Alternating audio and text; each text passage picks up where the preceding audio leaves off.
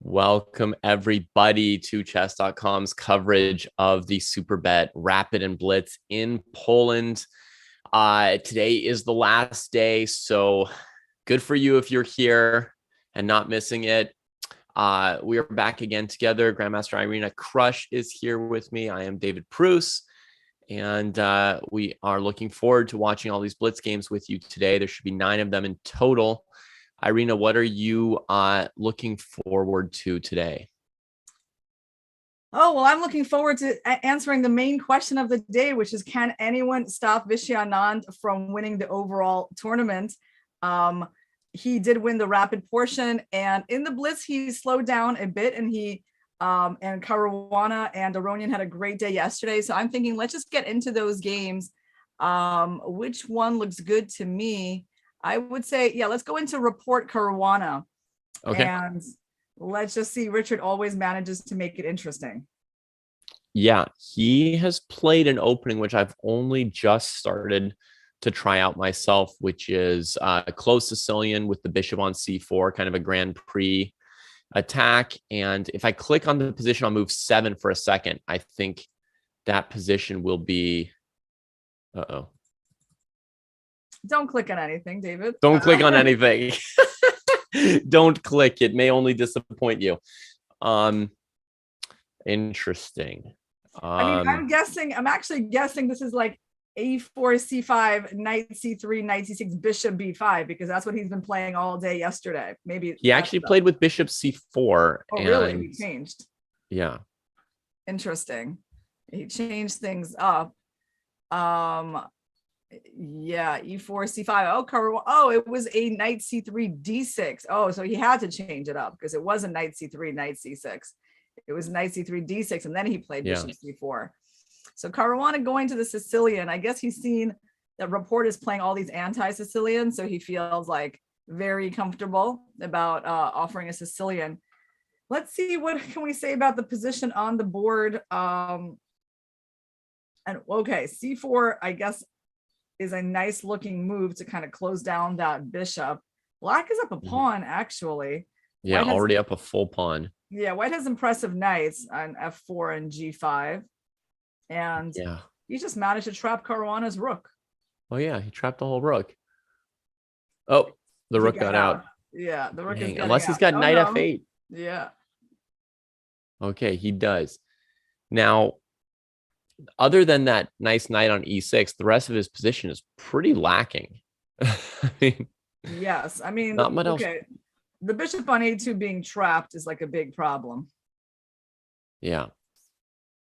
And the queen just boxed it in even further, since it was presumably going to come out at b1 one day. Yeah, but I would say, like, for a Blitz game, like, this is completely unclear. It's hard to say how this is going to go. Yeah, he's trying to maybe take on f5 in some d takes c4 scenario, although really got to watch out for the back rank if you look to do that. So right now, black is thinking. So what are black's options here? I mean, knight g4 probably doesn't do all that much, although it's kind of interesting. Knight g4 to e5 and d3. In that my first thought was to take the knight on c6 and bring it to e5. Exactly. To make white decide about d3. And then for some reason, bishop g6 occurred to me as well. So we'll see. We'll see how that goes. Looks like Rapport's preparing here. Preparing knight f4 to hold d3. Yeah, knight f4. I mean, it's a good idea from the first impression. I mean, knight e5, I guess we will go knight f4. But I can take on d3 there, right? And after knight d3, there's f4. Oh, right. Knight e5, knight f4, knight d3. Yeah, I was thinking pawn takes d3, but yeah, some idea like this. Yeah, this is good too. Sure. Yeah. Okay. Interesting. He's played knight e5, just like you said. I was wondering if he could just play f4 right here. And then on knight f4, then play knight h5 or something of that sort. But Fabi's been thinking pretty hard on this game. He's I mean, for a Blitz game, right? He's invested 4 minutes in calculating some tricky stuff in this game. So we get d takes c4 to avoid getting pinned up and losing that pawn. Yeah. So, okay. DC4 is the obvious capture, but I was going to say, it's not shocking that he took the other way. Maybe it keeps the bishop even like, maybe keeps I don't know. It's hard to say what is the benefit of keeping the D file closed, or maybe I guess it makes it more dynamic so that you've got a d4 kind of breakthrough in some situation, because white's going to be scrambling to cover the king, and it just gives you one other sort of way to explode things. But okay, now moves have to come really, really fast for Fabi because he's almost out of time. Repositions the bishop, aiming at checkmate. Yeah, look at how fast Rapport is playing these moves. I mean, that's amazing. He has tons of times, but he's playing like he's got 10 seconds. What's the point of this knight g5 move? To just trade queens on f5 and get a double attack, try to force Fabi to play an endgame with only 20 seconds. But maybe so on queen f5, there's going to be 2 knights hanging, actually. Well, how does he? I mean, I can see why he went for this for sure. And he's thinking now, so what are we missing on queen f5? Yeah, actually, how does black keep their piece? All right, I guess there's queen e7. I suppose you can queen e7 and then rook and then bishop a e1. Yeah, and then like some kind of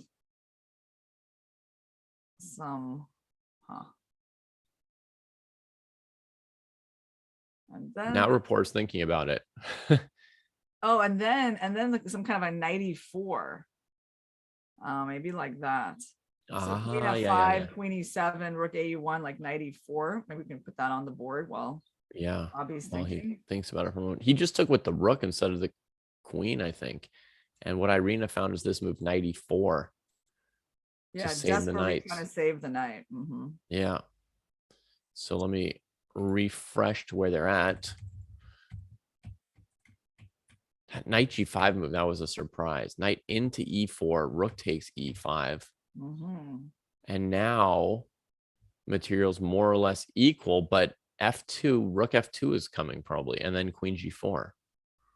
Yeah, I mean, okay, this is kind of going according to a scenario that is familiar for Rapport's games. Like, he has a big advantage on the clock, not such a good position. I mean, his opponents spend more time kind of able to, and also, you got to keep in mind that the openings he's playing are very speculative, so it's not surprising that he gets worse positions. But as his opponents have no time, obviously he still can stay in the game because of that. So like maybe some kind of queen g1. I don't know why I'm thinking of that. Knight check is threatened to pick up the bishop. Yes. Queen e1 tries to cover it from there. Technical move from Fabi, just knowing he can dominate this endgame too. Yeah, because actually, I suppose white has to go he has to save the bishop d4. That's the first step, probably. Yeah. But then there's knight g3, bishop e4. Like, black is actually having ideas of attacking the king, although on knight g3, there is king h2. As I can see it, these two pieces are trapped, because if you ever move the rook out, your bishop is lost. And if you ever play bishop b1, then rook e1 traps them for good. Yeah. So he's going for bishop e4. That's the point of knight plays g5. Bishop e4. Just a slightly different way so that the knight doesn't get hit by the king. Yeah. Bishop e4, he's going to run with the king, isn't he? Just g3. Oh, no. Okay. Bishop e4 didn't happen. Bishop e4 now. He's trading off every single piece except the 2 terrible pieces. It's an interesting approach from Fabi. And then just king g7, whatever, you're down all your pieces. Yeah, rook b2 at some point. It's amazing he doesn't play bishop e4. Yeah, he's just losing this pawn, isn't he? Because now the problem is it's actually very easy to play as black. The bishop on a2 still can't get out. Hilarious. Trading everything except that bishop on a2 is a really funny A5, I mean, game over, right? Approach. Just A5, you're not going to get out of that pin. I would just pin to be on the safe side. I would definitely put the rook a5 on the board. I guess it's fine. I mean, I guess he's saying the bishop is so bad it still doesn't matter. He's just making a joke of white. Like, I can let your rook out for a moment and it has to go back in. Yeah, I don't think he's doing it on purpose, though, because with 7 seconds, you never do anything like on purpose. But I mean, amazing that the bishop still doesn't really have anywhere to go. I guess c2 rook b1 is just the threat, and now Rapport is running out of time. Yeah, rook a5. Yeah, there you go. And then bishop c4. Oh, wow. Fabi managed to do it, By the way, continuing his amazing results, right? I mean, that's huge for him. He has 9 out of 10 points in the Blitz. Brutal. Well, folks, if you ever get a bishop trapped on a2, do try to get it out before the last move of the game. That was just sad to see that for bishop. No, that was a huge round because Duda beat Anand, which means the gap between Fabi and Anand is really narrowing. What about the gap between Duda and Anand? Yeah, wow, totally. But I think they're narrowing to like half a point or something. So I mean, now I'm in serious doubt about Anand's ability to win this event because he's doing all right in the Blitz, but not like winning all his game like some of the other players, and it's all about momentum. So I'm thinking if the lead is like very small like that, half a point or a point with like the whole day still left to play, obviously he needs to pick things up. Yeah, I mean, there's 9 points available today. There'll be, I'm just quickly sort of clicking through the Duda Anand game if we have a moment before round 2. We have a lot of time actually, David. We got like 15 minutes, so we always have time to go back and like look at the game start every half an hour actually. On the dot. Cool. So they played a Petrov here, and I'm not so familiar with the line that they played, but it looks like Duda had a nice position immediately, like right out of the gates here. I think if you look at like move 8 or 9, it seems, I don't know, maybe Black could consider trading the light squared bishop when they have the chance. Yeah. Because after Black didn't do that, it seems like White just has a sort of favorable pawn structure to me. So the question is, David, do you think we're going to see a tie break today? I know it's hard to predict. Yeah, I mean, okay. I can't actually predict anything like that. So yeah. Do I have any sort of mystical feeling? I have no mystical feelings on anything, really. It's all rational. Yeah, when I predict things, it's always fairly close to some kind of rational thing. Even if I have a feeling, it's not a random feeling. It's some kind of subconscious process that's calculated a million things and suggests something to me, and then it's generally right. So yeah, I mean, it's hard when there's 8 games left to play. It's just so much can happen. We just don't know which way the dynamic is going to swing. But right now, I mean, Duda and Caruana definitely let us know that they're interested in that first place position. And I mean, I'm going to go out and say, David, I obviously have no idea how the day is going to work out, but I'm going to go out and say we will see a playoff today. Wow. I don't know who's going to be in it. That part I'm not ready to predict, but that's, I think there's a decent likelihood. Wow. What are the tiebreak rules? Do you know them? I never know this kind of stuff, David. Okay.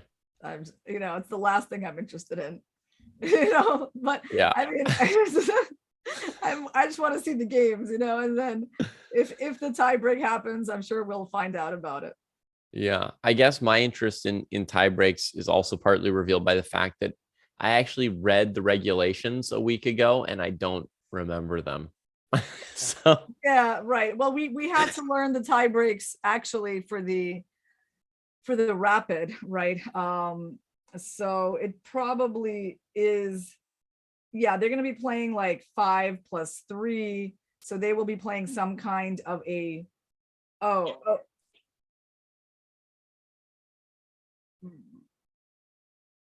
yeah. So again, the tiebreak will depend on how many players are tied. So if it's the minimal amount of 2 players, they actually play a longer tiebreak with 10 minutes plus 5-second increment.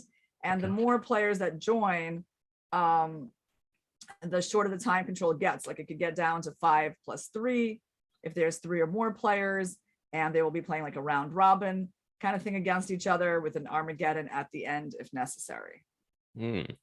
So they'll be in real trouble if one year if they run this tournament and somehow like 8 people tie for first place with +1, and they they have to rerun the whole tournament as the tiebreaker. But that's not going to happen. It's very hard for that to ever happen.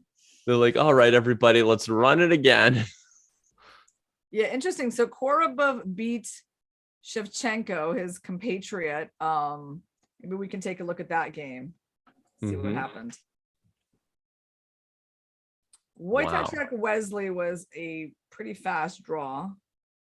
Yeah, they drew faster than we were able to start our broadcast. Even for a Blitz game. Oh, Benoni, cool. Shevchenko playing the Benoni. Well, you like moves like that, right? But it might be not so good in this particular position because this is not the typical G5. And okay. Time to give up the exchange. I can feel that it's time to give up the exchange. Yeah, so black is kind of stuck with his G5 move, having weakened his king, and white has the bishop pair. So yeah, you can see that white has already a big advantage in this position. And here's my saying, Irina, coming into play. One of my sayings is weakness begets weakness, right? So like the G pawn's moved, and now you have to move your H pawn too. Oh, this is very interesting. Weakness begets weakness. You know what that reminds me of? I don't, but tell us. Well, it reminds me of, hold on, I should be able to remember this better. Well, basically the idea, to those who have a lot, more will be given. Yep. Yeah. So wow. Interesting. The queen just comes in along the weaknesses here.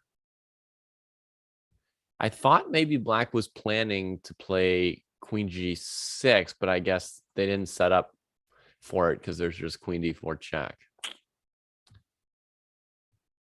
So the queen comes in.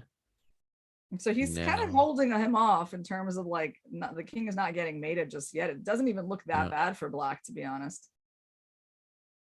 Right. They can even play queen G7 at some point if they tire of this situation.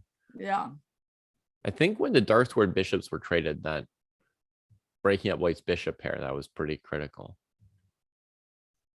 Threatening rook takes knight. The queen comes around and finds some space on the other side of the board. And now with 2 connected passed pawns, white's ready for any kind of endgame. Whoa.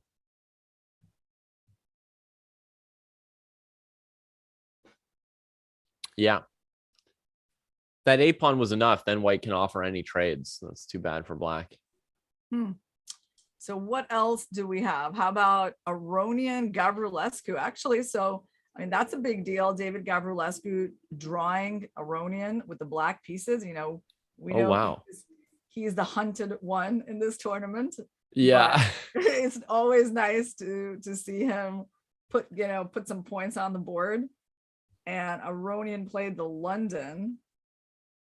Turned it into a Panov Botvinnik attack somehow. Okay, wow, this all looks really unusual. And then it became instantly sharp. It's Knight really D4, weird. I guess. What in the world is happening here? Like after knight D4. Yeah, knight D4. Like bishop E5. I mean, knight C2 checkmate. I like the end of that, David. I like that. All right, let's showing do my it. brilliant calculations. Bishop E5, double attack. Oof. I mean, at least it's a very unusual checkmate to put on. Very unusual. Very unusual. I mean, if you saw this possibility as white during a game, you would almost play into it just to put something more entertaining on the board for the viewers. But knight D4 was played actually in the game, and I think, and this is the move I was thinking of for white, bishop B5, because there's another line in the Panov Botvinnik attack where you actually play bishop B5 check, and then when knight takes, you play queen C6 check, because the queen can't block because of the rook. That's what made me think of this. But in the game, Aronian just trades normally and plays c6. That seems plainly good for white. Yeah, so keep going. So he gets the piece back. Oh, okay. He decides to push the pawn in further. Kept going with the pawn. Oof. It's like promoting the pawn by move 15. So how did he not win? Oh, queen c8. Okay. Still looks okay. Looks like, oh yeah, I forgot that he didn't win this game. I thought we were watching a miniature. Right, a miniature, except it didn't end with white winning. The result was not there. I think he's just confused. He can't promote his pawn. Yeah, well, he's confused. You know, black hasn't resigned yet. Yeah. King f7 is gonna come. E5, no bishop G. So he loses that E6 pawn too. He loses this too. Oh man. Oh man, I can't believe he got a draw here. That's it's crazy. like no problem. It's just a flesh wound. Okay. Knight comes in. So can we go back a second? There's no sacrifice on f6 because that's the first move. Right. I think I can just take and put the king on g7, and you just kind of traded one of black's worst pieces. But I mean, you do have the knight. Still looks pretty good. Knight Maybe g5. through d4. Yeah. Knight g5. I like knight g5. Being knight greedy, g5. take another pawn. Yeah. And well, I mean, it certainly looks good. I mean, there's crazy lines here, actually. I was just gonna say, David, like as an example, let's say black plays rook f8. Right. And now if you go knight e6, I was gonna take an f6. Right. And then you take here and I play queen c6 and I defend, Yeah. Whew. Yeah. Yeah. So, okay. I mean, we were kind of cooperative a little bit for black, but yeah, the sack looked possible. Yes. And it would be the first move that I think any player would look at because it's a check and a capture at the same time. Right. It looks like d4. Yeah, after knight d4, you're going to have a good position, but you're not going to be able to like mate the king, I think. Yeah, I mean, you would want to play something like rook cd6 first, right? And then go on the attack with all your pieces on the board. Yes, rook cd6 actually looks quite tempting as well. Yeah. But let's see. Knight d4 happened and a rook trade happened, right? Yeah. Rook trade. This is nice for white, but I do feel like white loses a little bit of their powerful attack from this. Yeah, they've got a plus, but they haven't ended the game by any measure.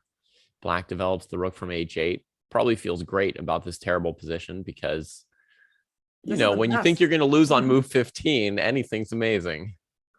Yeah, no, this is by far the most comfortable black. Ooh. Black makes their first threat of the game. I know. Oh, it feels amazing, as people sometimes say on Twitch, I think. Yeah, queen h5 check. Now queen black is F5. winning. Hold on. Why is black winning? The knight is hanging. White just sacked their knight. Take the knight, and then he go queen c8 or something, and then I mean, I don't know what he was planning. Maybe queen e6 and queen f6. Saw that they were covered. Scrambled for something else. I think queen b4 should win pretty easily here. Wow. Oh my gosh. Gavrilescu was actually winning. Threatening checkmate. Ultimately, white who was fighting for the draw. This should be. Oh, he gave up another pawn. It's a little much. Yeah, I mean. Yeah, there's a limit to how many you can give up just because you want to trade queens in a row. And I mean, like here, I wouldn't even give up this pawn if it were me. You would play. I would just push it. D4, yeah. D4 and on rook a7, you always have rook e7. Yeah. I mean, we've got a whole extra piece, so I'm not so much worried about defending our king as I am thinking about what I need to do to win this game. Yeah, I suppose on d4, queen d5, you have king g7, and then you can come back to the 7th rank. You have to be a little careful with your king in this position. Oh, this is bad. This is bad for the players, Irina, but our chat is saying it looks like one of their Blitz games. Looks like like their own game. Oh yeah, like someone is up a piece, Like, the game is still going on, right? First, somebody's promoting against you on move 15, then somehow they don't checkmate you, then you're up a piece, then you like hang all your pawns. Yeah.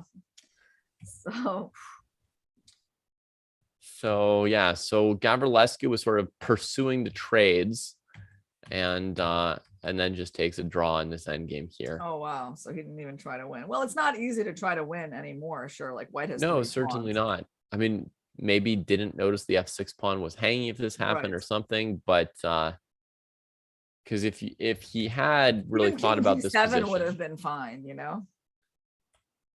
Even like after queen f3, even king g7, just get out of the pin. That's fine. There's no issues at all. King I'm thinking f5 g4 here to take the queen away and then checkmate. Yeah. I mean, black has lots of good options. He's really under no obligation to give up the f6 pawn. Yeah. I think sometimes people with an extra piece think too much about like trading and sort of consolidating and stuff like that. But an extra piece is really good for counterattacking. And like sometimes people strive too hard to get to some end game where they can't beat 2 or 3 pawns with their extra piece when you could just checkmate the opponent's king. Yeah, you know what's really funny? Well, the game Wesley So versus Wojtaszek is kind of a replay of their rapid game, which was kind of also not very exciting. This is like this Catalan line. So it's funny that they're like repeating this in the Blitz, and then in the Blitz it becomes even more boring than it was in the rapid. Like it takes some skill to do that. Yeah. Do you remember, this is very similar like to what they had in the rapid, where like Wesley at some point played like a5, and it was just very hard for White to break through. Yep. Yeah, I mean, people will make fun of them for, playing boring chess or having like a draw like this, but I wish, Irina, that when I were black, I could occasionally play a boring game. Like if I could ever just get a solid equal position where I was able to develop all my pieces and I don't get crushed. I mean, I would enjoy that occasionally.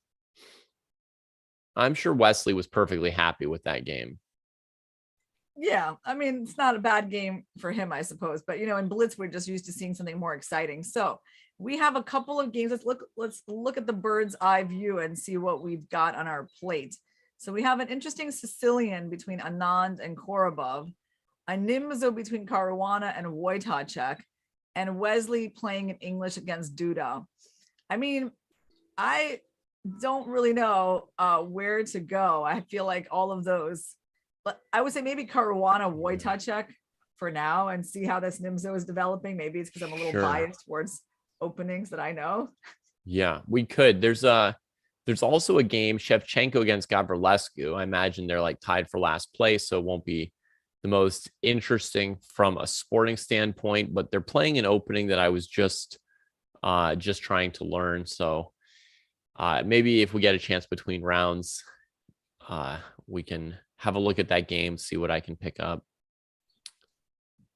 Okay, so this is a Nimzo, very like famous structure. So I am kind of interested to see how Caruana is going to handle this. White has the bishop pair advantage in exchange for the bad doubled pawns on the c file. So he's put his pawns on h3 and g3 to limit those knights. And I wonder if he'll be playing like king f1 to g2 to just kind of protect the pawn on h3 that can always come under attack with queen c8. The main difficulty I would have as black is that there's not a lot of like active or counterplay plans for black at the moment, right? You mostly sit there. Yeah, you mostly sit there. That's right. I mean, queen c8 is kind of interesting here to provoke h4 and then go bishop g4. Since king f1 didn't get played. Yes. But the traditional thing to do is what Wojtaszek might be doing, which is you just play like h6, knight h7, and then prepare to hold the line on the dark squares if White tries to open the king side. Yeah, I mean, I think you can consider f5 at some point. So bishop g4 is really tempting. Is it really such a bad move? I mean, the queen will probably have to go to like e3 or something like that. Yeah, unless the queen and knight want to sit there for the whole game. That would be the only way to actually untangle the undefended knight. Would be Yeah. queen e3 and bishop e2. So far, I mean, I don't see any big problems for black. Okay, so now counterplay time. Okay, white wants knight h2. Yes, he wants to probably chase away the bishop. Not a big deal, but that's still probably a move that he's going to be playing. And I just wonder, is there any point that black will want to play f5 himself? Nice, he seems to be interested. Looks like he's interested. Yes, he's thinking about f5, that's for sure. And I mean, I think it's a reasonable plan in these positions because you can trade the light squared bishops. White's dark squared bishop is nothing special. Yeah, and that g3, those g3 h4 pawn moves might actually hurt white once the f file opens up because, you know, f3 and g4 are a little bit weak for white. So the black knights should find stuff to do. Yeah, I mean, like the problem if you go h5 here, which in general seems desirable for white, you know, the knight just goes back to e7 and you don't even have knight h4 because it hangs the h5 pawn. Oh, that's too bad for white. Yeah, let me show that real quick. Yeah. Knight h4 trying to fight for the f5 square, and f3 and g4 could even be a plan to squeeze black, but you know, you can't squeeze when your pawn structure is hanging, unfortunately. Yeah, so Caruana is down a lot on the clock, which is showing he's not very comfortable with his position. It's true, it hasn't been going well for him. You know, Wojtaszek is not having a great a great event by any means, but he's still a really strong, solid player. He does know his Nimzo well. You know, he's a former second of Vishy Anand, right, helping him prepare for his world championship matches. So he's a you know, if you get him into a position that he feels comfortable in, yeah, he's going to play at a very high level. Yeah. Well, here's the first chance for Wojtaszek to play possibly f5. So we'll see. Yeah, I don't think he will. Oh, maybe Right he because f5, f3 is the critical line, but can then black go f4 or fe4, just yeah, counterattacking the bishop. I feel like, you know, fe4 maybe what white wants. Okay, so he definitely just showed that he wants to play f5 without worrying about f3. That's what his move says to us. Yeah. Wesley So, by the way, having a very interesting game against Jan Christoph Duda. I thought you were going to say that Wesley So having another early draw. Yeah, no, he's actually better. I mean, he is better. No. And they Anand as well. I mean, huge King's Indian battle. Yeah, Anand, I don't know what's going on there, but this looks more or less hopeless for Duda. I'll check the game again if Duda does anything other than lose, but I think he's going to lose.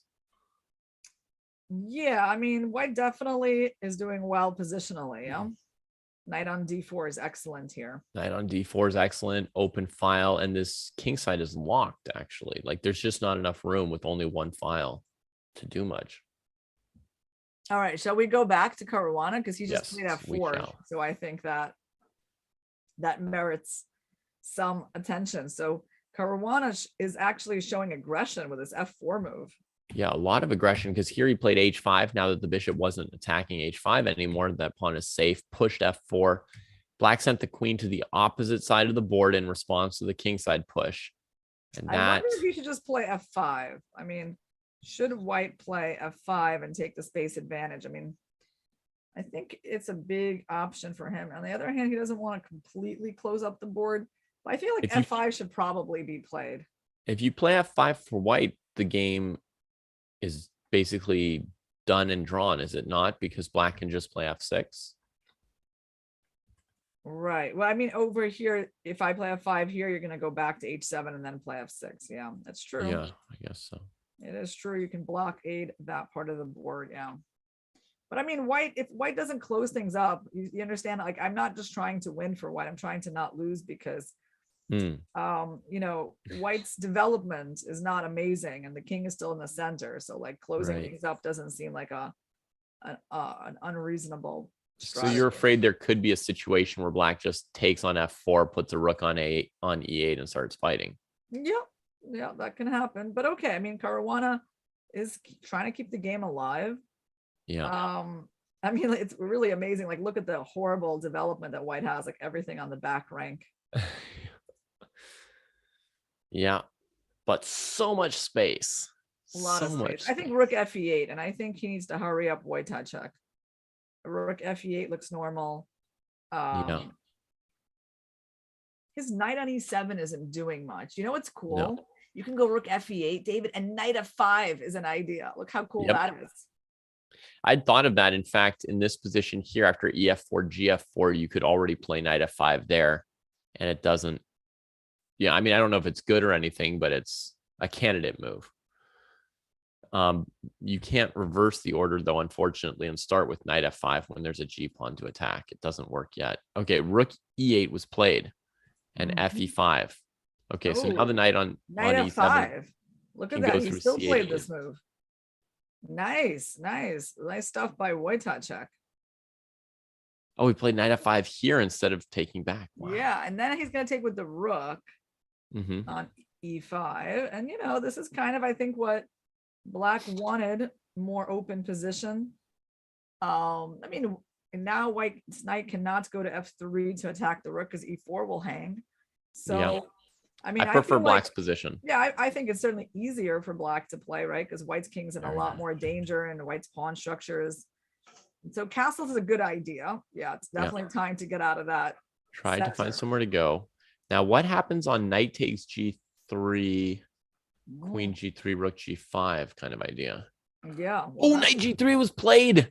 Yeah, knight f3 probably is going to be played. Knight f3, there's rook h5. Black can take a lot of pawns. Yeah. I mean, I agree, David. This looks dangerous, and I don't really know. I mean, what black wants to get, like, more pawns on e4 or h5. Wait, rook f6 was played. Okay, nice, fine. And then he wants to go knight f3 or something. Black just takes back anyway because queen g3, there's still rook g5. Knight b3 hitting the queen. I don't. Oh, the bishop covers g5. Yes. Okay. He grabs the piece. Yeah, now he's got two pieces for the rook. Nice find there by Caruana. And Wojtaszek prepares the other rook to come to the g file. Oh my goodness, this game turned into complete madness. Is hanging c4. The black queen can take that pawn. Yeah, she just took it. So it's not clear at all, actually, because, you know, white is down a lot of pawns, and white still has not great. The pieces that you were making fun of 10 moves ago over here. And he still can't go knight f3 next because of rook h5. So how does he get these pieces to work? c4. He's going to play c4 100%. Let's see if I can guess this one right, David. c4 to block the queen out. Sure. Try to play bishop b2. I mean, he doesn't have much time. I feel like that's the move I would do with 20 seconds on the clock. c4. I'm willing to bet $1. Whoa. Yeah. You win. I win. Yeah. You win. Rook g8 comes quickly. Bet. Now queen a4.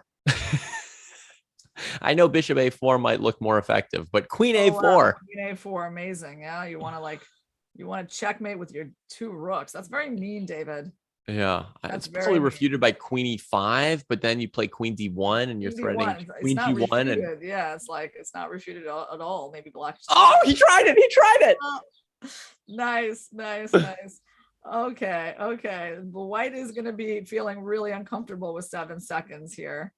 Yeah, he's doing what he can, but the bishop tries to run away. Coming in, queen c2, which is now it's easy, right? Like easy. How can we chase that bishop down with our queen? I still want to sack my queen, but I guess he just needs to go queen c2. Yeah, like, nothing to think about. Bring in the queen c2 and trap the pieces, just like what Caruana did to somebody else last game. Now white is surviving, so I don't like this at all. He let all the white pieces out. Oh, yeah, checkmate on h3 is just barely being covered. Yeah, he's threatens queen e5, blocks that too. Oh, Wojtaszek's sort of like desperately trying to throw some they got fuel on this fire. It's so difficult for both players. Wow, those are scary pawns. Those pawns are scary. Right now it looks like Wojtaszek is actually on top. He's threatening queen d4. Yeah, king g2. I mean, oh man, I think he's taken down the big guy here. F3. Oh, Oof. I'm a little Rook sad for A2. Fabi. I'm a little sad. That's brutal. You know, getting so close to Anand and yet now being handed this setback. Wesley. I don't know for sure if he's Anand done lost yet. though. You know that Anand lost the second game in a row. He's not dead yet. Do you right? want to take a look at So versus Duda? Let's take a look at that because that also matters a lot for our standing. It looks really interesting too. Okay. I can't tell that Wojtaszek's actually going to win. Maybe he won't at this point. I mean, he's up 1 pawn now. No, now this is but it's an annoying pawn. It's an annoying pawn. Oh, queen trade. Queen G5. No. Okay. Oh no. Okay. He's got it. That was extremely close, however. Yeah. Extremely close. Okay, sorry. You wanted Wesley? Yeah, I wanted this game. Whoa. Oh, someone won and someone lost, and it's Duda who won. Wow. Duda taking down So. Duda might be leading the tournament at this point. Hometown boy. That's true. He beat Anand. Now he beat Wesley with the King's Indian. That means he's feeling it today. I don't think it was a King's Indian, was it, David? Like it looked like a King's Indian structure, but I'm pretty sure it wasn't. Oh, yeah, you're right. Because Duda doesn't really play the King's Indian, but this looks like a reverse closed Sicilian. He played the Grand Prix with black. How did that ever work out? Well, I mean, his position was terrible around here. I think just terrible. Terrible, but in the end, that space that he had with the G4 and E4 pawns worked out very well for him. So he's like putting some pressure on the D5 pawn. You don't even want to take that pawn as black, do you? I don't know. Now the A pawn's a target. I like everything Wesley's doing so far. Yep. I guess there's also a plan of just plopping your knight on C6 in some cases, but and he does right away. I was even thinking about rook C6, you know? You were thinking about the rook. I mean, I know it's a bit much, but I was definitely looking at that square. Knight C6 is good. How did he lose this? So the bishop is trapped. Oh, yeah. He let... Okay. But he left himself with a very bad bishop, actually. Yeah, that's not ideal. Not easy to play, even with the structure. And then tries to open the king side. Yeah, he started opening up his own king. Yeah, now it's different. Okay, now... He can't think of what to do. He's sort of pressuring this A pawn that's just covered here. Now we're seeing the effects of the bad bishop on B3. He really cannot help out in White's attack. Oh, and Duda's coming off the back rank slowly. And he didn't even close the king side. Wow, he didn't play H4. He did not play H4. He actually left it open, and in the end, Black used that file to start his attack. Seems like he didn't realize that he was no longer better, huh? Yeah. He definitely played on a bit too long in this game. Queen E3 threatened. Oh! Nice. That's a fancy pants move. Wait. Let me understand the point. The point is Queen A3, and I think we actually probably saw that in the game. King E3, Queen A3, King F2, Queen F3, and I think that's how we got our final end position. David. Oh, what a queen maneuver! Queen A3 to F3. That was fancy. Yeah, 93. Nice tactic. Wait, so can we see that again? So if Rook C5, I mean, if Rook they had C5 like 10 seconds at this point, I would not be seeing 93 coming either. So Rook actually, because C5. Rook G2 is the point. No, it's Rook G2. We throw in Rook G2. We take their bishop first, and then Rook G2 here, but King takes knight. Oh, King takes knight. Oops. Oh yeah, that's we really. Okay. Yeah, forgot about that. So gotta get our queen back. So here, here. Now there's like this issue with the rooks. And what was he planning?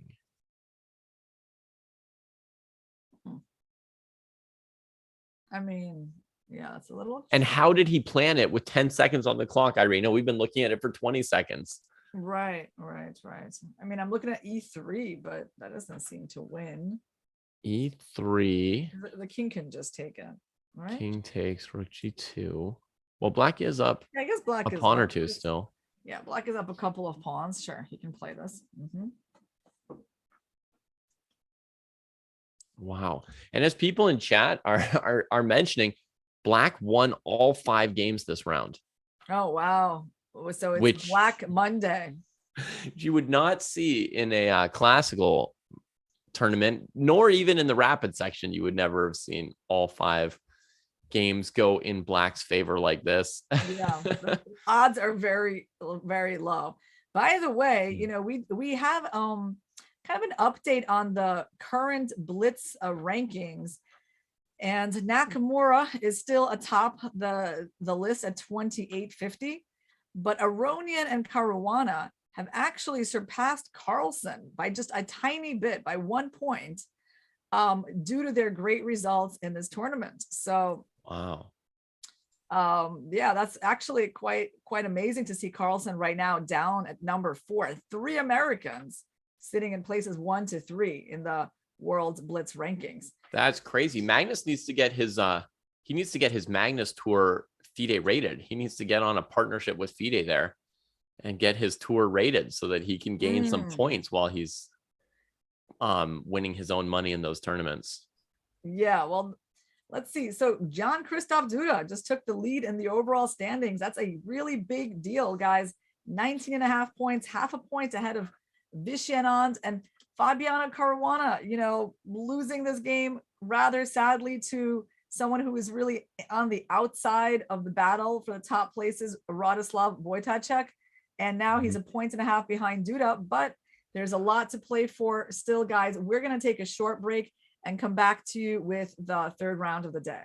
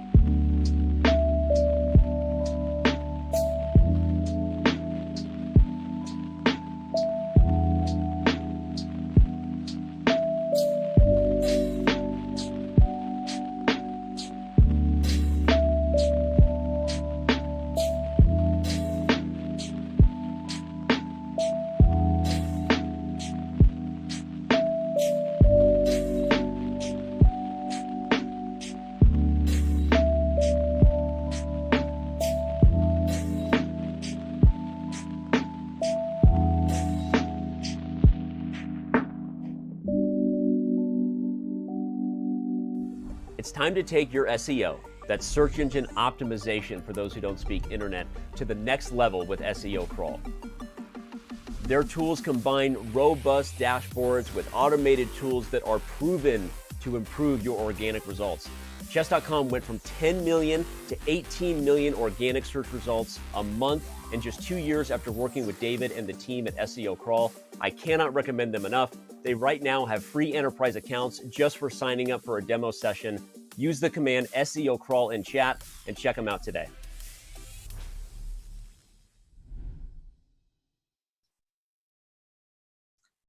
The team over at SEO Crawl has brought us some tasty stats on chess searches, but it's up to you to find the right answers in the SEO Crawl quiz. Guessing the right answers gives you a chance at a free chess.com diamond membership.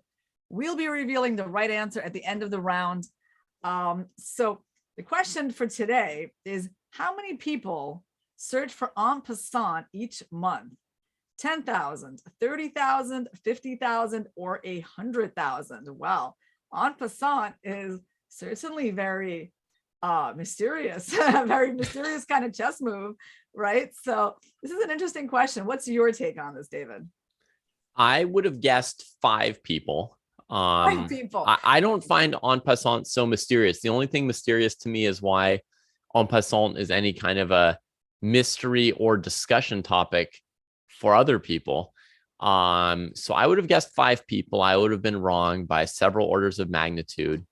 Okay. I am going to say that 50,000 people search for en passant each month.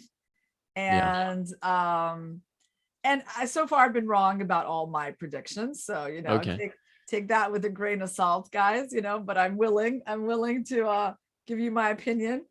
So well, that's how Ketty taught me to guess on these questions too, Irina, is pick the second biggest number, because it's going to be a big number. And then, but not the biggest. So yeah, we'll see if you and Ketty are right again today. It's interesting because I was not like that strategic in my thinking, actually, David. Like that was like the second biggest number, but that's what my heart went with. All right. Listen to your heart. And who does your heart want to see go on a hot streak in this Blitz tournament? It's all about form. 9 rounds of Blitz. Apparently it's possible to score as much as 8 points yesterday. Yeah. So, oh, wow. Well, we're going to be watching the game Duda versus Caruana, because that's what's coming up. And that's a big game. I mean, Fabi just lost. Duda just won. They kind of diverged there, but Fabi still is doing amazingly. I guess he has like 9 points out of 11, I believe is his score in the Blitz. He's still, he's still doing better than Duda overall in the Blitz. Aronian has 8.5, Duda has 7.5 out of 11. But this game is going to be, actually very important towards the standings, because when you're playing one of your direct competitors, you're not actually just playing for 1 point. You're playing for 2 points, because right, a win means you get a point and they don't. You kind of set them back, right? And that's the difference. So it's a really, really big game for the whole event. Other interesting pairings. I mean, Anand playing Gavrilescu. I mean, he's gonna obviously be trying to turn his day around. He lost to him yesterday in the Blitz.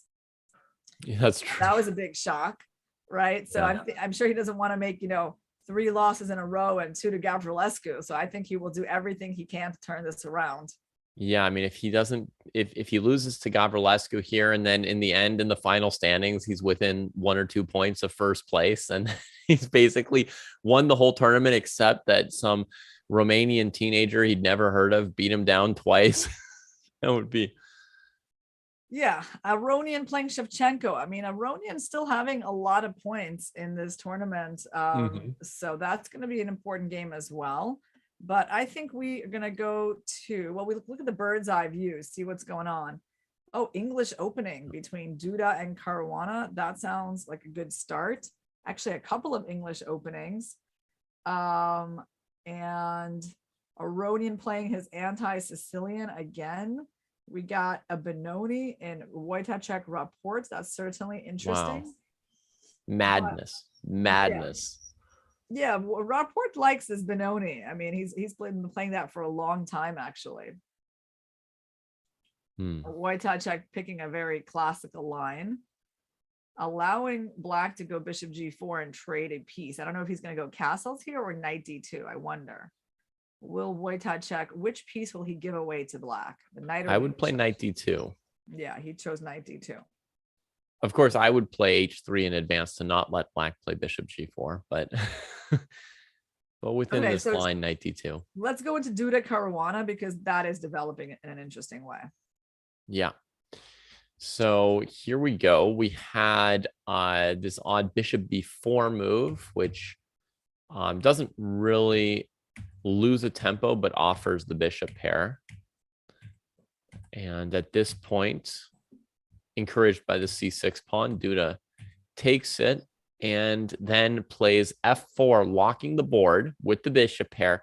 Black takes on f3, keeping it open, right? So this runs contrary to sort of the stereotypical notion of the bishop pair from back when I was like 10 years old. The old textbooks would have been against this, but the understanding is that if the position is locked up, the bishop pair can still eventually open it somewhere. So one of the critical features in bishop pair positions is, can the player with the knights establish a square in the center for their pieces? And Fabi's got his eye on e4, so that's why he traded off his e4 pawn. Yeah, I mean, black wants to play bishop e6, but there would be knight g5. So the move he made is very interesting. Basically a positional pawn sacrifice that white declines, not even interested in going in for the bishops of opposite color, which I think is understandable. But in that case, you know, Fabi's strategy has worked out, and now the pawn definitely can't be taken because the queen would get trapped in the end after bishop f5. So white goes bishop a3. Bishop f5. Yeah, white doesn't want anything to do with this line. Yeah. I mean, if you can't take on e4 even when it wins a pawn, then you really have to figure, like, how are you going to try to win this game? Yeah, I see the engine bar loves white, but I would say still looks acceptable for black. Knight d2 is a good move. I like that. Yeah. I definitely love the idea of removing that strong knight from the board, and that makes me understand the engine bar's evaluation a bit more. Yeah, if the knight on g6 had been in touch to fight for e4 there, I think black would have been very, very close to equality. But knight d2 comes at a good moment. White's able to keep their light squared bishop and still challenge the e4 point. Maybe queen e7 was inaccurate because black didn't have the d pawn available to help fight for the square. Maybe it didn't matter. Maybe black wouldn't be willing to play d5 and open up the a3 bishop, even if it were rook e8 instead of queen e7. But yeah, here white is looking to play e4 themselves and then just get a really, really clear bishop pair position. And yeah, we love white here. Yep. I mean, e4 is a very annoying move, and the black queen comes in under attack as well in this line. So I don't know. This so far not going great for Fabi. So e4, I mean, if you go f4, white just keeps going with e5, so that's not even an option. So you're gonna have to take, let's say white will take on f8 and then take back on e4. I mean, white has an edge. Yeah, you just cannot deny it. Yeah. And I'm also wondering if white can do even better than pushing e4, like play queen c2, make black defend f5, try and force black into some position that's even more awkward before playing e4, because it's not like black is poised to dispute control over f5 at the moment, over e4 at the moment. Yeah, well, so black wants to really go c5, right? So I do like that plan for Fabi, and I feel a little better about his position now that he's neutralized that bishop a bit. You know, I guess you know, Duda decided e4 wasn't that important, and that, you know, he can just stay in the structure for longer, which I understand, because knight on g6 is not great. It's kind of limited by the pawns. But I still feel like b6, c5 was a good idea by Fabi. Yeah. Trying to control that dark squared bishop, which should drop back to b2. And he can try and keep black a little bit tied up. But it's hard because if he ever moves the d4 pawn, the knight could go to e5. So it's sort of like there's always the threat of opening the bishop, but is there really? Can you really do it? Yeah. This is why I feel like black is on the right track here in terms of neutralizing white's initiative. Now e4 loses its bite. Now e4, there's going to be f4, and there's no e5 coming. So he goes bishop e2. He wants to go bishop h5, or like the idea you pointing out, bishop f3 to d5. Yeah, very interesting. Bishop c6. Okay, bishop h5. Maybe he will sack a pawn. Go for bishops of opposite color again, and say that that h pawn doesn't really matter. I actually think he will do that. That's right, because there's nothing else to do. There was no way to protect that knight. right. This is very reasonable for black. Let me ask one question. Could white have tried to lock out the c8 bishop if they have bishop h5 coming, so they don't need to worry about knight e5?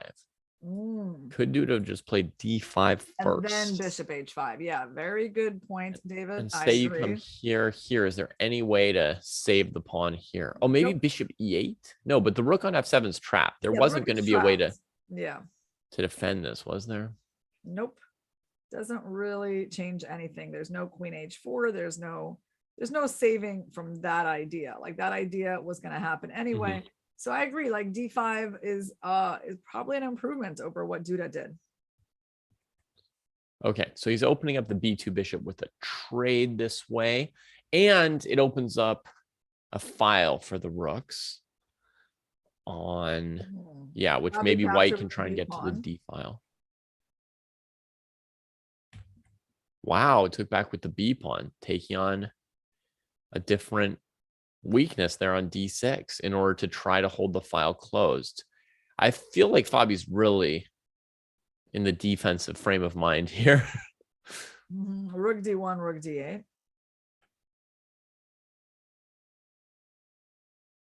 It's on the board, David. Oh, there we go. Let me try and convince the board to keep updating for me. There we go.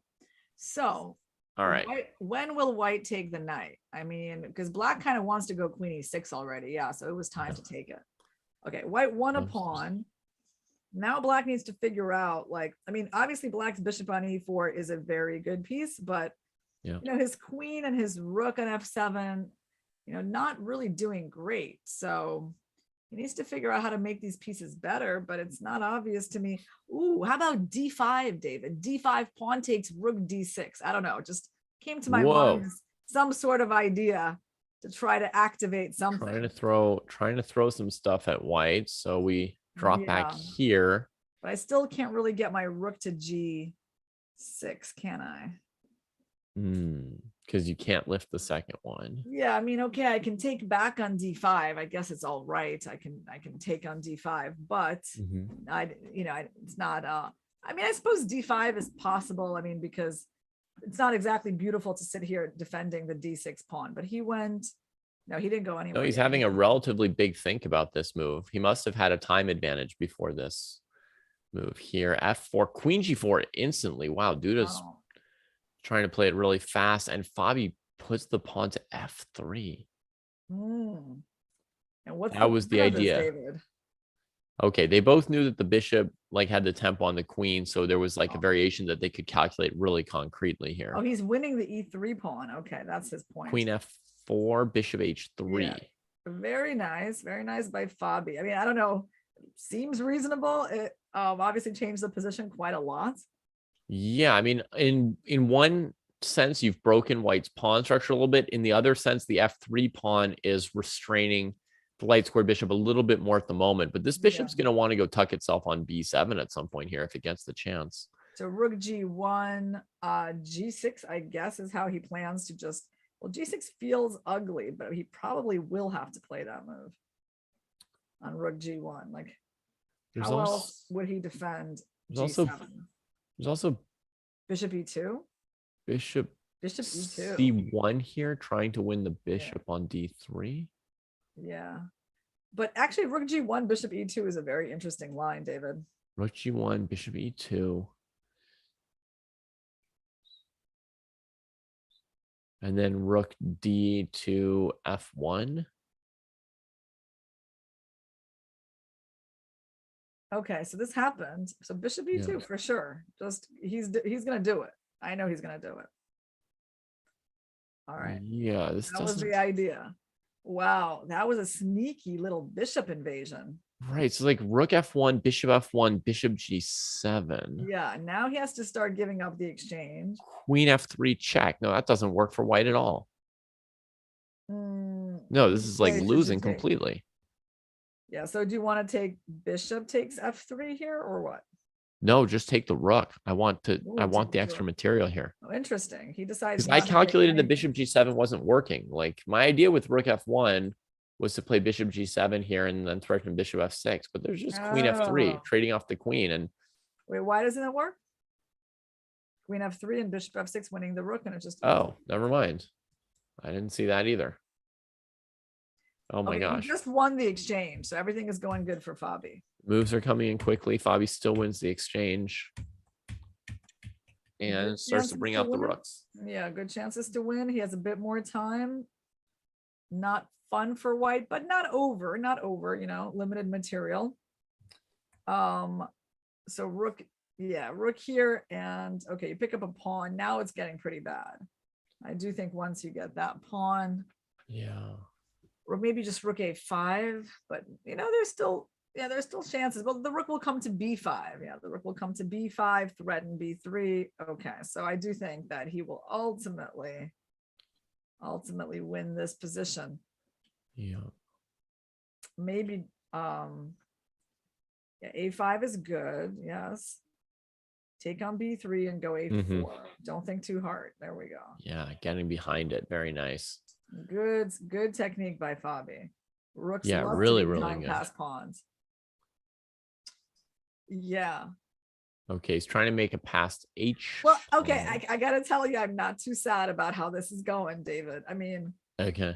I would like Fabi to win. I want it to be a really close fight for first place, and he needs to beat Duda for this to happen. So I'm sorry to our Polish fans, but this is more interesting for the overall tournament. Okay, but you know, Duda is still, he's still kicking here. A little bit, not much. Yeah, not so much. Yeah, that's the end of the kicking. Yeah, that's it. All righty. Wow. All righty. Fabi crushed that one. That position looked fairly bad for him. That was really good. That was so. How many pawn sacks he offered in this game, David? Like a lot. 1, 2, yeah. On many moves, yeah. Anand manages to draw against Gavrilescu, so he loses the Blitz match to him. Okay, let's take a look. This one looks fascinating. Aronian. Let's go to Aronian versus Shevchenko, right? You never seen something like that. Too many knights. Aronian seems to be winning because he has a million pawns. Black's hope is like to sack the knight and then go crazy rook. And play D6 or something. Okay, he did it. Oh, it's over. Here they come. I once had the misfortune of playing rook against knight and 3 connected passed pawns in a tournament, classical. It was very, very easy for white to win. Hey, David, you know how I want this day to end? I'm just going to make my wish. Yes, I've wanted to know that. Do tell us. Yes, I want this day to end in a 3-way tie for first place, and for us to see like a big tie break with like, That makes sense. That would be a lot of fun now that you mention it. Yeah. And I think we're getting there. You just gotta, put in your wishes, put in your votes, guys, and maybe we're going to get that. And Richard Rapport wins. How did he win? He's finally won a game. Thank goodness. Yeah. Richard wins, oh, goodness. Up a night. I guess we can take a look at that. We got time to review some of these games. Yeah. All right, I'll back up a few moves here. Yeah. So here's the situation with the light squared bishop trading the Benoni. Knight B6. Avoiding the trade is very typical. Yeah.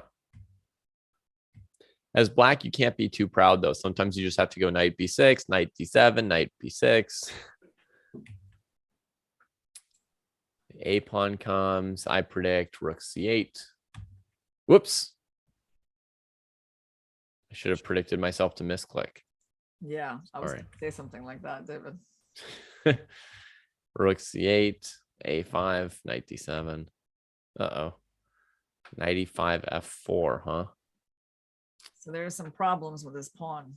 So he lets it go. Rook c4, knight e4. Huh. Wait, what? Okay, we got to calculate that, right? Okay, now rook takes c4. Or no, wait. Knight f6 check. Yeah. So what does he do? Actually? Just knight e4 here because the rook can't take. Right, knight e4. Okay. So it looks like black has completely survived this opening. Hooray for black. Resulting position. Well, you could even say it looks mildly nice. Yep. Maybe trading on c8 was a small mistake for white here. You want to play like b3 or something? Yeah, maybe you should just play b3. A5 pawn is hanging around. It could be an issue. Like, so rook c4 you want to take with a knight. Yeah. Yeah.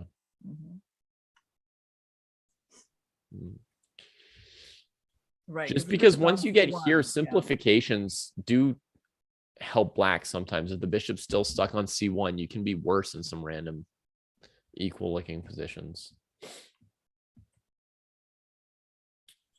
Yeah. Black's looking increasingly slightly better.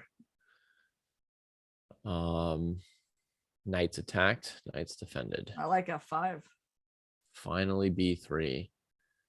Now, I keep wanting to back rank mate white with bishop e5 and stuff, but Good yeah, move. just coming through and offering trades is pretty typical. Oh, something's gonna happen on f2, like bishop f2 right now. Yeah. Or some wait. Huh, he just traded. What would have been bishop, bishop f2? Well, there's rook f2 because on queen e1 there's rook f1. Unfortunately, yeah. And queen e3, there's knight takes queen. Nope. Yeah. No way to get at this point with the queen. d4 and e3 are both covered. Yeah. Huh. Unfortunate. Okay, so you just had to play a very simple move. White trades off the bishop on c1. That Doesn't feels look good too for bad. white. Yeah, it doesn't feel bad for white at all. Feels really good for white. Now, I mean, I'm kind of wishing I could put some of these pawns back. But he's basically playing without the rook. That's the problem. It's still like more difficult for white to play for sure. Oh, that pawn was hanging. I hadn't noticed. Yeah, I mean, because the rook was so passive, I'm like, there's so much pressure on f2. Like black was still to be preferred. Okay, so he plays d5. This is kind of like the key moment for increasing the advantage. d5, letting the knight towards the king, but he's got d4, and both these pieces are attacked. And I don't know what white's planning other than knight d7 or something. Okay, that is what white's planning. Knight f8, king g8. Queen g6. White's lost. Yeah. Well, queen g6, yeah, it looks like he has a few. It does get that pawn, but I guess it's not much. It wasn't easy for him to win, I think. Oh, king f1 maybe.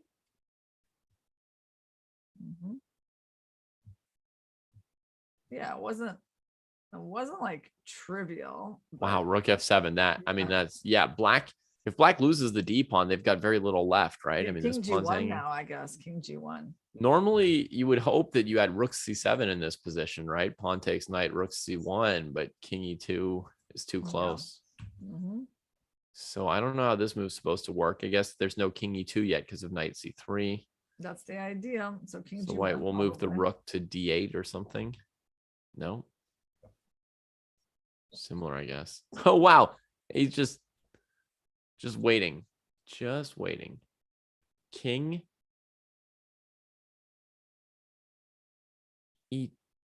E2. What's wrong with king E2? It does play king E2.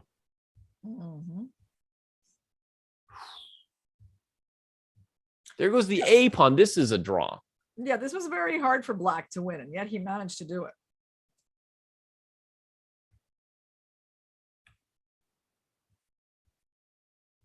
This position should be drawn.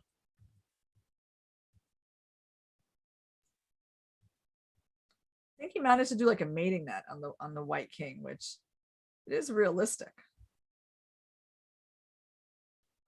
Or maybe he just traded here. Yeah, he traded the rooks. And that was it. Oh. Whites cannot get the exchange of the final pawn. King back to E5. No, I don't think that's what happened. That's usually what happens when, when they set up the white resigned. For black's victory. I mean, obviously on king G1, he probably was going to go like king G3 and just knight E3, pick up the pawns one by one. I guess it's a good thing black had a knight and not a bishop. There are very few things that the knight can do better than the bishop, but with a bishop, a lot of these positions would be draws because you can't restrict the opponent's king without stalemating them. So what other game was interesting? So shall we take a look at Gavrilescu Anand and to see how did Anand draw his game?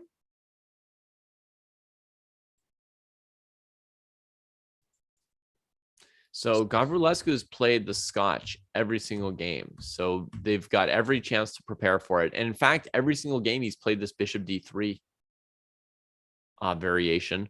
Yep. He's faced D5 and D6 both in different games.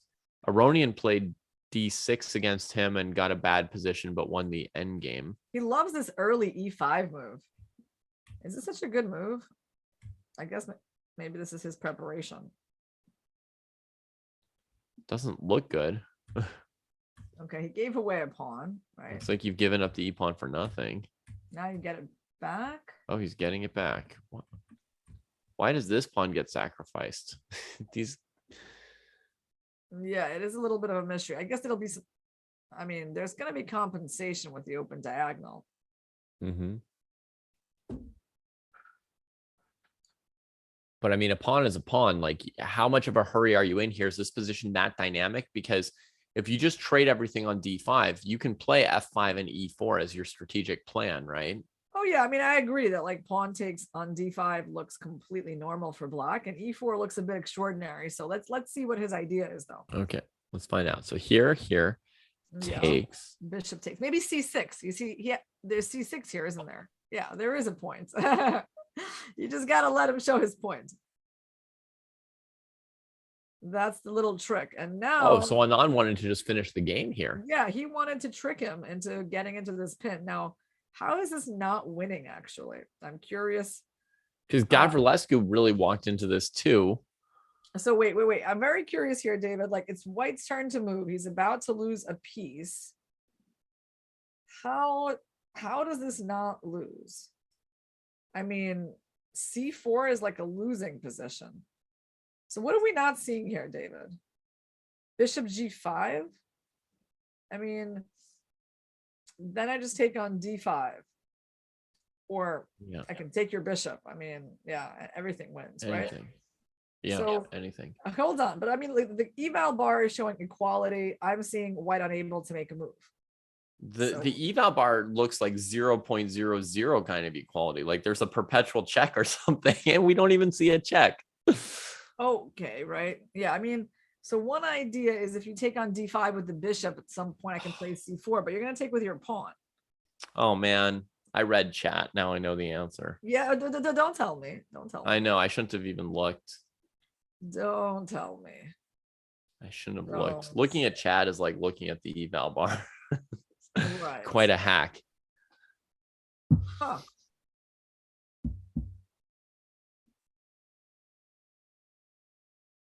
Bishop G5, you take on D5, I take on D, you take on E4, you're up a piece.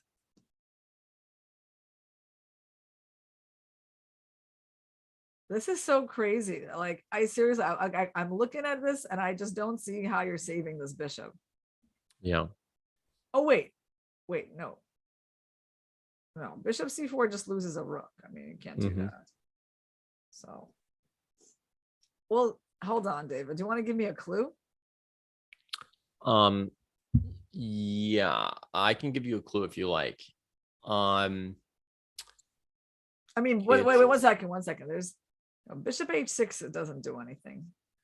Bishop h6, cd5 still doesn't do anything. Okay.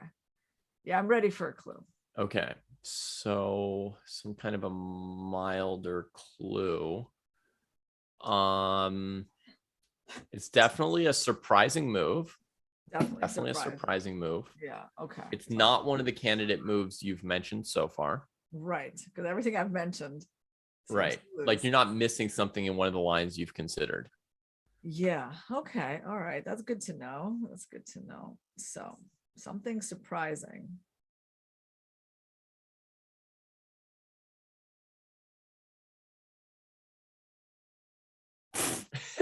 And all the engine users in chat are saying no engine needed. Quite simple.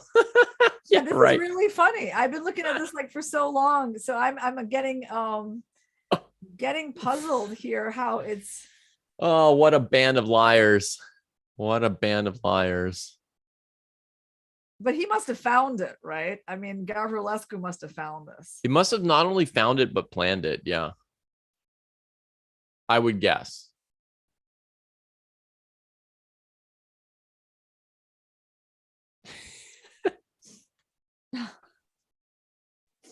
So embarrassing. All right.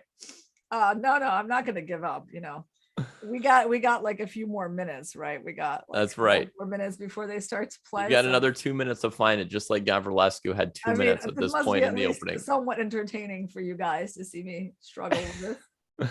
Oh yeah, they're loving it. They're loving it. Yeah. Okay. All right, let's continue. They're giving you advice. They're like, always look at checks and captures, GM. Oh my gosh, it's rook. Is there rook takes? Wait, no, 1 second. Wait, no. I'm already like, I'm getting so confused, David. I was like gonna take my own bishop with a rook or something. Right, rook takes d5. We haven't tried that yet. Rook d5. That unusual move. Okay, no, it's something's wrong with chess.com. It won't let me put my rook on d5. Yeah, always look at checks and captures. Oh wow, okay, queen e6. Yeah, but that's crazy. I mean, yeah, that's a really hard move to see. Because I know queen sacrifices are some of the hardest things in chess, especially like queen for a measly.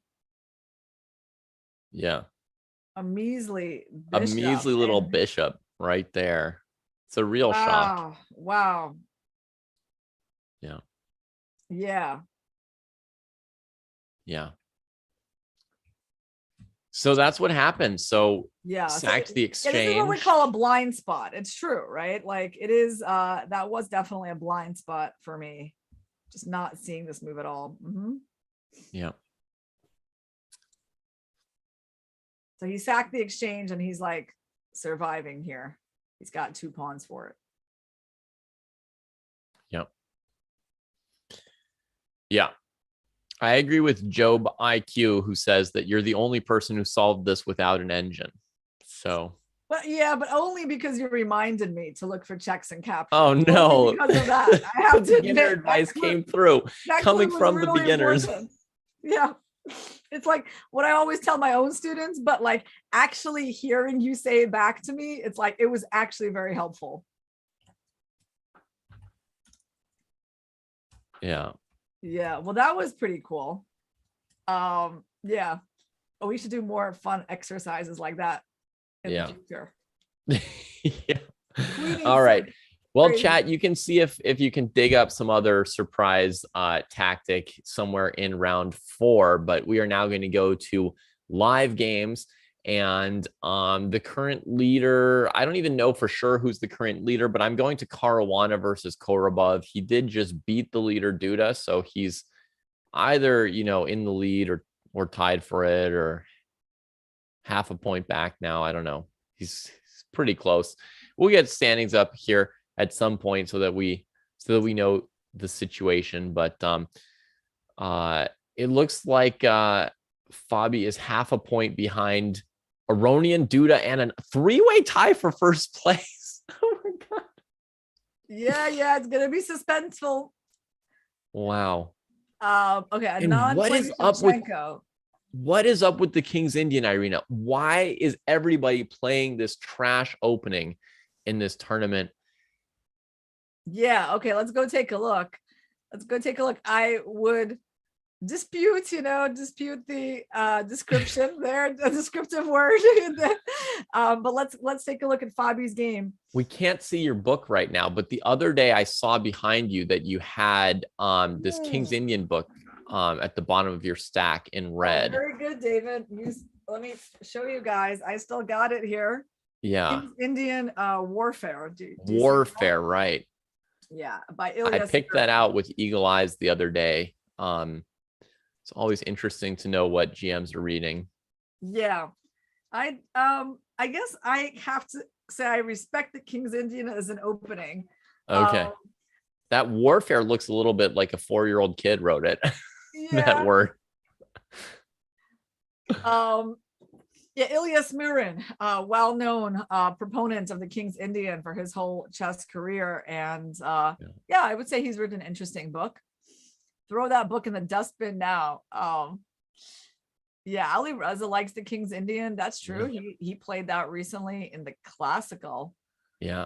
And Richard Rapport has been sticking to King's Indian in this tournament as well. Yeah. So let's see what we got here. So like Kovorov played this typical like B5 Benko Gambit kind of pawn stack. Fabi's playing the same variation here that he played against Rapport. He crushed Rapport pretty brutally with this bishop e2, bishop e3 line. In that game, Rapport played sort of a classic plan of c6 and e5. And Fabi threw the h pawn. And here Kovorov goes for a different plan, the Benko, b5. You can't play knight b5 because of knight e4. So you get into the Benko. Oh, yeah. So, I mean, it's a kind of an unusual Benko, right? Because white doesn't have the knight developed yet. They got the pawn on h4, which I don't know if they're going to be able to make use of. Right now, the e4 pawn is hanging, and black will be 100%. We will be seeing the move e6 in this game. I'm willing to put $1 on that one, David. I would even put $2 on that. If black's going to play sort of a Benko Benoni with e6. At some point, he's going to do it. I mean, he might even do it like right now. I don't know why it would be a bad idea, but it's a very typical kind of idea to open the center, especially with white's king still being there. Yeah. And then you want to put the bishop on b7. Okay, that move makes me doubt my prediction a little bit. I think the h pawn is a big clue to your prediction because Fabi's hoping to play h5 and trade that pawn before developing the knight, I think. Because if you just play knight f3 and castle, then the h pawn move is kind of hurting you as white, right? It lets black set up a knight on g4 and knight on e5. There's all kinds of room for black to maneuver there. So I think Fabi might be looking at some weird ways to play this position. Yeah, I mean, definitely I would say, quite a normal position for black, right? Like very much like Benko Gambit, and for a blitz game, it's a good decision by Kovorov. Yeah.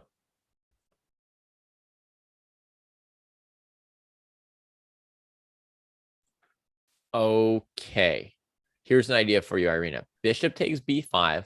I know you like fun lines. Bishop takes b5. Want to sack the queen? Bishop takes, well, now you're just ready for every queen takes bishop. Yeah, now then, I'm actually trying to be more alert, because I don't want to be embarrassed again, David. Right. And now I want to like go bishop h6 or knight e4 here. Yeah, I castle here. You just castle. And this one probably doesn't work. Yeah. Okay. Well, no fun. Knight e8 to c7 is played instead. Very normal Benko plan, just trading a bunch of pieces. Rapport Duda is also going to be an interesting game. Wesley So against Gavrilescu, pretty interesting as well. Anand, kind of a close maneuvering game for now. So Caruana, okay, yeah, back to their game. Caruana, Kovorov. Things are happening. All right, so the knight and bishop got traded on c7, a6. And with bishop c3, white should just have a bit of an advantage, I would think.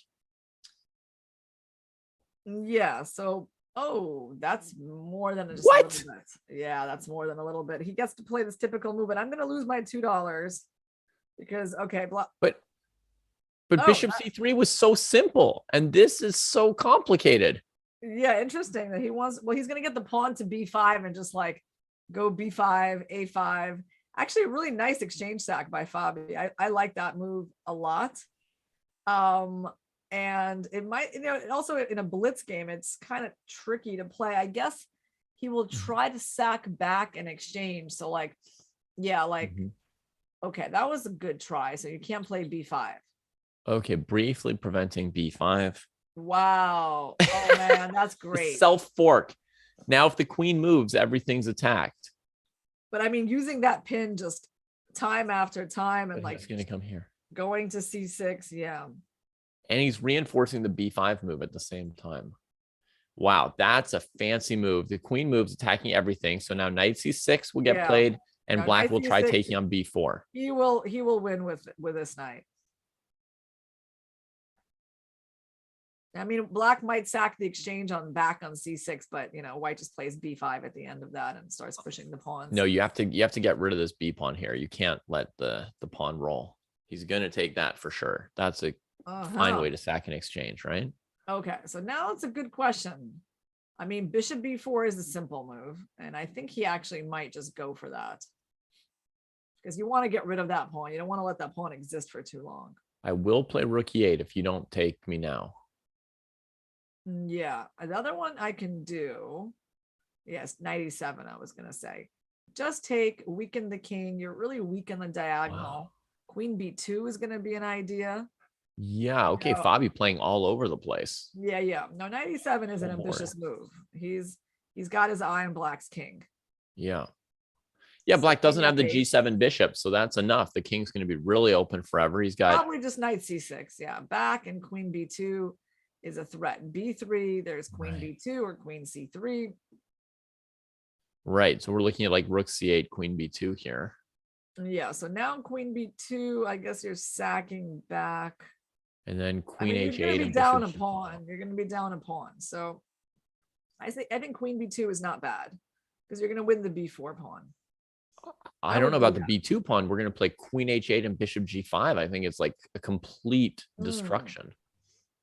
Yeah, queen b2. Okay, he played f6, and so now just bishop b4 can't be too bad. Yeah. Nice stuff by Fabi. That exchange sack, so strong. Wow. Now the black position is basically hopeless. You have to sack for the knight at some point, and then you're still down an a pawn and your king is weak. I mean, it's just there's no hope for Kovorov. Yeah. Shall we take a look at Rapport versus Duda? Sure. It seems like Duda is doing well again, but Rapport has a lot more time, but Duda has an extra pawn. Yeah. It definitely feels like only some miracle is going to save Rapport in this game. So he's threatening knight d5.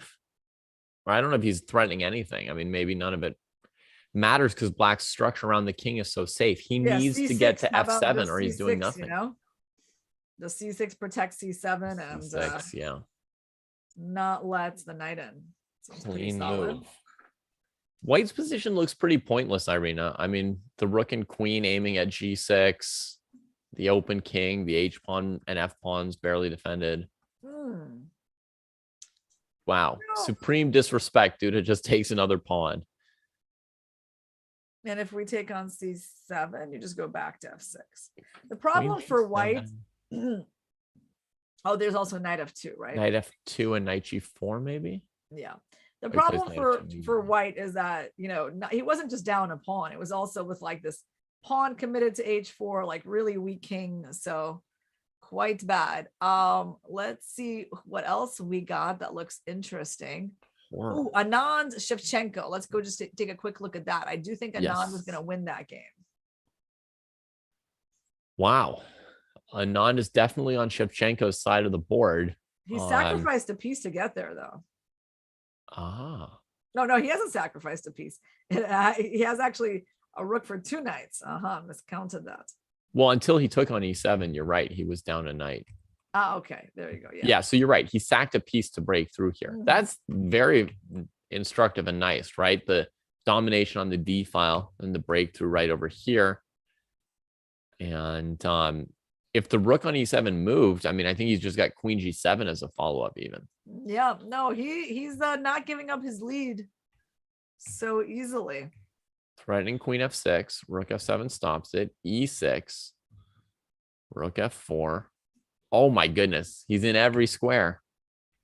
You know what's really cool? Wait, we can't go like queen g6 and h7. That's a bit much. Oh, a different way to do it. And then rook g8.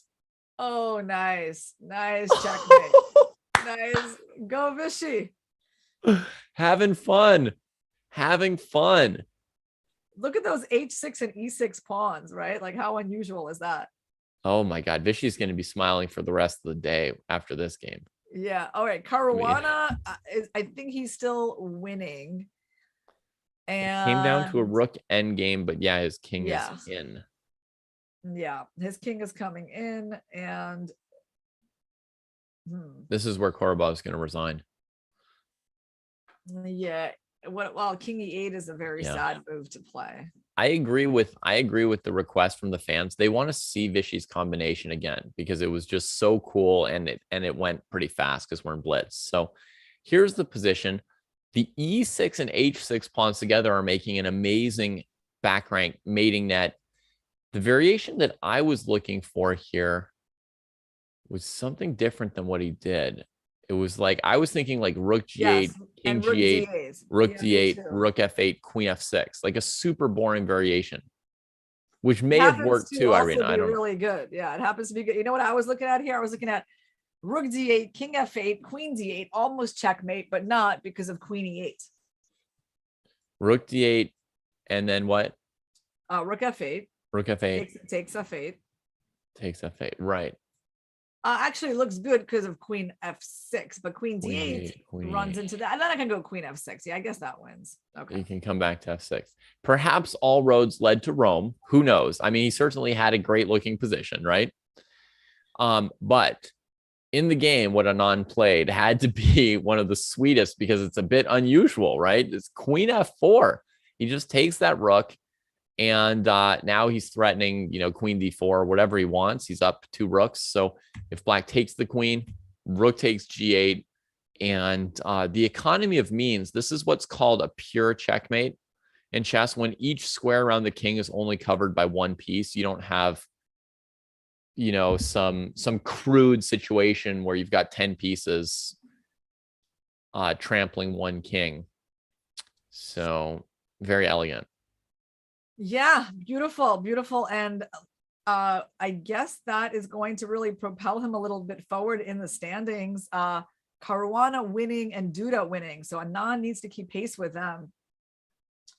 And right now he has managed to keep pace, and he's tied with Jan-Christoph Duda for the overall lead in both the Rapid and the Blitz. Caruana Aronian just half a point behind. That is crazy how close it is. Turning out to be. Wesley So, 2 points behind. I wouldn't, consider him completely out of contention, but it definitely feels like these top 4 are going to be the ones involved in the fight for first place. All right. So that concludes round 4. We've got 5 rounds to go. So this is about as close as we get to the midpoint in the Blitz tournament. We're going to take a slightly longer break. Round 5 will be starting on the hour. We will rejoin you a bit before then. Take care, everybody, and hang on for the next segment of Blitz.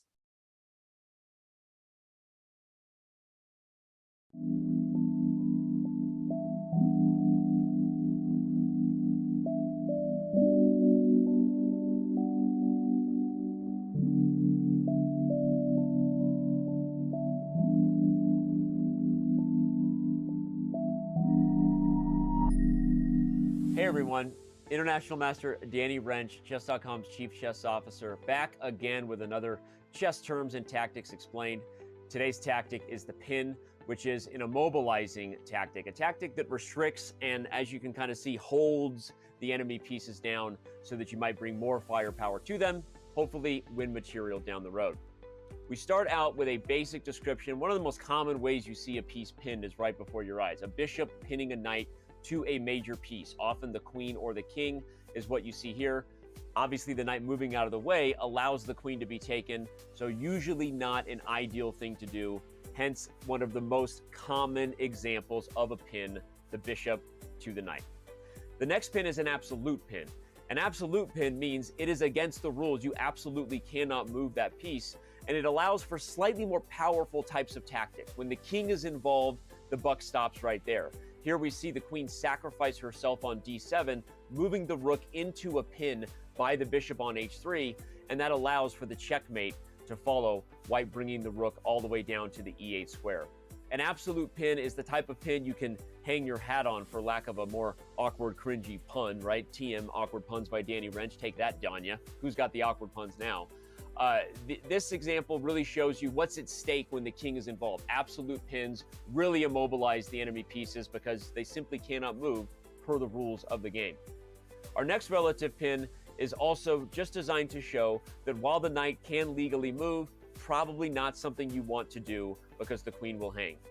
Okay, and with that last description, we're going to jump over to our real game example. This taken from the World Chess Championship match between Alexander Aljohin and Jose Raul Capablanca long ago. This is one of the most amazing, one of my favorite examples of the power of a pin. It started with the move f4. Really a nice move to put the black queen on an even worse square than whence she stood on the centralized e5 point. With the queen completely out of the way and no chance you could ever move this rook and safeguard the lady, white now eliminates the knight on e4 and spends every move from here on out preparing to bring the rook to gang up on the relative pin. Now, why can't white do that right away? Bringing the rook to c1 would allow black to take with check, as the only thing that's more valuable perhaps than a hanging queen is a hanging king. White would have to take back, and Aljohin would have gained absolutely nothing for the pin. So instead, Aljohin plays the brilliant king f2, getting the king off of the checking square. Only then, after protecting the threat of a check on h4 with g3, does white bring the rook to c1 and ultimately see his opponent, Jose Raul Capablanca, resign. Hope you're enjoying the Chess Explained Terms breakdown. Hope you're enjoying the broadcast and the show that you're watching right now. I'm going to let you get back to it with the team, and I will see you around on chess.com.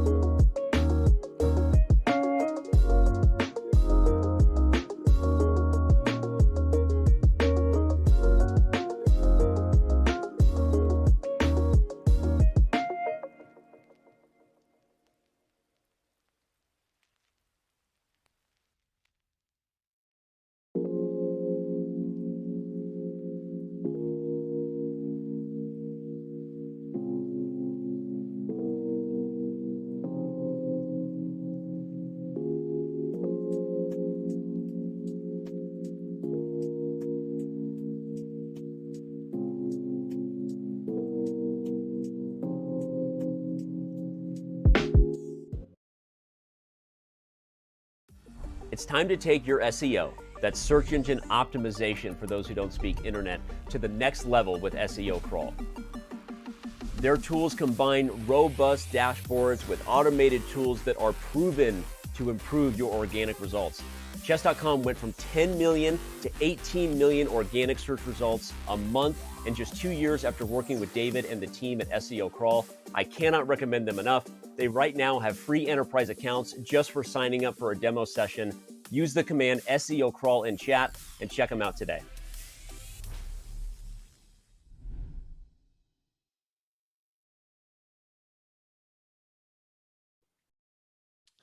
Welcome back, everybody. And we'd also like to remind you that coverage for this event is brought to you by SEO Crawl. Circling back, they brought us some tasty stats on chess searches, and y'all did your best to answer back. The correct answer to our question of the day today was 100,000 searches for en passant each month. That is a shockingly high tally. Yeah.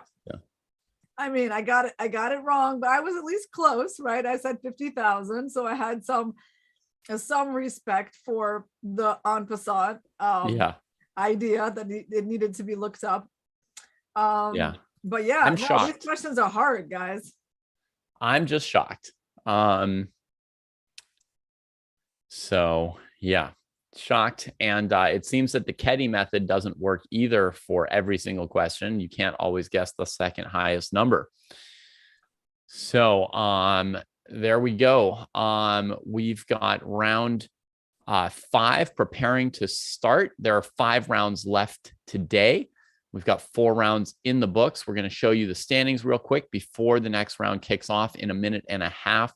And you can see that Vishy Anand is still clinging on to the lead, but he's got so much company. He's got Jan Krzysztof Duda of Poland, who here in Warsaw, I mean, we're not in Warsaw, but they're in Warsaw, who beat him in the first game today and caught up to share the lead. We've got Caruana half a point behind, Levon Aronian half a point behind.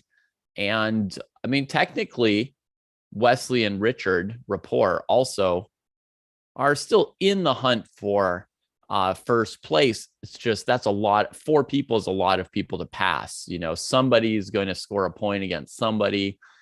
And all 4 of these players within a half point of each other have been in good form today. Neither of them has yet shown any signs of, you know, cracking or struggling. So it'd be strange for any of them to score, you know, suddenly to score no more points.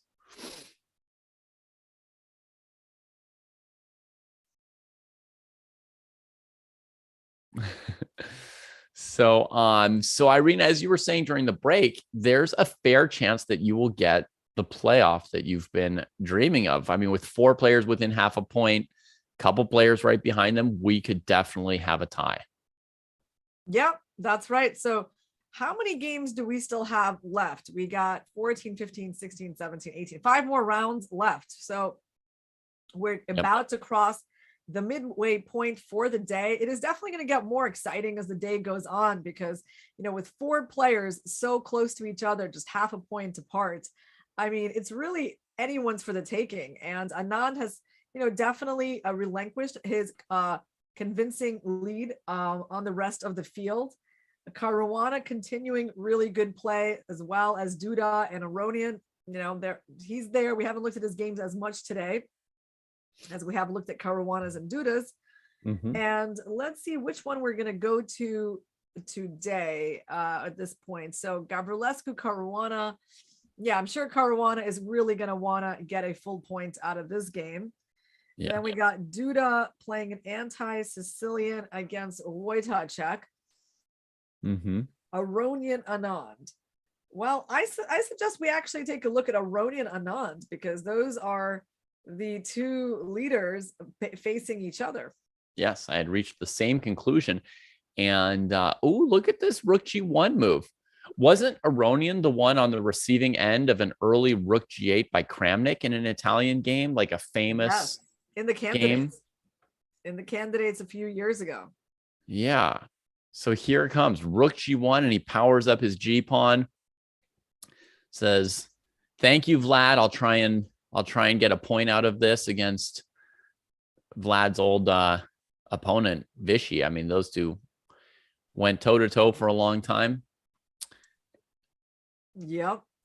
And this, actually, by the way, folks, Anand used this idea with G4 himself in a similar position that Ketsi and I saw yesterday against Duda, I believe. Okay. So everybody knows it now. Everyone knows this, and it seems very popular. I don't know how good it is because then Duda did it against, I think, Wesley So, and it didn't work out that great.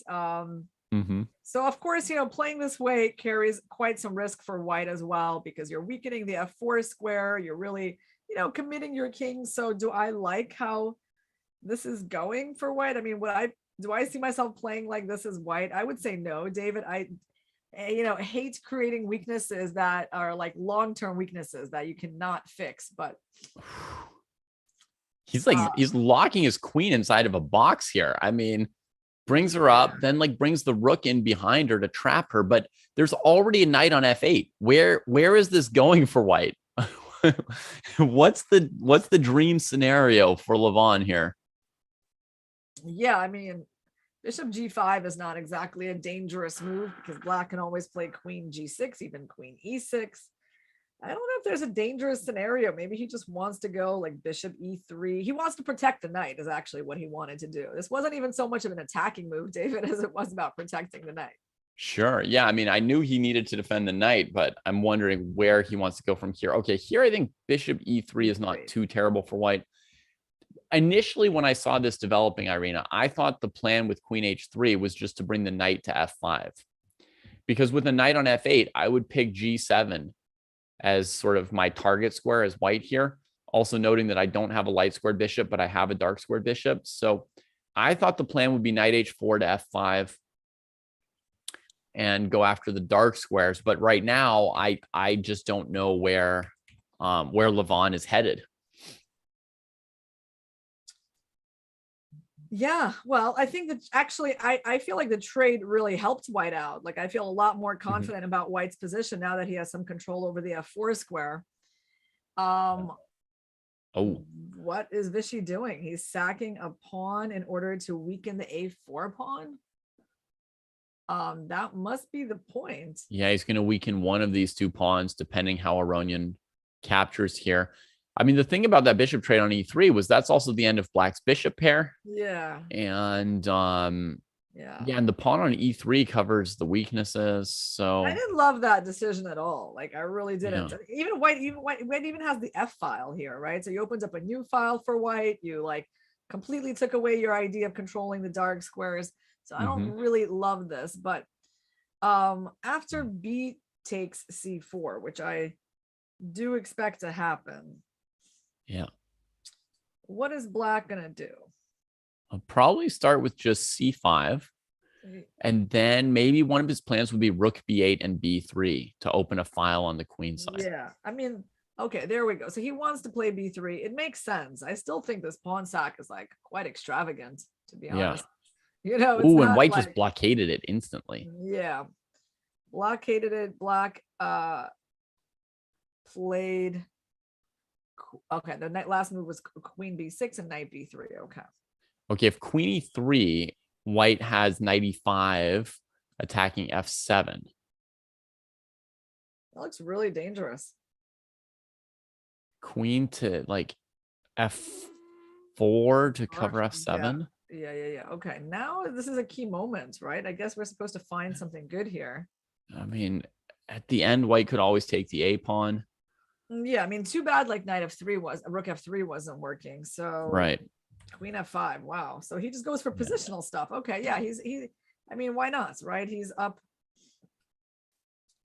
I mean, yeah, here everything is protected for black, so yeah, you couldn't really go for this, but he just goes for something positional trading. I mean, he's up a pawn, so up a pawn structure is nice. A4 is not really that big of a weakness at this point. I think that Aronian may be a little bit too obsessed with Anand's king, though, because in this position, Irina, what I would think for white would be that you play queen takes a5, then switch your queen to like f5 just to cover your weak king. But your real goal is with the knight and rook to make the a pawn a danger. Yeah. I think maybe he just didn't see that move. So I don't know that there's anything wrong with queen f5, but rook f1, I really have a problem with because he might still take on a5 though, right? He might, but if he's playing rook f1, it almost tells me he doesn't realize that he's got something to do on the a file. Oh, he's taking the pawn now. Finally, yeah, that pawn has been sitting there for a while. Yeah. Queen d7. So I mean, okay, Anand definitely on the back foot in this game. He is down 2 pawns right now. And beyond that, Levon's structure is looking really rock solid. I'm not seeing a weakness here. Knight takes G4. He's got rook takes G4 because the queen's busy defending the rook. So I'm not really seeing anywhere for Anand to even probe within Levon's structure. That C4 pawn sack kind of maybe missing the mark. Yeah. Do you want to take a look at Duda Wojtaszek? Sure. Because whoa, F5. What a fight.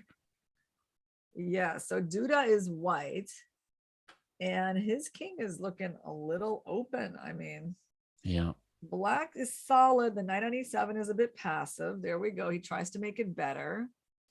How does white protect that pawn? On bishop E3, there's F4 possibly. I mean, I don't know if that's the only option, but yeah, I mean, I like Black's position. I mean, I think could also be queen H4 to G3 also is an option if you put your bishop back. It's interesting that the computer seems to like white, but oh, that is interesting. Right, because it does look like Black has the initiative, and you can tell even by the time that Duda would agree with that, right? Because he's spending a bit of time on this decision. But okay, the knight is hanging, so I guess knight D4. And now bishop E4. That makes sense. You know, and pawn takes F5. I guess he's going to go G5. Okay. But then he will be down a pawn and his opponent has a knight in the center and he's weakened his king. Yeah. Like, okay. No, this looks to me like a very bad close Sicilian, right? It is. B3 is a good move though. He's challenging that powerful knight right away.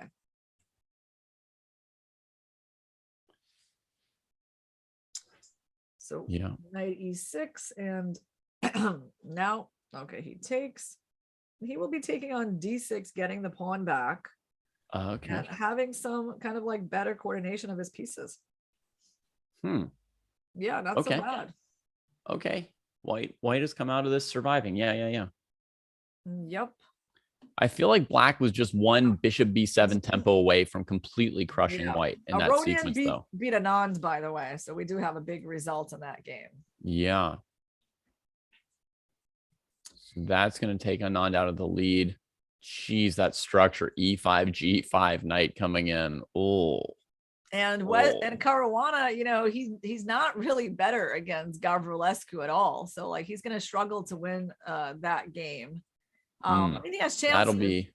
That'll be a real grind. Oh, he has actually, you know what? We can watch this a little bit because he has a minute and a half against like 35 seconds. So it is interesting to see if he can pull this out. Yeah. Do you think he played the Sicilian again this round? Probably. I think he did. Seeing that 2-on-3. I think so. That would be my guess. Should I check it? I guess I can check. Bishop B5 Sicilian.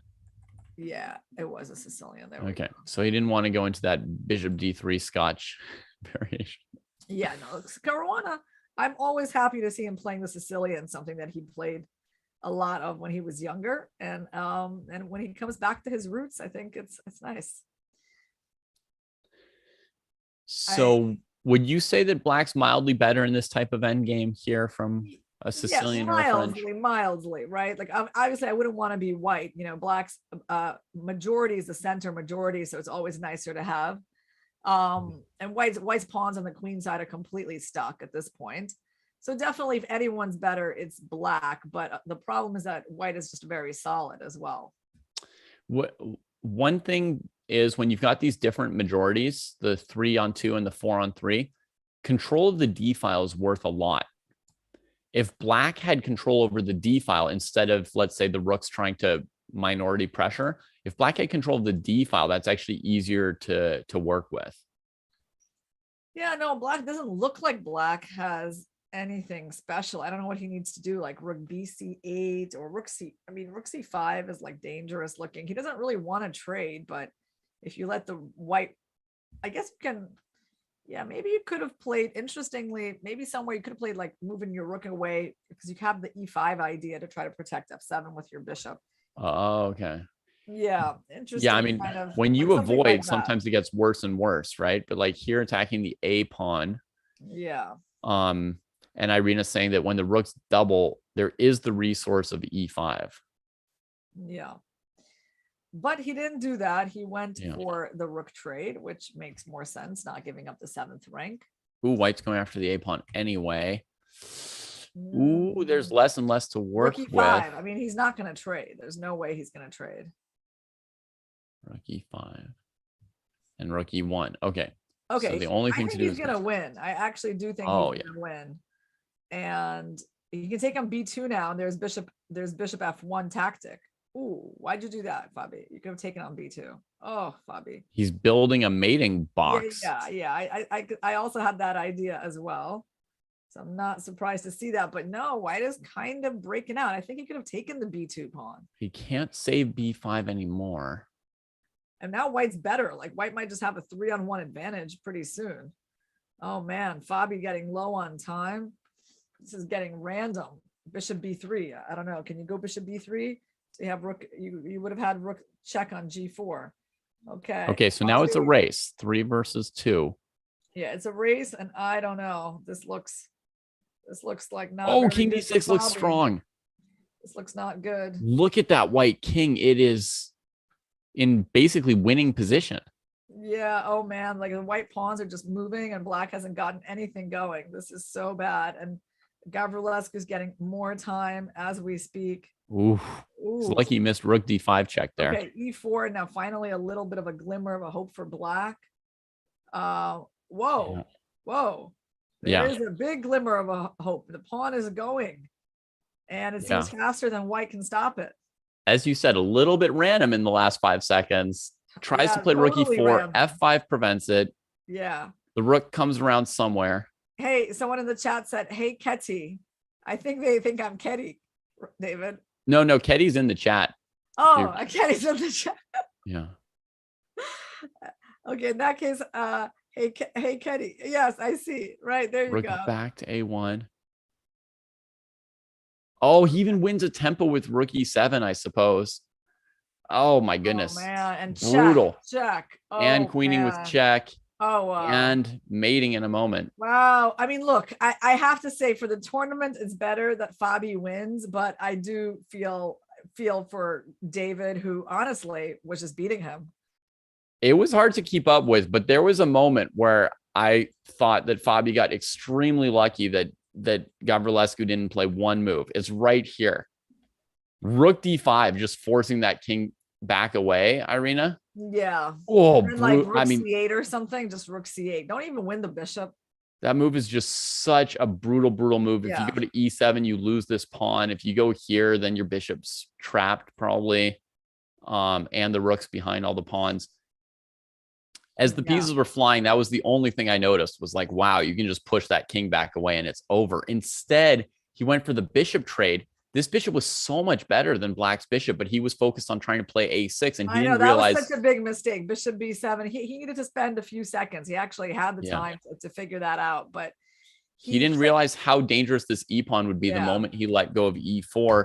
E4 gets played, and now it's just a total mess. Yeah, that's exactly. It wasn't clear at all. No, the bishop on c6 was amazing. It was like stopping the pawn from moving. It was so dominant. That was such a sad decision. Now this position is I guess this is Shevchenko, and they drew because this is a fortress. Yep.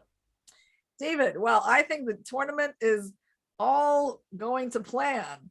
Remember what I said, how many players is supposed to tie for first place? You want at least 3. 3. And let's see, we got Christoph, but we couldn't do anything about the decisive game in Aronian Anand because someone had to win there and take that point. But everyone kept pace with Duda. So Duda won, Caruana won, Aronian won. And since it was an Aronian Anand matchup, they couldn't both win. Anand goes a little bit behind by 1 point now to Duda. He's going to need to pick it up. I think I'd like to take a couple minutes of our time between rounds to check how Duda played out that endgame with Wojtaszek. Good idea. Let's do it. So we left this game right around here, I think. And we had expected here that queen d6 would come in, right? Just Yep. reclaiming the pawn. Mhm. Instead, Duda played a more aggressive move, so they didn't go straight to the end game here. Mhm. Bishop b7. That's the move that black needed. So why did white not take back the pawn? Knight h6 comes in threatening knight f7. So Yeah. gotta answer Correct. that. What would be wrong with trading on h6? Yeah, just that your dark squares are going to be very weak looking after queen c3 is going to be a perpetual issue. I mean, it's quite scary. Like even here at queen c3 looks like, I mean, you're surviving barely. Right, like I barely alive because the knight. And, you know, yeah, there's a funny move. There is a funny move here, David. Rook f8. No. Queen g3. King Right h8. there. Rook Yes, f8. rook f8. Taking the queen.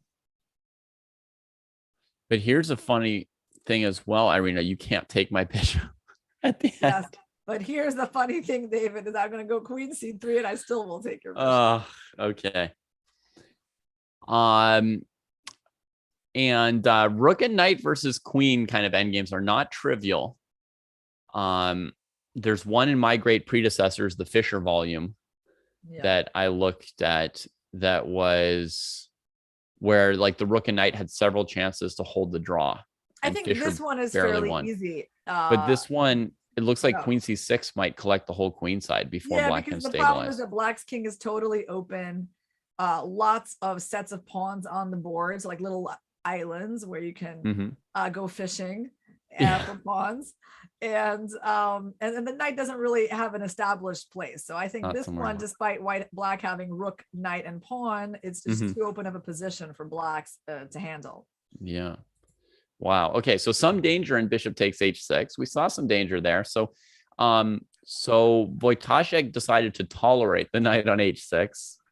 Hey, David, well as we possible. got Mr. Dumb Man saying Irina bullying David on the stream. Did you see that, David? I think because I said, "Oh, David, I got something funny for you, Queen C3."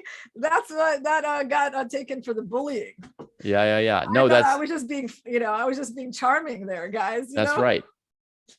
That's right. I mean, that kind of bullying is totally fine. You're always allowed to throw good moves at other chess players, and it can be called bullying sometimes when somebody's too good, but that's the fun of chess. I mean, everybody wants to be around people who are good and see some of their moves. So yeah, I have to find a few things today, guys, because that episode where I stared at the position for 5 minutes and couldn't find a way out for white in the Gavrilescu game with Anand. I gotta redeem myself a little bit. Oh, there's nothing to redeem from there. I mean, if anything, people should just be impressed that you're willing to sit there and look at a position where you haven't seen the answer while everyone else is screaming about the engine. So this part looks bad for Wojtaszek. However, see this knight coming to f5 and then d6 looks very bad to me. Yeah, it looks very dangerous, right? All with Tempe on this queen. I'm definitely in terrified mode. The queen pins the bishop to avoid losing a piece on b7. Take on b7, knight b7. Get the bishops. Yes. Takes the bishops anyway and threatens the rook. Yeah. Rook comes back. Queen Feels comes very in. Nice for white. Certainly a lot easier to play. Yeah, this position looks really easy now with the knight not being on a square defended by a pawn. It's just really, it's really hopeless.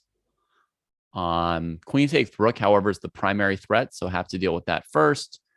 Setting up some kind of queen takes g2, bishop e5 tactic. Duda doesn't fall for it. Tries to find a place for the knight, and we go to the end game. Wow. Okay, but he immediately tries to win this pawn. But rook e8 might spoil his dreams. Oh, and rook e8 got played. Wow. So what did he have in mind? Out of not very much. Rook g4, maybe? G4? Yeah, he must have planned rook g4 or found rook g4 at the last moment after bishop e4 went awry. That couldn't have been what he wanted for white, right? Bishop e4 and then no. Bishop d5 and bishop. Oh man, but look at the bishops. They turn everything into just a massacre. Oh, yeah. Look away, David. Those who like knights should look away because that did not go their way.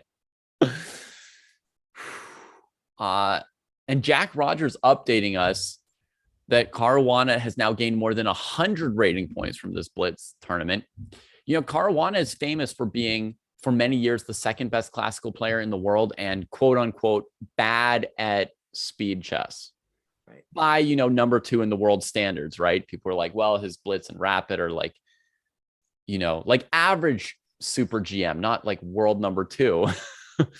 But now he's world number 2 in Blitz. And that is, I guess, a bit of a shock. I mean, I don't think anyone expected after him being around at the top of the chess scene for over a decade that suddenly he would become the best Blitz player. Or it's just maybe. Well, I have to admit, I would be very happy for him to reach that number 1 position. I mean, that indeed would be a bit of a surprise, as some people like Nakamura and Carlsen have, you know, basically occupied these top spots for a long time. Right. And yeah, it would be amazing to see Fabi just like have a great event today and take that number 1 spot. I think it's quite possible the way he's been playing. You know, it's interesting. Like, you can probably feel that I'm rooting for Fabi, and you might wonder why. Well, I think it's actually his play. The first thing is like, you know, yesterday when at some point I was like, okay, he's winning all his games. Every time we look at his games, he's got a good position. I just like the way he plays. And I think that's why, you know, at this point I'm rooting for him. He's kind of won me over with his play. Cool. I love it. I'm also a fan of players based on how they play, very much so, rather than, you know, where they're from or what they eat for dinner or anything like that. When I think of like top Blitz players from Fabi's generation, the other 2 names that occur to me are Vachier-Lagrave and Nepo. I think of both of them as being people who would like compete for first place in the World Blitz Championships. Yeah. And those are, you know, going on big tournaments. Those would be people who would like now and then have a chance at winning the World Blitz Championship, would compete for the number 1 spot on the Blitz rating list with Nakamura and Carlsen. This is definitely a new position for Caruana to be in, and it's really cool. It's really cool. Yeah, I'm sure he's not thinking about it too much at this point, right? I mean, you know, today I'm sure he's focusing just on winning this tournament, and it's like, you know, us here watching that can follow his attempts to become the world number 1 in Blitz. That's what I'm thinking. I'm going to make a really, really easy prediction, Irina. I don't want $1 for this one.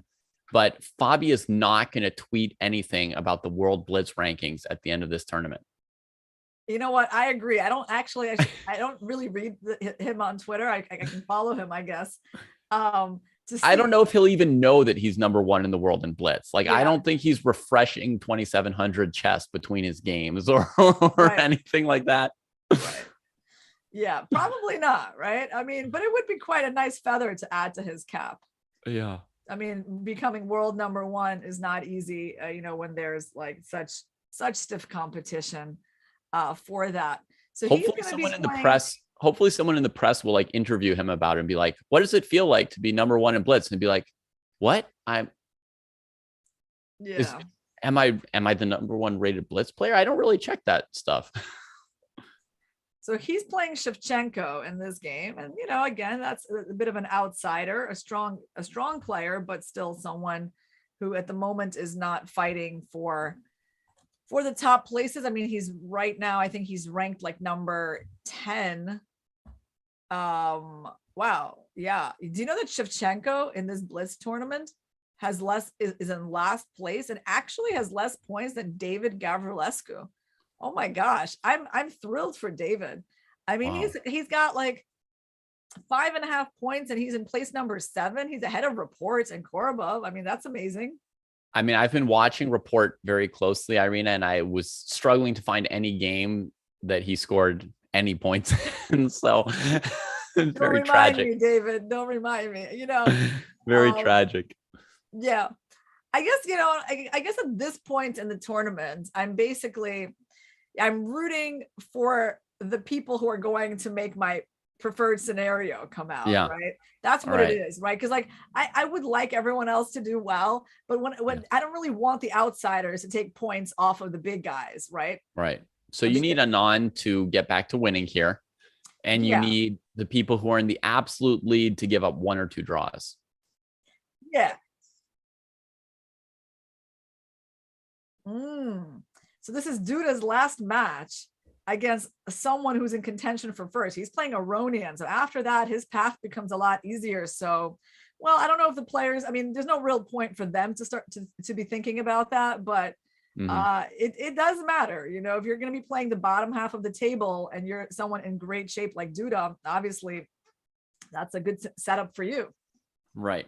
I've played in some Blitz tournaments where basically like you finish your game, you scramble to the next board, you play your next game. Like the tournament's happening so fast, they can't even really post standings. You don't even, not only do you not know who you're playing, you know, in 2 or 3 rounds or who's paired against who among the other contenders, you don't even know if you're in first place or 5th place, right? Like that's what I'm used to with Blitz tournaments. But this one here with the cadence where they play 1 game every half hour, I mean, they've got at least 15 minutes between games. That is enough time that, you know, they could either be checking like, you know, who's my next 2 or 3 opponents or what was played the last couple games. So there might be a little bit of room for the players to be checking the standings and figuring out how they're doing in terms of jockeying for first place. So maybe we can see the standings again before the games start in a minute. Maybe we can just see the standings. Sounds good. Remind ourselves who is where. So Duda, half a point ahead of Caruana and Aronian. He's playing Anand right now. No, he's playing Aronian right now. Okay, that's a really, really big matchup.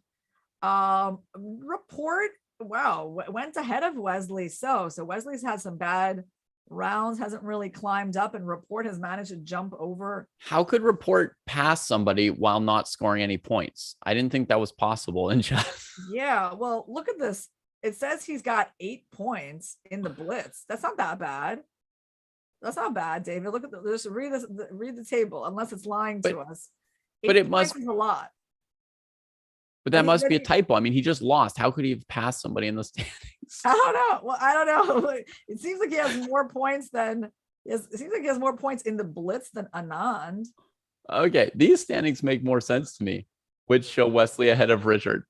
Oh, it's reversed. So he's got 6.5. I'm sorry, but I we haven't seen all his games on stream, but I saw that they were all losses. So I was like, you can't pass anybody by losing. That's one thing that's never happened in a chess tournament. All right. So it looks like he's got 6.5, and Anand has 8. That makes more sense. And Anand still, you know, you can see compared to those top 3 guys is definitely struggling in the Blitz. I mean, he really shined in the Rapid, totally dominated it, but in the Blitz, he is struggling compared to those top 3 guys. He's still doing better than most of the field, but you know, it might not be enough for first place. So Richard, Irina, I just thought of one example of how you can lose but get ahead. It's not in a chess tournament. It's not. But I'm thinking like, you know, financial institutions during a financial collapse. They can like drop the entire economy on its head and then just collect, you know, $5.7 trillion of taxpayer money and move ahead in the rankings. Yeah. That's good that that's not possible in chess, right, David? Yeah. Sorry to stray outside of chess for 1 second, but it just seemed like one of those puzzles, like, you know, like what is the illogical answer to some riddle? But yeah, sorry, but I apologize for that. Chess. We'll get back to chess right now. That's why Bitcoin was invented. Do we have a Bitcoin supporter here in vegan organic? I mean, he seems to have some good qualities already. He's vegan and organic, and he appreciates Bitcoin. Yeah. Oh, somebody says instead we should change the rules of chess so you can lose games and come out in first place. Yeah, Coinbase is the sponsor, guys, of chess.com's Rapid Championship. And I personally really like the the synergy of crypto and chess. I think this is a good match, like the way poker was actually, also quite attractive for chess players. And I think, sponsored chess tournaments at some point. Now we got Coinbase doing it. Yeah. And we've got a weird opening between Duda and Aronian. This is probably the feature game for this round, with Duda half a point ahead of Aronian and Caruana. So there's no way for them to end this game tied. One of them will still be ahead by half a point after this game. And they're venturing into some sort of mildly weird ready situations, but these are not unfamiliar positions for these two players. Like Aronian would play like this as white as well sometimes. All right, let's go into Duda versus Aronian. This is definitely the game to follow. And I know something about this position because I recently had some games with Alice Lee, David, if you remember, in the American Cup, where I played something very similar to what Duda is playing right now. Yeah. You got an amazing, amazing version in that game. Like, you were just sort of strategically winning the whole game, more or less. Yeah, so it's interesting. So I guess ED is going to happen. Rook E1, Bishop E7. Those are the moves that we can expect. I wonder what Duda is thinking about here. Does he think that on ED, like Black will play E4? Like, actually, that is what he might be thinking about, that Black might not take back, or because otherwise, why would he spend so long on this moment? Maybe he will just play Rook E1 or something. It is an odd move to think on, but I suppose technically you could play D3 and then try and take next move. Yeah, well, the question is, like, why wouldn't you automatically take on D4? And I think the only thing that could keep him is like some sort of hesitation about Black playing E4. Yeah. It's hard to believe that Black uncastled is going to hurt white with E4. I can't imagine spending a minute in a blitz game on that kind of a concern. Yeah, I'm not loving that time usage. So pawn takes E4. Let's just look at it, since maybe Duda's disconnected or something. Yeah, his internet connection not working, David. Yeah.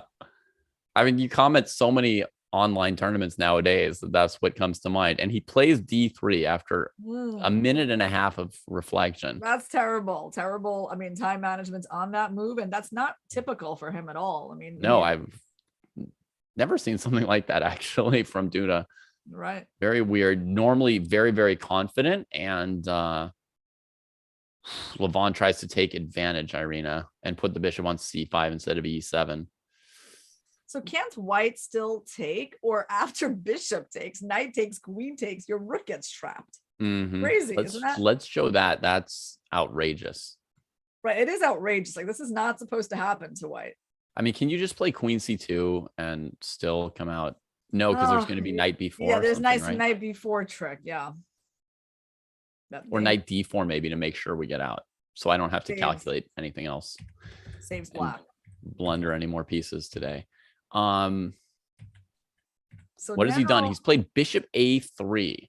Okay, that's fine. That's a reasonable move. White tries to trade pieces. I also did a move like that, actually, against Alice after she played her bishop to C5. So I think that move is fine, and the knight will go to B5 or C2. So Levon is thinking. Is he thinking? Actually, it's Duda's move. That means that a move was played, David. Queen D6. Played by Black.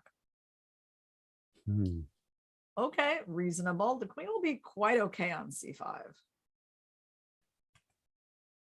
Right. Now the question is what to take with. Yeah, if you take with a knight, isn't there knight E5?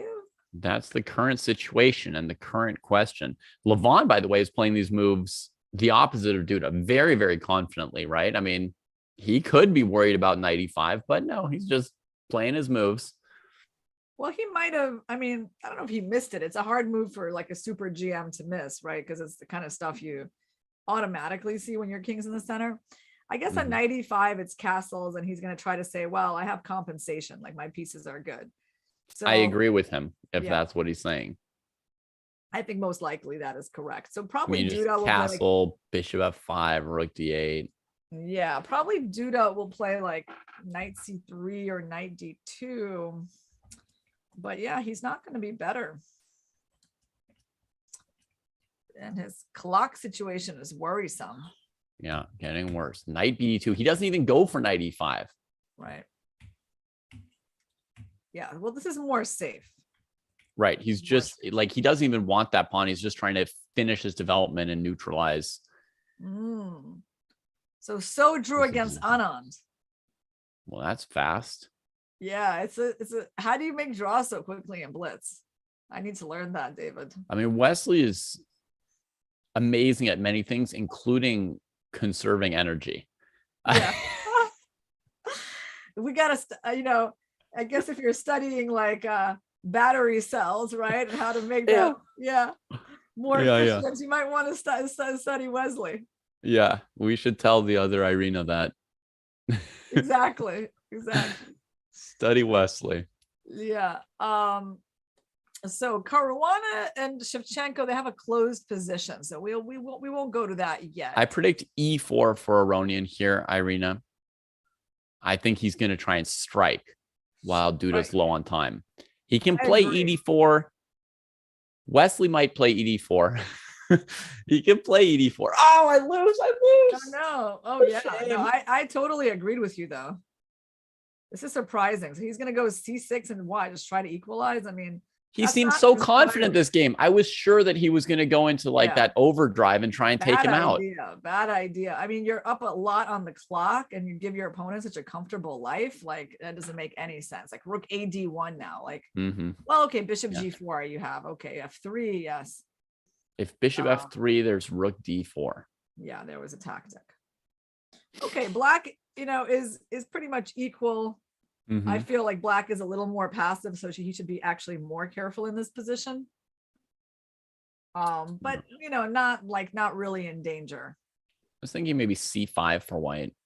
The problem is it gives away the D5 square. I mean, yeah, you're right. In general, you want your pawn there. You have to be maybe at some point he can do it. Like maybe I was a little worried of black playing C5. I didn't have any dreams of getting an advantage for white by getting a pawn onto a dark square. I wasn't dreaming big. I was just thinking like C5 looked a little bit annoying from black. Yeah. And there is C5 from black. Yep, that's right. So now all of white's pawns are fixed on light squares. Will he go knight B5? I think he will. No. That was a big transformation, but he decides not to allow it at all. Knight b5 doesn't look bad to me either, unless like a4 was going to be a problem there as well. So Aronian's still not having that much, probably because the white rooks are pretty good on the open files. But bishop c6 is a very solid move, yeah. And he doesn't go for adventures on a3, folks, partly because he's sensitive to his rook on d8 being undefended, and there are things that can go wrong here. So we get one rook trade, and now should white play rook a1 and take the a file? Because if you go rook d1 offering a trade, black just takes the further file.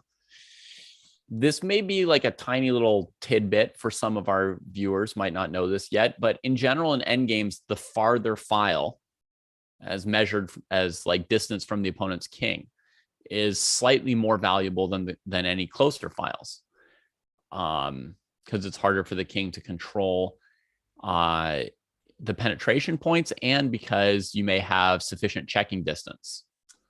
Yeah, Lost Kid, only Duda can lose this game. I mean, black's gonna put the rook on b2. I guess white can play rook b1. I guess it's probably like not that hard to hold this. Yeah, rook b1, and he's going to offer the trade. Rook b1. Yeah. Then rook c2. Probably still recommend knight b5, but I guess. Yeah. Maybe knight b5 or knight a4. Also knight a4. Yeah, now knight d1. He chose my passive move. I was like, yeah, maybe we can do rook b2. Actually, David, maybe I can at some point chase your rook off the second rank with another rook trade offer. that you might be more likely to accept. But then it goes to C1 and you keep getting tortured. This knight should head to D4. So black should look for something like knight E8 to C7 to E6, I think. That's just a guess. I'm not saying I actually know. Yeah, B4, probably a good idea. Trading pawns. I mean, activating the rook a bit. Okay, I mean, it's still very much in the realm of equality. So, anything else interesting happening? Caruana We versus... could check on Caruana. Yeah, he seems to be doing well, but he hasn't broken through yet. Oh, he's doing really well. I mean, only Rapport can win with a rook on H8 trapped by a knight on G8. Yeah. So this is only for Rapport, this setup. And also really nice time advantage. Yeah, I think he's going to take this game over Kirill. Yeah, I mean, you put a rook on A7 and then bring the knight from C3 to A5 is a typical plan. So rook A7. Well, you don't want to blunder knight G4. Yeah, that's the only thing. You don't want to leave your knight hanging or your rook hanging. Oh, okay. So that's why Queen E2 got played to avoid knight G4, HG4 at some point. Now he takes his chance to twirl the knight. Nice. Going to A5. Yeah, nice maneuver there. Okay. He's totally closing up that part of the board. Just locks out the knight. Desperation pawn sack coming in, or maybe a brilliant move. We'll see. I mean, there's pawns hanging on G5 and C5, so white can't even really take it. Nice move. But he just trades queens, lets this pawn trade wherever it wants to. It won't solve the knight on E8 why'd yet, you right? do that, Fabi? What are you doing? Why'd you do that? Just as I said, I thought he was just going to ignore it and play like rook A7 here, right? A7. What in the world was he doing? Why is he giving up his C5 pawn? I thought this was brilliant. I mean, the pawn can take either way. It doesn't matter. Terrible. What he just did is like the worst thing I've ever. This is the worst move I've seen today.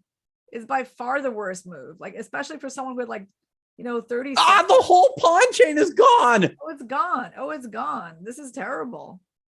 Now he's like fighting for a draw or something. And this knight's my God. That was so bad. That was so bad, Fabi. You can't do that. Oh my God. Oh, what? I mean, okay, now he has to try to save himself. I can't believe what I've just seen. I know. It was really, really strange. Really strange. Because it's like he knew he wasn't supposed to take the pawn. That's why he hadn't taken it earlier. Right. Right now he's got to defend. But okay, it looks like he should be able to. They don't have any time, neither of them. If he loses his game, it's going to be ridiculous. Is his bishop on H4? He's like no choice. And the knight's about to get trapped. Like he's like totally. He's totally losing. Totally losing. Oh man, Fabi. It's just really, I mean, the position he spoiled is incredible. Incredible to lose that. That's so sad. Unreal. Oh man. I like the better position to win. Not the losing position where you can't move anything and then your opponent just gives away all his pawns. I mean, it's just, he lost. He actually it's weird. Lost that. It's on the board. They're so good and they see so many brilliant things that it's surprising when they cough up something like that. Well, James, he didn't have 10 seconds on the clock. I think he had like about 25 to 30 seconds when this happened. Duda and Aronian have drawn. Wesley and Anand drew at the very beginning. Caruana has lost. So I guess that moment again, David. He's going to tie with that painful moment. You want to see the painful moment? Yeah. Right. I want to explain why. I can't believe this existed. Like we don't see the clock times anymore, right? We see how much time we do. It looks like he's got 25 seconds against 6 seconds here. 25 seconds is a ton of time. It really is. 25 seconds. And like to not make the move that you already knew you shouldn't have made. Yeah. Like you can play knight B3 and win, David. You can play rook A7 and win. You can play rook A8 and win.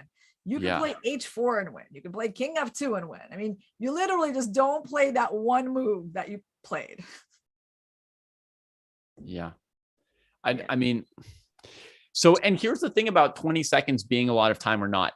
If there's been a sudden dramatic change in the position, sometimes 20 seconds might not be enough, right? Like if your opponent hits you with some surprise and you have to calculate new variations.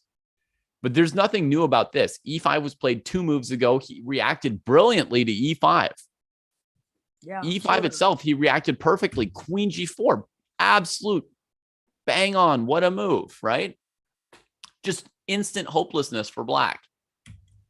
I mean, Shevchenko probably, thought of resigning here after Queen G4, banged out some other move, and then Fabi took.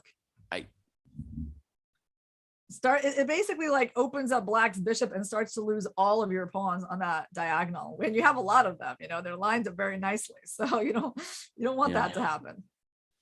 There's a question from chat about FE5. FE5 is better than DE5 by a bit, but it's not correct either. You shouldn't take this pawn because it lets the opponent's pieces out a little bit.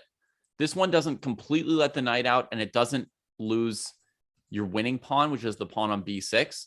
So you might still be able to hold the game together with bishop F4, but it's absolutely like the wrong idea. The correct idea is to notice that if black takes on F4, you take back with your E pawn. Black can't do anything. If they take on D4, you take back with the E pawn. They can't do anything. You've got the knight and bishop strangled.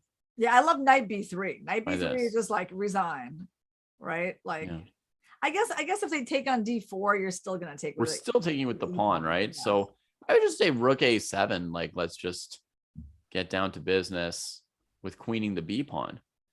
But yeah, it's just really interesting, guys. We're not being hard on Fabi at all. No. It's just like the blunder. It's very hard to explain, right? Like if you put everything together, you put together how much time he had, the fact that he already knew that he shouldn't take on E5, the fact that he could literally make any move in this position and win. There's no pressure on him at all. Like you put all those things together, what he did is definitely like shocking in a way like that a lot of other blunders will not be shocking in blitz chess. When the guys are down to seconds, of course they're gonna make mistakes, but this was just not that scenario. So yeah, I am shocked by what has just happened. Yeah. Crazy. So the leaders didn't really make any progress this round. As I understand it, the only thing that happened is Fabi drops back half a point to join who was half a point behind? Anand, I think. So so now it'll be Fabi and Anand will be a full point behind Duda and half a point behind Aronian. And I guess the person who could be, so to speak, happiest from this round would be Duda, right? Because he survived a so-so position against Aronian, and he may be aware that Aronian was the last of the top players that he has to face today. And meanwhile, Caruana dropped a game, so there's just like a little bit less pressure on Duda in the last rounds here. Yeah. No, I mean, Duda has definitely cleared himself a path to first place. I mean, I guess we have to see who he has left to play, and we know things can happen, right? Like Shevchenko, who was in last place in the Blitz, just beat Fabi from a totally losing position. Absolutely anything can happen, but I do feel like at this point you have to give Duda the advantage in terms of the number of points he has and the opposition that he has left to play. I don't know who the other guys have left to play, but if Duda is only playing the bottom half of the table, then he's got, very good chances. Yeah. So we'll be back in a couple minutes to close out the last 3 rounds of the Superbet Rapid and Blitz. We'll see you then. Yeah, before we miraculously get to the tie breaks. Yeah.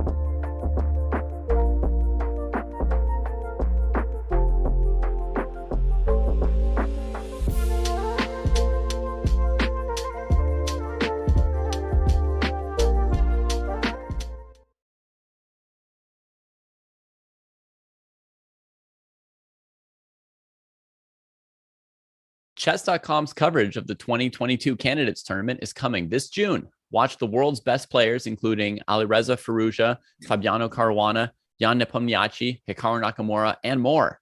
The winner will get their chance to face Magnus Carlsen for the World Championship title, and the exclusive video feed will be right here on chess.com.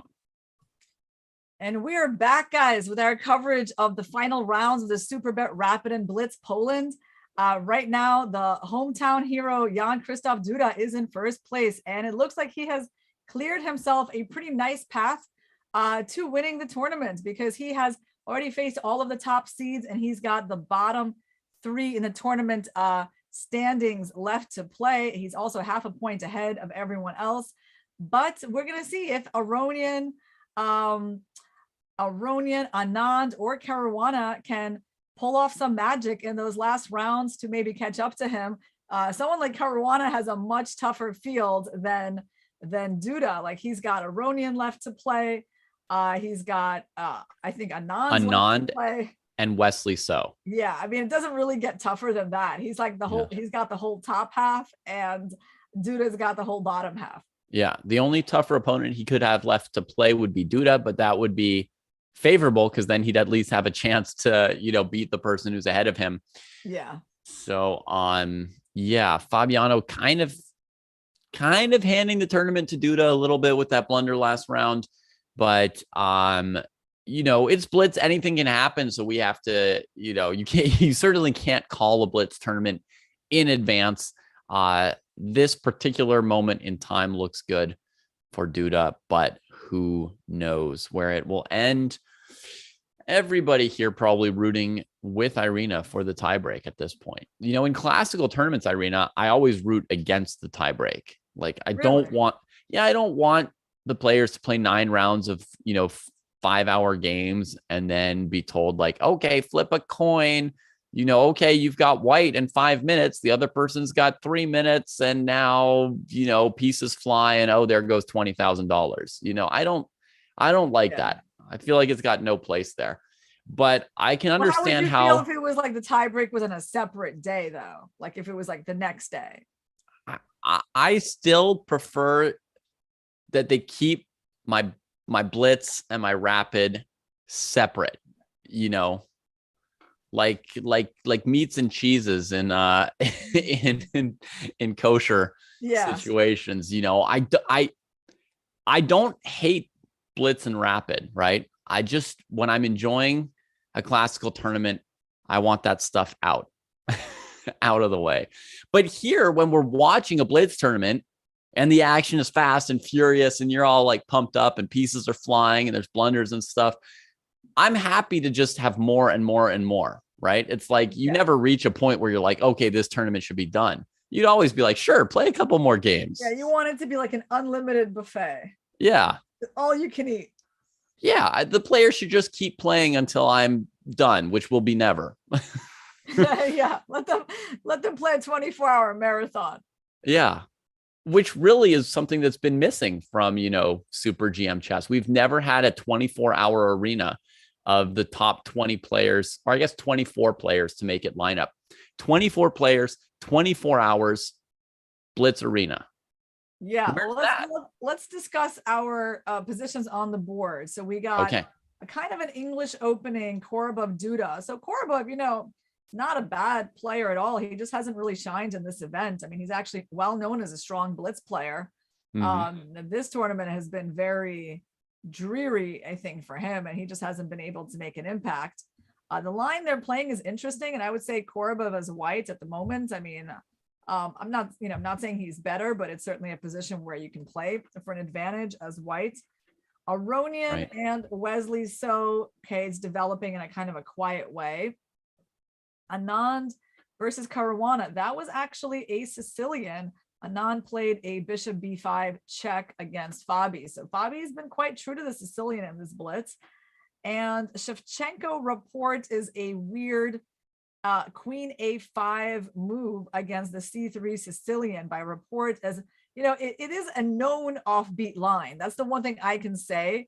Like a lot of the times Rapport plays unknown offbeat lines. Right. This one is a known offbeat This one line. you've actually heard of, Queen A5. Right. Yeah, it's been seen. The normal play against it is Knight A3, and Shevchenko is aware. So it's not new to him either. But yeah, I think the Kovorov position is very playable for Anton. And one thing I want to say about him, as far as his strength, right, is that even though he hasn't made a mark on this tournament, Kovorov's been rated over 2,800 in rapid chess, right? So, and just about 2,800 in Blitz as well. So he's been in the top, 5 to 10 players on the rapid and Blitz rankings at times. It just hasn't come through in this particular tournament. Yeah, so he played knight b5. Now, can black take on c5 here or not? c5. And then knight c7. Knight c7, queen c7, knight c5. I mean, it feels like that should be playable for black. But also worse for black. I mean, we've got the bishop pair for no. Yeah, we have the bishop pair for the D pawn, for black's extra center pawn. That's the kind of compensation. I mean, black can play d6 here. I wouldn't say that like this is terrible. d6, bishop b7 seems entirely playable for black. Okay. So we might see that on the board. Let's see what we got here. Bishop Black g5 has been played. The bishop's on the run. He didn't want to give up the pair. Wow. So he wanted to provoke white into attacking him like that, to go back and then say that, your f4 move is a weakness. Okay. Really interesting decision, I would say. And Kovorov corralled that bishop. He wanted the bishop pair. You know what? If you go back a move, David, can we go back one move instead of king g1? Knight takes c7. And queen takes c7. Can you go queen d6? I was quite interested in this transformation. It looks playable. If black trades the queen and goes knight e8, you have rook d1. And then you've got can't believe I'm putting an analysis variation on a Blitz game, but you've got the idea of rushing the e pawn up. Yeah. And that's trouble. Yeah. Well, it was interesting. This is not what happened. Actually, they're in a position that we looked at, almost exactly the same one, except white's pawn is on f4. Right. In fact, white's got two extra moves, f4 and king h1, because the bishop went e5 to c7. Otherwise, exactly what we were thinking. Does the f4 pawn help white? No, it definitely not. It definitely doesn't help white. And I think, Duda was quite clever in like provoking white to play this move, because it's basically just a weakness, and e4, g4 are weak, and white wishes that pawn would go back to f2. Right. Oh, man. And if you can trade this light squared bishop, think of the homes for the night. Okay. Kovorov's not ready to give up e4 as a square right here. Ooh, let's look at Aronian So. Let's take a look. I mean, I'm looking at Aronian's pieces, and they seem to have invaded. Mate is threatened. F7 is under attack. Wow. How did he get smashed like this? Two moves. So we got bishop d6 here. If the rook moves off of f8, queen e8 is back rank mate. So he just took on b2 and prayed. Something went totally wrong with this opening way before this, but we're not going to recap the whole game now. Maybe if we've got a break between the games. But so he gets the exchange, comes in, threatens queen f7 to g8. So he can always save this rook on a1 and be up in exchange. But he's saying, like, let's just checkmate. Takes another rook. Oh my God. Yeah. I mean, he's up in exchange, so I guess he will be playing like g3 or something at some point soon. His plan is to play queen b4, but black needs to grab on c2 right here. It's like the last chance to keep things going with the back rank mate threat. So Aronian winning is good for us, right? We do like that result. I mean, because that means he keeps pace with Duda. I mean, even if Duda wins, it's still really important that Aronian wins. It's only going to be half a point, and that's always within striking distance. Let's go Absolutely. back and let's also the most appropriate punishment in chess for somebody who draws in like 15 to 20 moves with white is to lose with black. Yeah, that's right. That is how it just some justice there. All right. Oh, he's resigned already. Yeah. So Wesley still conserving energy. Really, really strong player, but in this Blitz tournament, he really hasn't hit his stride. All right, Vishy is in a sharp endgame against Fabi. Yeah, they're fighting over e5 here. Okay, who's better? Is it white for some reason? White's got an extra pawn, so that would be the reason that white might be better. Their pieces are in more risky position at the moment. Yeah. Well, let's go take a look at the Kovorov Duda game. That's the one that I'm still most interested in at the moment, since Duda is our leader. Yeah, and it's very, very complex strategically. White needs to hold this e4 square. You cannot let the black knights like take over d5, e4, c4. Because then the dark square bishop won't be very good when the black knights are outposted on light squares, controlling all the dark squares. Yeah, this is a really tricky, because the bishop on c1 can't move at all, right? So you can't get developed normally. g4, I mean, look, he's rolling the dice. I think I'm okay with that move. Just he's going for it, right? And he wants to take this knight off of e4, right? So that he's got some more breathing room. d5. Like, I don't know, what is he even thinking about? Isn't d5 like obvious? d5 looks pretty obvious. If g5 you take on e4, if e5 you sink the knight to e4, and he's done something else. All right. Well, g5, that leaves white with a pretty obvious move. Okay, yeah. So I wasn't a fan of knight b6. I understand it's possible to do it. It felt like a little strange to move that knight out of the center. Like, I'm not sure that white's unhappy. The computer. I mean, white's dream was to play g5 without losing the e4 square, and that has happened, I think. So white must be quite happy about. Queen. Oh yeah, I was thinking e2. He went to f2. Okay. So the knight must cede, and the bishop gets out. And what happens on knight c4? I mean, where's the bishop going to go? a1 and then take on a7 or something? Feels like he's going to do that. Oh, knight a3, queen b2, double attack. Yeah, let's show it. That's important. I had a feeling he was going to do this. I didn't know what the justification was for hanging a3, but that is it. Oh, I'm liking this. I'm liking this a little more, David, for the bishops. Yeah. Yeah, I mean, this is much improved from when the knight on c4 was dominating him. Now suddenly it's like, uh-oh. Well, Kovorov at least is playing aggressively. That's what we can, that's the good news. He's got the two bishops, lots of space. I mean, it's a complicated game. He's up a lot on the clock. Look at that. Duda is not feeling comfortable. No, he's got queen d4 here attacking two pawns. Queen f8 is a double defense of the two weaknesses that I was just noticing. Or just do nothing. Is that you can hold both here for the moment. I guess there's also a question of whether and when you could take this pawn. Queen d4, queen f8 come in quickly. Ooh, this is looking kind of nice for white. Right. Like, I mean, okay, the outside a pawn at first glance looks pretty good. Bishop. Yeah, I was thinking you could play bishop c3, but you could also just maybe push it, and he does. Oh, it's getting really sharp. Duda just made a good move there with e5, like trying to maybe queen f2, maybe just queen f2 here. Don't let the queen out. Don't take on e5, right? Just back.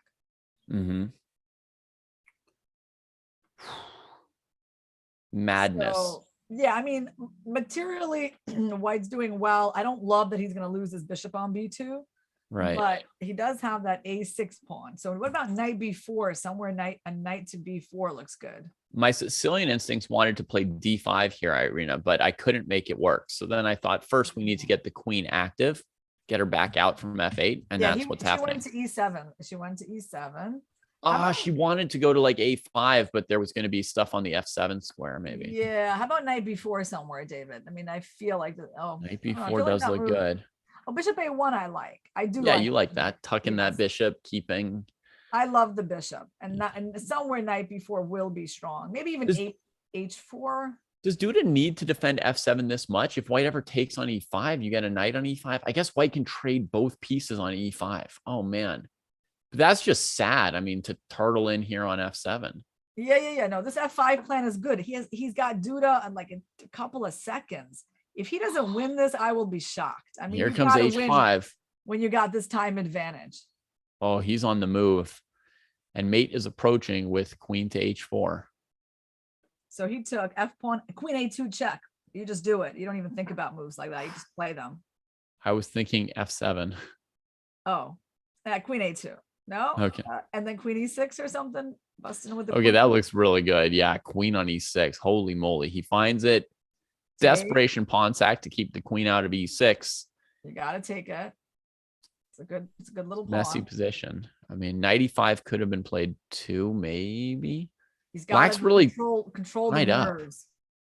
The queen and knight are stuck here. Oh, the knight's coming to c6. He sees a strong idea. Knight c6. Yeah, you can't go wrong with putting the knight. Queen h4. That untangles the queen and knight. That gives black a fighting chance. It does, but maybe d6 or something. Open up the pin. f7. Okay. Oh, wow, he's getting low on time too. This is so tricky. Yeah. Man, this is hard. The knight can head towards the king now. Blitz He's got it covered. Queen e3. Good. Centralization. Oh, he just leaves the knight to die. Because it was dead. It was a dead knight. That's it. Okay, he's winning.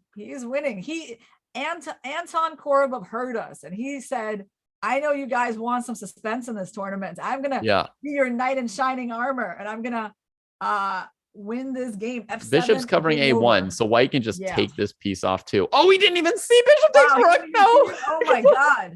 Oh my god. That's not the drama that we needed. Oh, what? No. What? No. What? No. Queen f4, pawn takes queen. Something must be wrong with the board, right? No, these are the moves because there's f7. There is f7 after pawn takes f7. He queens. Oh, he's doing this on purpose. He's doing this on purpose. Okay. Okay. Did you catch that excitement, guys? Did we manage to convey how exciting that was? Oh man. Here's something calmer. One rook against one knight. Yeah, so Anand is what color was Anand in that game? Anand is white here. He's got the rook. Oh wow. So Fabi's just on his back rank. Fabi keeping the knight and the king together as he's supposed to. And what about Wojtaszek Gavrilescu? Is that chat like me are confused by that game? Yeah. It was hard to know what happened. Well, what just happened is that one of the lower seeds in the tournament beat the leader, which really blasts open the fight for first place for the last 2 rounds, guys. So some interesting stuff happened, and I have to say, David, don't you feel like Anton Kovorov just played a good game? Yeah, I think so. So let me just show folks why this queen hanging to the pawn. Like at first I thought it was just like a relay error or something, also preceded by the fact that there was no reason for bishop takes rook not to be played here. Sure. There was truly no reason. He just forgot that he could take it. That the bishop couldn't have moved backwards. I think both of them missed the same thing there for some reason. So with that as the backdrop, when I saw this move, I thought maybe like the whole position's wrong, But as Irina pointed out, this move here in this position could be considered brilliant if this was the position and this was the idea, because f7 check from the bishop, queen takes the bishop, and checkmate here. Or with a rook. Yeah. Oh, you did promote to a rook. Don't worry, I got your rook. Yeah. Yeah. So David, the computer bar was showing that after queen f4, black is doing well. So what are we missing? Is there like a queen c2 check? I mean, there's one other check possible here on queen c2. C2 is a big problem. If the king comes to e3 or g3, you can take the queen with check. Yeah, so you have to f3. King f3. Now rook a3 looks like a danger. Whoa, rook you're a3. losing your bishop. You're getting mated. Now this piece over here. Oh my god. Oh my god. He could have won. Can you believe that for one moment Duda could have won that? Yeah, I can believe that after queen f4. Utter chaos. I mean, when white did not take the free rook on a1, I can believe a lot of things. That's true. If you don't find moves like bishop takes rook, you just might not have control over the game. Right. Yeah. That was kind of an important point that you were holding that square. I mean, that's incredible. But I mean, look, I do think Kovorov did get the result he deserved from the game. But I mean, that became utter randomness in the end. Yeah. I mean, I thought the whole point of playing like rook takes bishop was because the bishop was covering rook a1, but apparently it was all just like a roll of the dice, more or less. Right. Let's check what this has done to our standings real quick, and then maybe there's some games we can go over here between rounds. We've got Aronian is in first place now. We've got a new leader. Wow. Aronian by beating Wesley So in 5 moves now becomes the leader of the tournament. Wow. And Caruana and Anand drew with each other, so they remain behind. But now they're a full point behind Levon. Yeah, this is really interesting. Now I'm kind of happy that Levon's, last 2 rounds are a bit harder and Jan Kristoff's are a bit easier because, that's what we need at this point in the tournament, guys. When Levon is ahead, it's good that he doesn't just have easy opponents. But, Kovorov, 8th place. And yet, obviously all these people are capable of playing a really good game. And did you notice that Gavrilescu just beat Radoslav Wojtaszek, which means that, he's doing so decently in the Blitz. Yeah. He could have even beaten Caruana in the Blitz. He was completely winning against him. Yeah, he's coming out all right in Blitz, and he was completely winning the game against Fabi. Yep. Moments ago. We have seen several games do crazy things in the last 10, 20 seconds. Yep. Fabi against Shevchenko, Gavrilescu against Fabi. Yep. And now that craziness with Kovorov and Duda. So even the very top players, if you put them under 10 seconds, some random things will happen. I mean, who knows? They might be pieces might be falling out of their hands, right? And they're trying to pick up the pieces before their flags fall. Can we take a look at how Wesley So got such a bad position? Yeah. I was going to ask, do you want to see this 100-move end game, or should we see Wesley's disaster? Yeah, let's see the disaster. All right. So what did we get? We got the bishop's opening. Yeah. Aronian played this all the time. He's been playing this quite a bit recently, huh? Mm-hmm. He played it against Fabi in an extremely boring game just because Fabi played really well. Yeah. Hey, David. So do you know that I think our team for the Olympiad, at least the open team, is set? I didn't know that. Yeah, I think so. I think it's the only difference is that Shankland is going to be playing instead of Nakamura. Okay. So makes sense. Naka's got the team. The candidates to play. Yeah, very strong team. Do you know your team as well? I think we're waiting on the last player, actually. I mean, I'm pretty sure Carissa Yip, Anna Zatonsky, and Tatev Abrahamian are confirmed. Nice. And we're just waiting on Annie Wang. And I think if she declines, the invitation would go to Begim Tohirjonova. Okay. And is that just going down a FIDE rating list, or is it an averaged FIDE ratings over a year? Or yeah, there is such a thing on the USCF website as the invitational rating list, which is a mix of various ratings. It's like peak ratings, USCF, peak FIDE, current. Oh gosh. It might even be 4 different things. So I don't really look at that very closely, except just, kind of just glancing at it. But yeah, it's a little elaborate, Okay.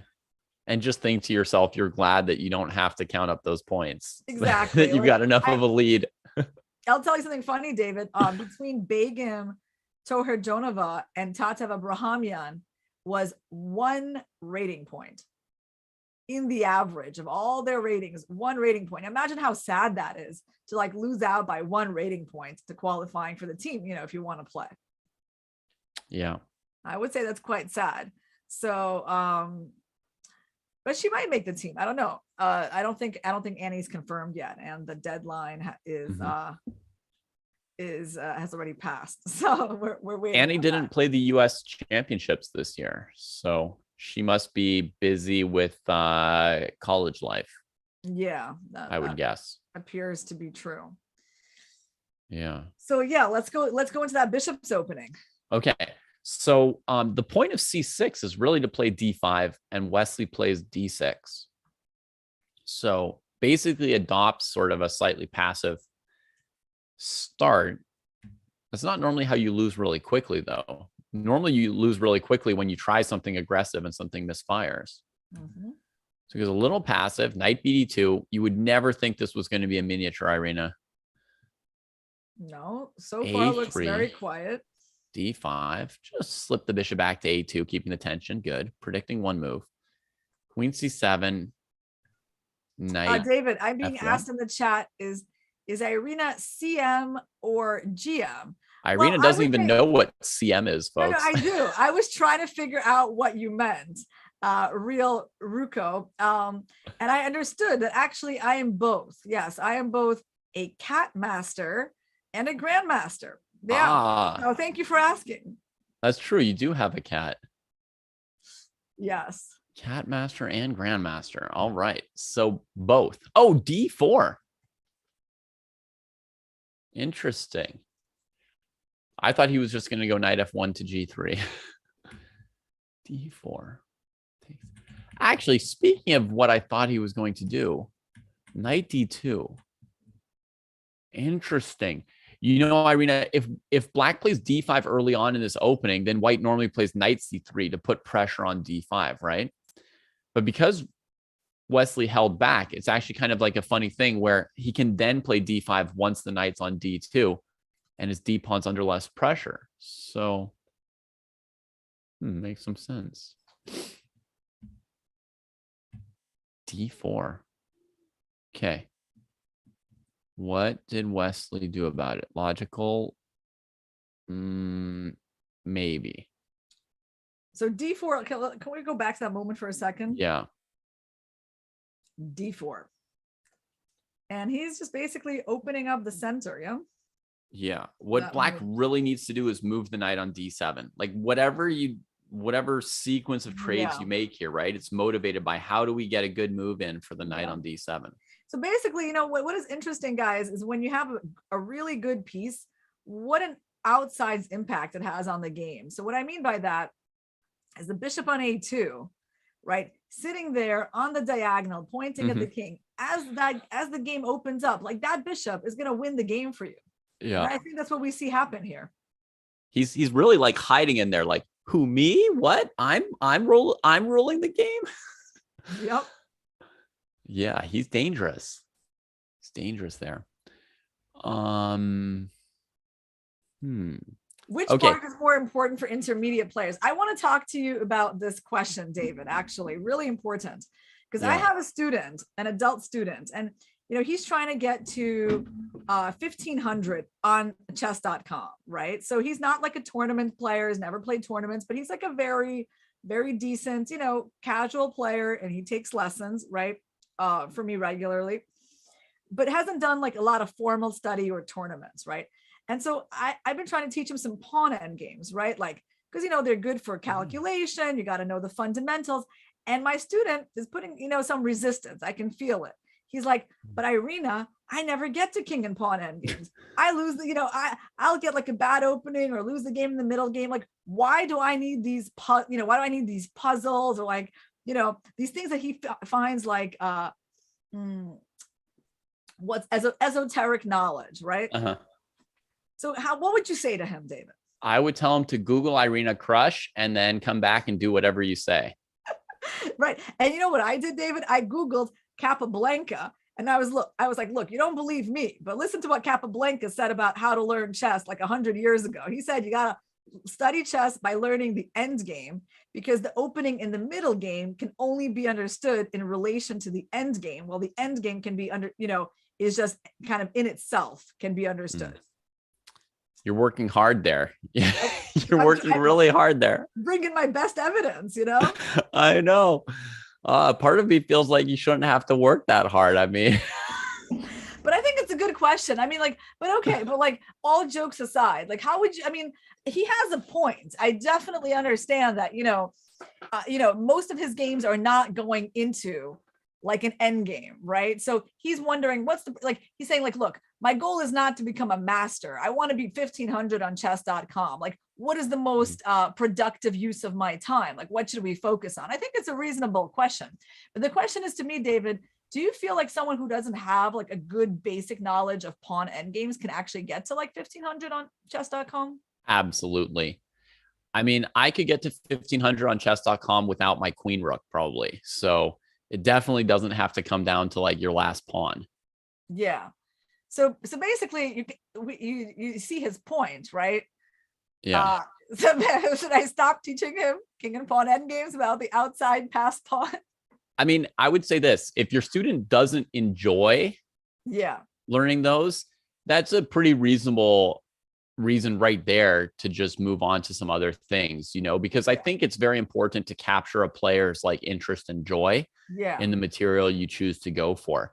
So the thing is, like, my pawn endgames, it's not like I've been doing lots of lessons on pawn endgames, but like, and I've chosen some really good ones from like recent games and like, chess.com rapid championships and title Tuesdays and like kind of cool end games. But the issue is, it's a question of, I don't even think that he doesn't enjoy it. I think he enjoys it enough, but he doesn't see like the practical relevance of it. He's like wondering, what do I need to do to just like get to 1500? So maybe we should like learn some openings or do some tactics, right? I mean, I would say openings definitely won't help. Openings will help less than king and pawn endings. But I think what will help most at that level is tons of tactics and some basic like strategic ideas. Like, for example, knowing how to look at a pawn structure and figure out which side of the board to play on. Or here's an incredible idea that a lot of players in the like 1000 to 1500 area lack. And so if you use it, you can rack up points against your cohort, which is how to get a rook into the game. A lot of times people sit around with like a pawn structure and they know to develop their knights and bishops, but they don't really figure out how to open up a file for the rook and which file to choose to open. Like, you'll see people just leaving their rooks unemployed for I'm thinking 30, 40 moves. It's interesting, David. I guess the reason like I started with that is because with most of my students, I have like a long-term perspective, right? Because I work with kids, and obviously the goal is to give them like an overall foundation for like as much improvement as they can make, right? And so they do need king and pawn endgames for that, right? They cannot just leave it alone until they're 1700. I actually don't think that makes sense. But if you're working with an adult who has like a very specific goal, that they're not trying to be like even not necessarily even a competitive tournament player, but like just improving their rating on chess.com. In that sense, I would say maybe it does make sense to just focus on an area where he could get the most value for his time, and in which case I should just do tactics with him, right? Yeah. Just do only tactics. I mean, calculation and tactics, and that's going to get you to, where you want to be. Yeah, I would say so.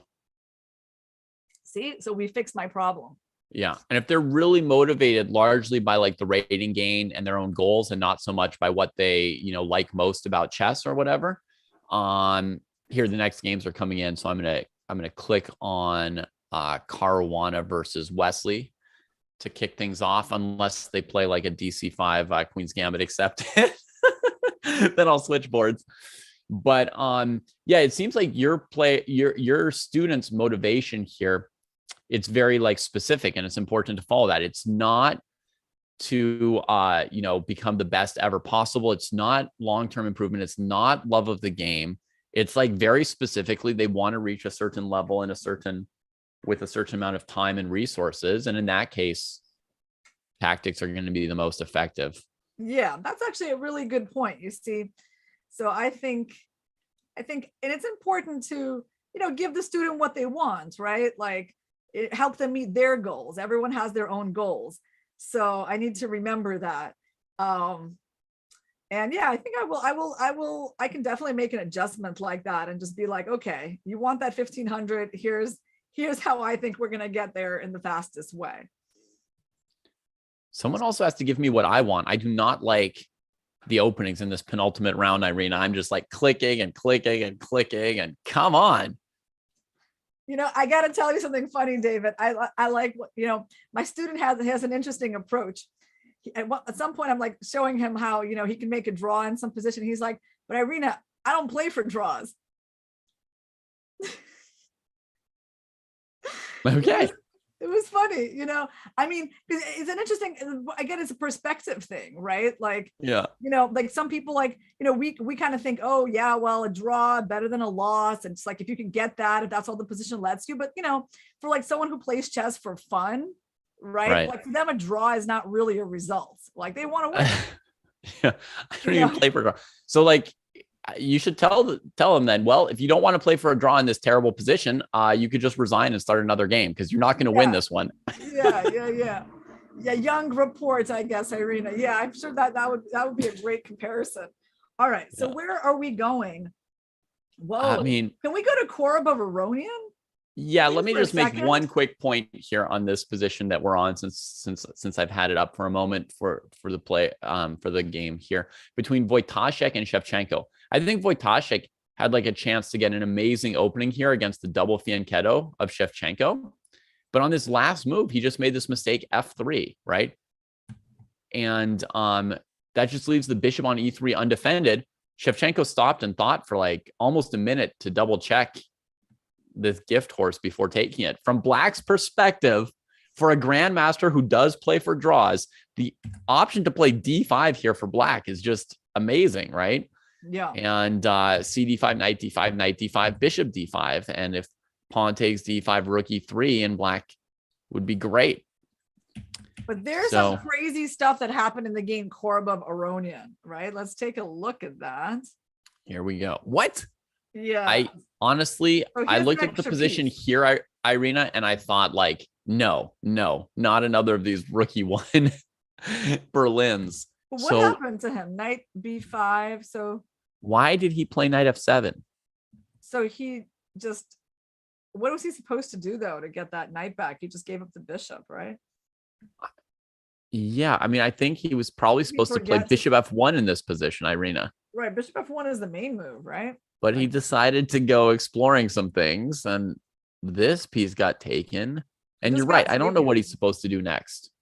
Because D4 is hanging, so it's not like you're trapping that knight. Right. There is a line where A4 traps this knight, folks, but that is if Black is already traded on E5, right? Yeah, and the thing is, like, if you go Queen H5, like, even there was castles, okay. So basically, you know, it's amazing how after the brilliant game he played against Duda, how he comes out with the white pieces now and is just like losing a piece in 5 moves.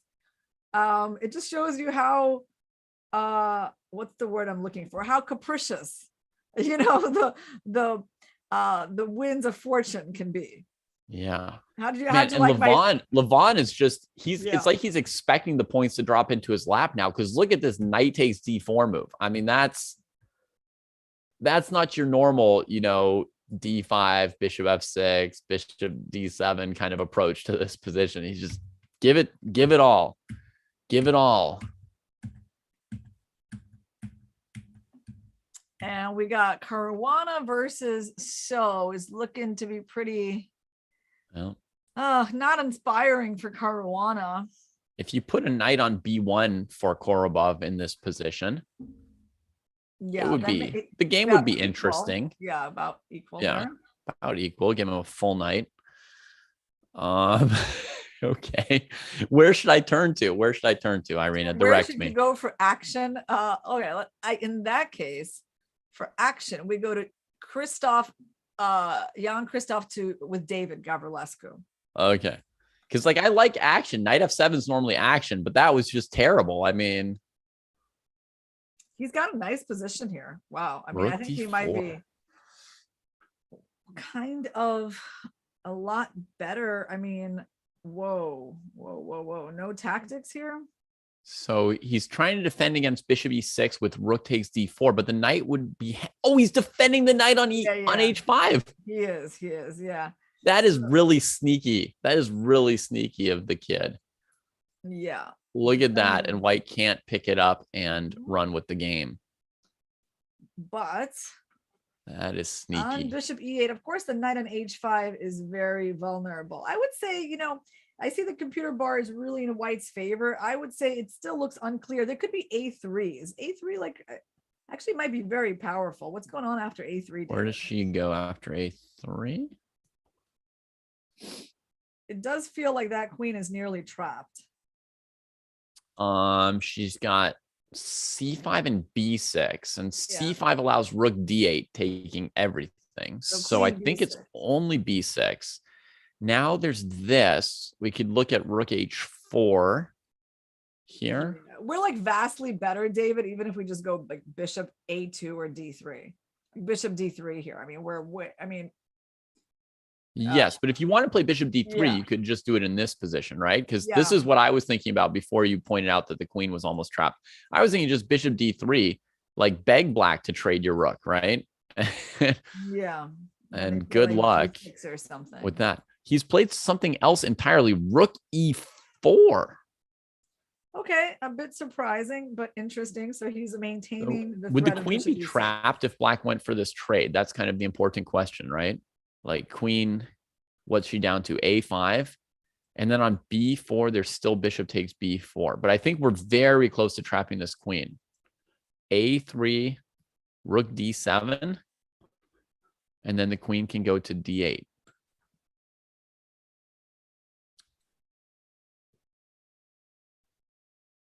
Yeah, and the knight on h5 still doesn't really have. You can't get back. Couldn't you just win with g4 at some point, Irina? I was so focused on the queen. Oh yeah, we can win the knight. We could just, I mean, we don't need to do some fancy tactic with our knight on f3. Just but g4 let's see what's going resign. on, David, because they already went quite far. Knight c4, rook c4, bishop b5 was played. Okay, I guess you gotta take rook b4, bishop e2, rook b7, bishop f3, gf, rook e7. Oh, he wants g4. He does want g4. He's not even willing to take the bishop. So he's up a pawn and he's about to win his opponent's knight. So I would say Duda is has everything under control here. Yeah, he already just trapped that knight, so that game is going to end. Let's see. Whoa, yeah, okay. Aronian, no, he's winning. I'm just looking at that eval bar. It's so much in black's favor. So I guess our next stop, David, is going to be, Done. Rapport versus Anand. Let's go take a look. It looks like black is winning. I don't know yet why. Up a pawn. Yeah. And a pawn that's getting to at least b3. Yeah, and the problem for white is despite his active looking queen and knight, he just can't do anything with queen g8.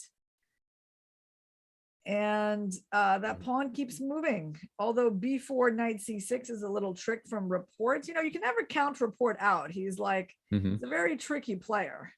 So maybe knight e4. Yeah, I agree, David. Knight e4, queen g8 is a good finish. Yeah. When you can't queen your pawn, just roll the dice. That's right. If you can't win right away, just resign. All right. What else? Something else. Wait, how did the queen get there? King g2, queen d4. Oh, they just changed the move on us. Queen b8 wasn't played, I guess. I was like, I just saw that queen move from b8 to d4. I don't know how that's possible. So there's been a trade of queens, and Anand is trying to like promote his one of his two pawns. Now he has two passed pawns. Got to be careful about bishop d5 here. Oh. So what can he do? Like king f3? Maybe? Yeah, perhaps that. Yeah. And Caruana, by the way, is up a pawn against Wesley So. Of course, it's not clear that he can win the end game. Let's take a look at that for a second. Okay. He's got, I mean, he's got chances. He doesn't have a lot of time compared to Wesley. But he definitely has chances to win. He's going for it, right? Like he knows he needs this point. Bold g4 so quickly. I like opening up his own king. Yeah, I like king g3. I wonder if one day you can go queen h7. Yeah, I think he was threatening that right there. So g6 is a bit of a weakening move, right? Like, Right, because now you could rearrange the bishop and queen and like get I in. feel like practically speaking, white has good chances to win, but the time situation is tough for Caruana. Mm-hmm. But on the other hand, the position is tough for Wesley. Yeah. Right? Queen D3. e4 now. Queen e4, okay. And then queen d4. Oh, he wants to trade the queen. So annoying. Queen Why E3. not play queen d4 and avoid it? Yeah, because queen e3 is going to be the... Oh, he's going to trade it anyway. Yeah. That's the whole point. Okay, Oh. now it looks like Sadness. Wesley is probably going to make a draw. I mean, after the Yeah. queen trade, it's hard to win against the knight. Yeah. He doesn't even do it. He goes h5. Okay, that's confident. So he's allowing queen d4 now, right? Yeah, he is. And queen d4 happened, right? Okay, makes sense. Okay. Knight e7. Wesley's How does got some Wesley have the intense confidence to confidence do all there. of The this? queen I comes know. in. How does he have the confidence to do that? Okay, king, yeah, bishop c3. Stopping I queen like? d3 check. Yeah, I like the idea of king g3, king h4, king g5. I'm sure he's thinking about that too. Right. Yes, the king can get out of checks, come around the corner, and try to win the second pawn as we go to the end game. Yeah, this is why he played bishop c3 to cover e1. All right, well, this is going to be suspenseful. He's definitely trying to win this. So tricky. You can't take on g5 because queen c6 was winning the bishop. Now, So is a tricky player. Wow. That was a deflection, attempted deflection. F5. All right, Bobby, but you're probably going to be perpetual checked. Mm-hmm. There's the first check. Yeah. Whoa. Okay. Yeah, that's a draw. Yeah. Queen and bishop do not win against queen, guys, unless something was terribly wrong with the black king position, which it's not. So unfortunately, that's going to be a draw. Okay, nice. Yeah, it would have to be something Wesley. really extreme. A There's a few really non-one. cool endgame studies where queen and knight beat queen, but the bishop not so much. Wait, what? It says Kovorov drew Aronian. It says that. Wait, that's not what we expected, David.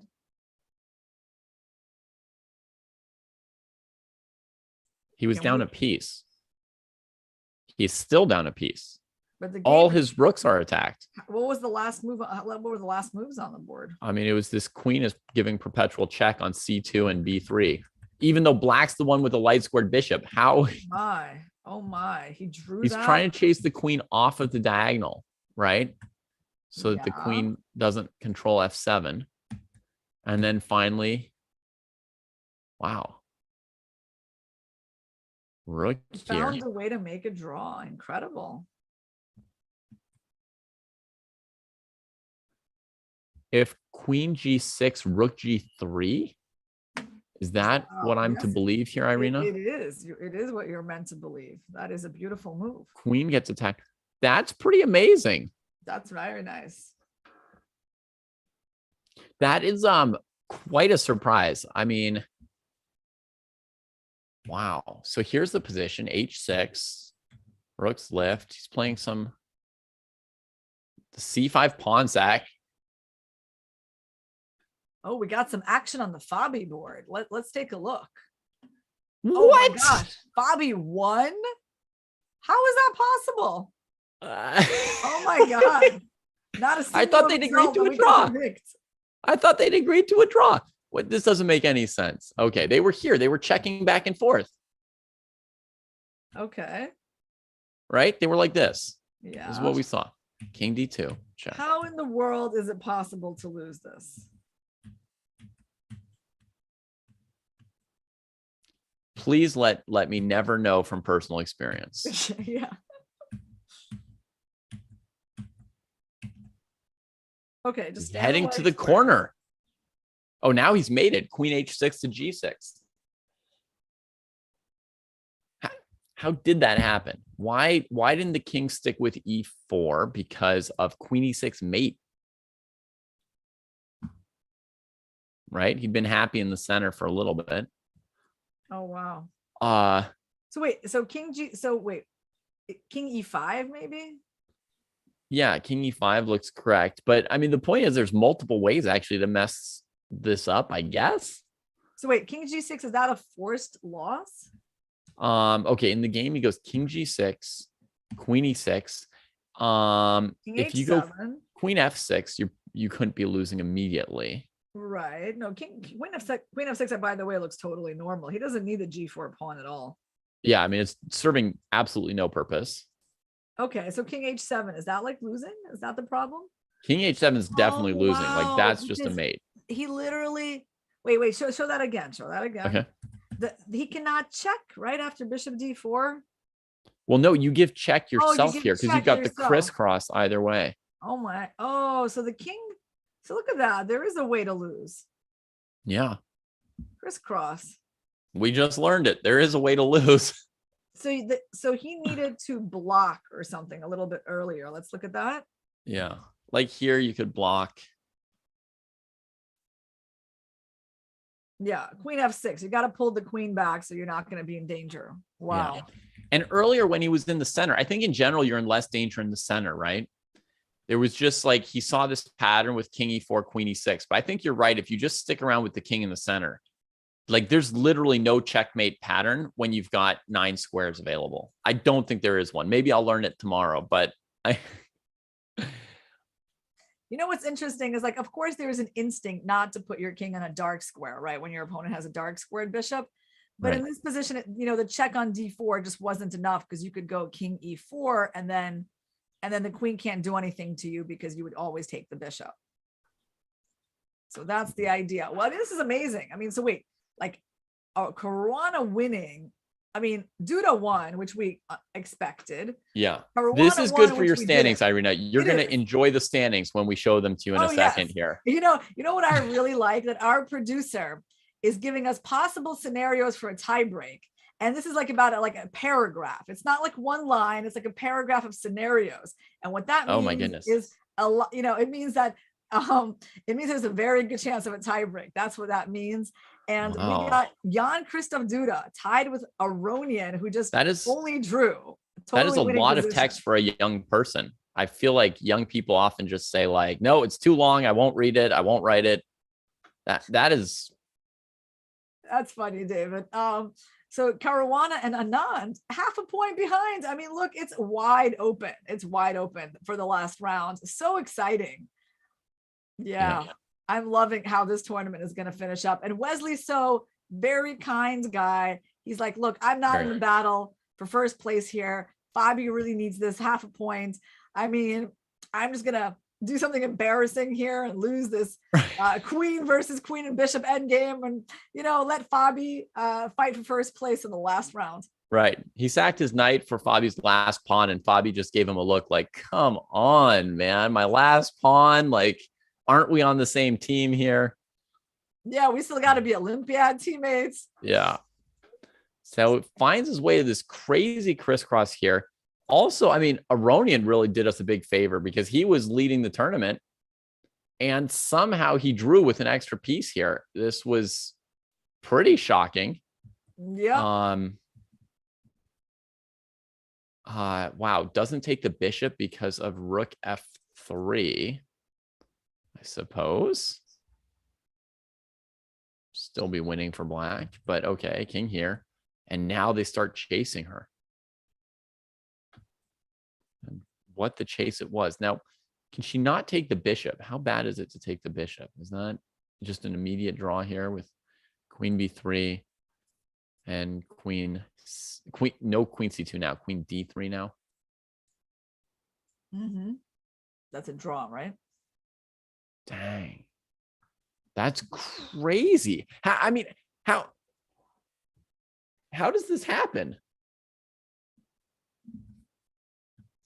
Yeah, well, I think Kovorov was quite resourceful at this point in the game. Really found chances out of nowhere. Where's black supposed to go? Here. So you said F7, he just repeats, right? F7, yeah, he's going to keep playing rook F3. If you go on G6, he's going to play rook G3. Yeah, I wouldn't say it's very obvious to me, actually. Not obvious at all how black guards the diagonal. I mean, yeah, just pursuing the queen endlessly, huh?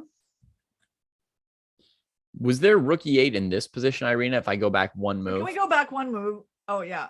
Okay. Huh. If I go back one move, could we get a moment to bring one piece into the game?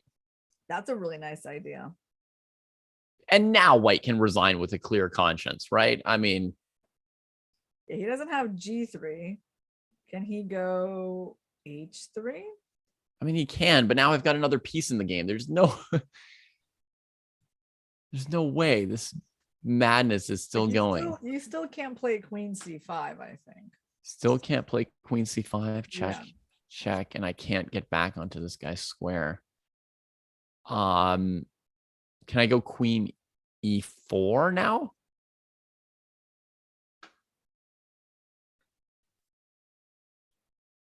Queen E4, Queen B3, and then you have Queen E6. I offer the trade, and now I get to this diagonal when you can't attack me with the rook. Wait, no, I still can.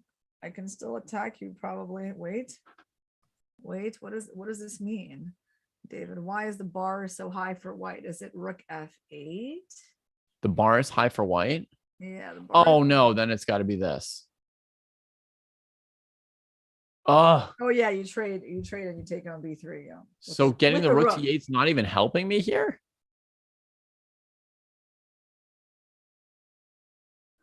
King H7. We're going to have to like repeat this thing. I back up. I get hit. And if I go to E6, do I still lose? There's queen. No. Okay, now I can go to E6.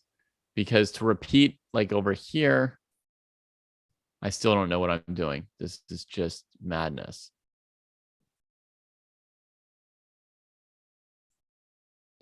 Well, I can't find it.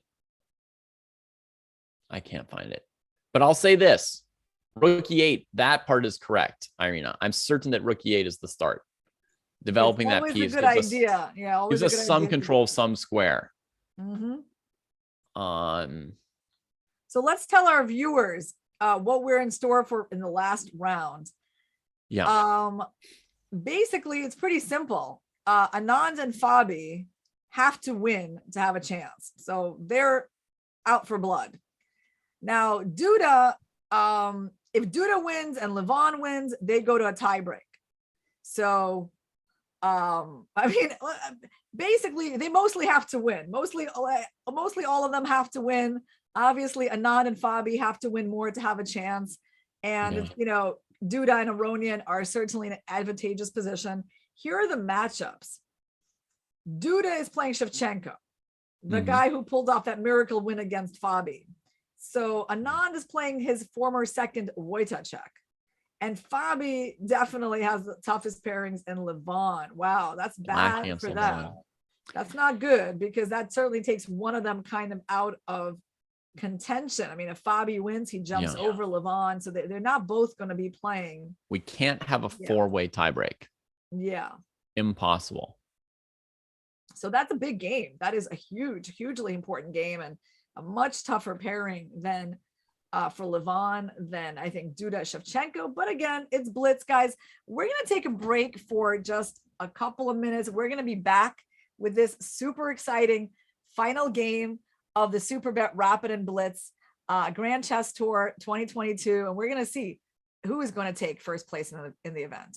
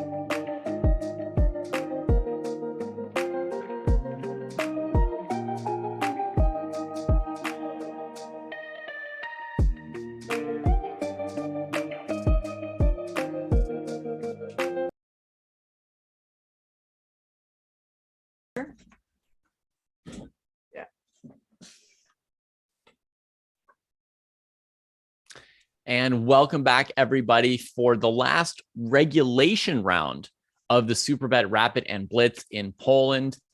Most of you probably have been here for a few hours at this point or a few days, and you know what's going on. We are talking about a potential tiebreak scenario here, depending on how the last game goes. We've got 4 players within 1/2 point of each other in the race for first place.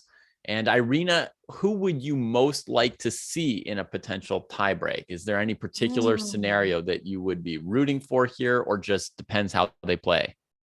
Look, I'd like to see Fabi in a tiebreak, but I guess that means he would have to beat Levon, which would also be sad for Levon. I certainly hope Anand wins and, gives himself the maximum chances.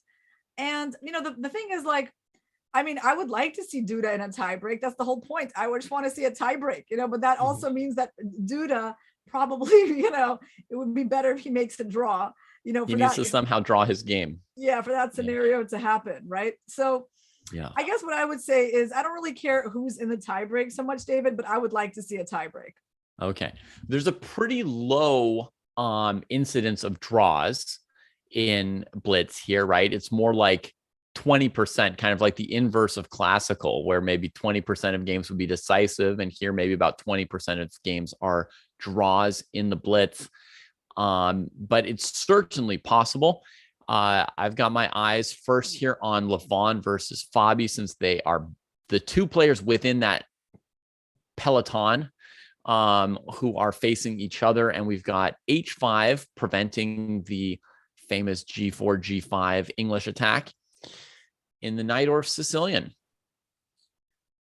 Okay, so Shevchenko Duda is some kind of a French defense, and actually Shevchenko is playing this quite popular pawn sack line in the advanced French that I've seen Carissa Yip also do with success at the last US Women's Championship. She won a couple of games like that against Tatev Abrahamian and Anna Zatansky. That's what prompted me to take a look at this interesting line for white. Yeah. Jesse Cry published a video about this variation. I didn't know that. More than a year ago. And he said, here's a new hot sauce against the French. And somehow the idea made its way from his video to Anish Giri, who's active on social media, to his bro Magnus Carlsen, and then Magnus employed this opening in a tournament. So now it's like super on the map. And then, as you said, Carissa was using it to good effect as well. Right. So it has quite a pedigree, huh? Look at that. Yeah. Originated with Jesse. Jesse calls it the easy system against the French defense. I don't know if he's the absolute first originator of this system, but he is, as far as back as I know, the first person who's mentioned it to me. Wow, look at that move, rook e3. That's a bit puzzling, isn't it? Like, what is that strange move about? Okay, now I start to get it. I like it. So the rook is pretty effective on the third, can go to b3, and the knight's heading to f4. And actually, all right. I cannot say the game is clearly in black's favor at the moment. It's very much an open fight. Yeah. Yeah, it's weird. I guess it takes some of the pressure off of d4 if you post the rook on b3 here. Let's go to Aronian Caruana. You were right about that one, David. That's the thing to watch. Yeah. It is a Najdorf. It is a Najdorf. Aronian going finally for an open Sicilian. Wow. Like, both of these guys came to fight. I'm very pleased with both of them actually at the moment, because Aronian constantly playing these anti-Sicilians, going for the open Sicilian, Caruana going for the Sicilian and the Najdorf variation. Great. This is not the Sicilian you would necessarily expect out of Fabi. It is one of the most popular Sicilians, period, but it is not a typical Fabi opening. He's played the Khan, he's played the Sveshnikov, a little bit less of the Najdorf, but he's good on the white side of it. Yeah. So, okay. White has this like c6 square in mind, but if he goes there now, then There will always be knight takes d5 tactics, so you can't really occupy the square. White probably wants to play g4 like sometime very soon, right? That's like a typical move. With opposite sides castling, you got to go for the opponent's king. And b3 was an interesting move to kind of keep the knight out of c4. Yeah, there's a plan White sometimes uses, and the rook c1 move hinted at it. There's a plan White sometimes uses in this opening where they play c4 themselves. Then they can outpost a knight on c6 and actually, oh my God, he's going for it. Sometimes you can open up the queen side with your own king there, despite the opposite side castling. This move here keeps you from tucking the king on a1 though. So I thought it looked quite risky to try it here, but rook c1 sort of telegraphs it. It's like, why else is your rook on c1, you know? Yep. Yeah, that is one of the unusual plans in these positions. But I think it's a good decision by Levon. I actually think it kind of makes his king safer to connect the rest of his pieces with the king. And, you know, now he's going to play, rook hc1, rook c6. And I actually feel like, Fabi, I mean, you cannot say he should be unhappy at this point, but I would say a bit concerned. So he's going to plunk everything on the queen side, try and make it a positional game around the c6 outpost, the isolated a pawn, and take almost any trade he can find, will Levon, right? Because he's playing a variation that exposes the king and goes for an endgame. Anand is not doing super great against his second, although at the moment he just did a little tactic on him. Little tactico. Yeah, a little tactic. And bishop e4, bishop g7, bishop g2, bishop e5, a queen e5. Yeah. So either white goes up a pawn or black enters this long line with bishop e4, bishop g7, bishop g2. Let's look at it for a second. Huh? Okay, we can put some moves on. We're trying to follow like multiple games. Bishop Let's e4. see if we can do it. Here. Now I was saying maybe queen e5. The problem is like queen h3 just looks good, doesn't it? Oh, black's faster. It won't even let me play queen e5. So yeah. Black's one move faster. I mean, oh, what a blunder by me. Nothing. So what do you have to do? King g2? And go to a heavy piece endgame like this? Up a pawn. Okay. So it's not too special for white, but they've just played all those moves. Yeah, they're in this position. Okay. Got it. So Anand will be trying to win up a pawn, but his king is kind of open. So it's not clear what's going to happen. Back to Aronian Caruana. Very difficult to win for white. Very, very difficult to win that for white. And Levon's got one rook trade in. He's nailed down the pawn on a5. I'm sorry to say, but don't say it, David. Don't say it. But white's position looks really pleasant. Yeah, that's okay. I allow you to say that. Nothing more.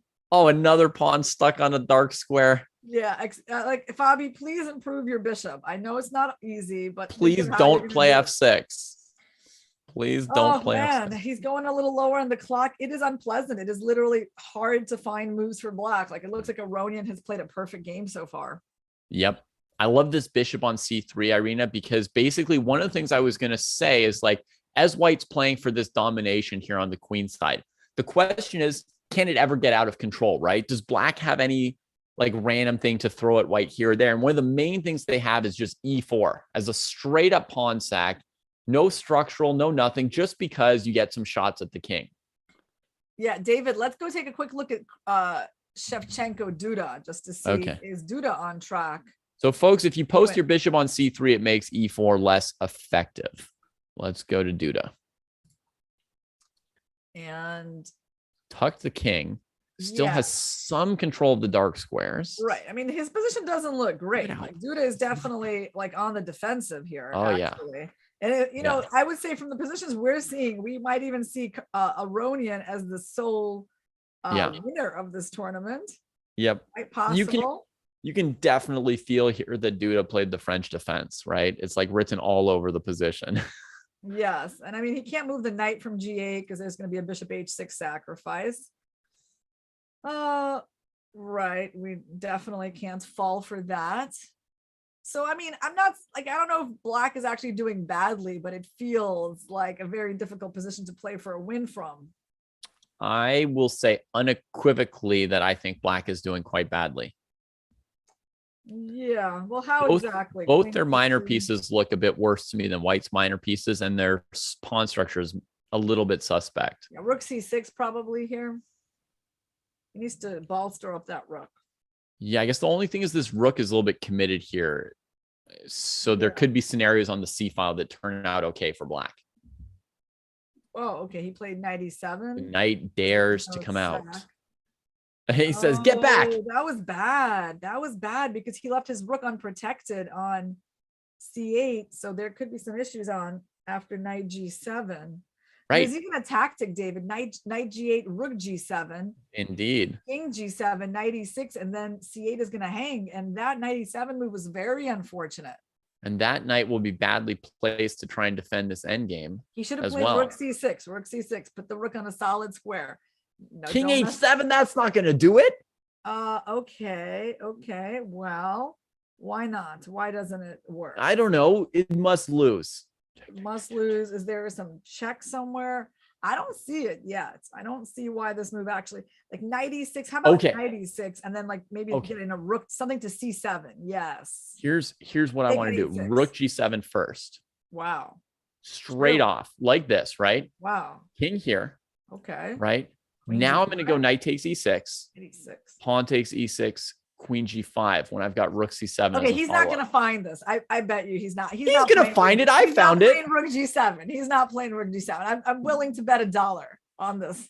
And then here, check here, and I've got rook C7. Come on. Yeah. I don't know. It's just my feeling. I feel like he will go for something else, like knight E6, because knight E6 feels like, I mean, yeah, I guess after pawn E6, rook C7, it's not over, but here we go. King H2 played, draw between Levon and Fabi. Okay, all right. So Fabi just held on. He held on. Good for him. But that's not good for other result. Wesley has beaten Rapport. No, that's not one of the top 4. Back to Anand for a second. Anand's looking pretty good here. Anand is winning. I mean, there's something to handle here, but Anand's got like 2 minutes on the clock against 10 seconds. And he also has the H pawn. Very handy, isn't it? Yeah. Okay. Let's go back to our Shevchenko game because he could go for like queens here, huh? We might have a 3-way tie. Check? Can we go back to Shevchenko? Okay. Because he did not go for that sack, David. He played. What? I can't believe it. They got seconds. And the position is like no one knows what's going on. It was 8 seconds for this position. Literally anything can happen. Anything. Okay. Duda's kind of holding the line for the moment, but white's rooks are connected. White can play both sides of the board. So difficult to play for both sides with this little time. The decisive moment has passed, but now rook A7. What a horror. What a horror. Rook G7 might just happen. Nope. He went back. Now. He got his rook to C6, which is where I wanted that rook to be. So it looks like it might end in a draw. Like they just don't know what to do. Neither of them. Right. But Duda's going to go for it. He wants to win the tournament. Okay. All right. But this is not a very winnable position, but he's trying, he's going to take on C4, rook C3. No. Wow. Going back. Wow. Poking the A pawn. Amazing. They're still playing. Threatening queen H4, but that A pawn was hanging. And I feel so bad for them, like having no time for such a complicated position. Yeah. Like this position deserves more, but they have like seconds. He wants to double on the first rank. You can't allow that. Is he going to go into E4? Yeah, yes, he will. Yes. Oh my God, that rook is committed. That knight is coming back to F4. It's coming to F4. I think it's going to F4, isn't it? No. You like rook G4 maybe or something? Queen back to E7 looks strong this whole time. He's got the initiative, I think. Black's got the initiative now. White needs to make sure he doesn't flag. Yeah. Oh man, he just lost. Hits him with the F4. Oh my God. The bishop retreats. He's got rook to the back rank. He takes the other rook. Oh, it's over. Champion.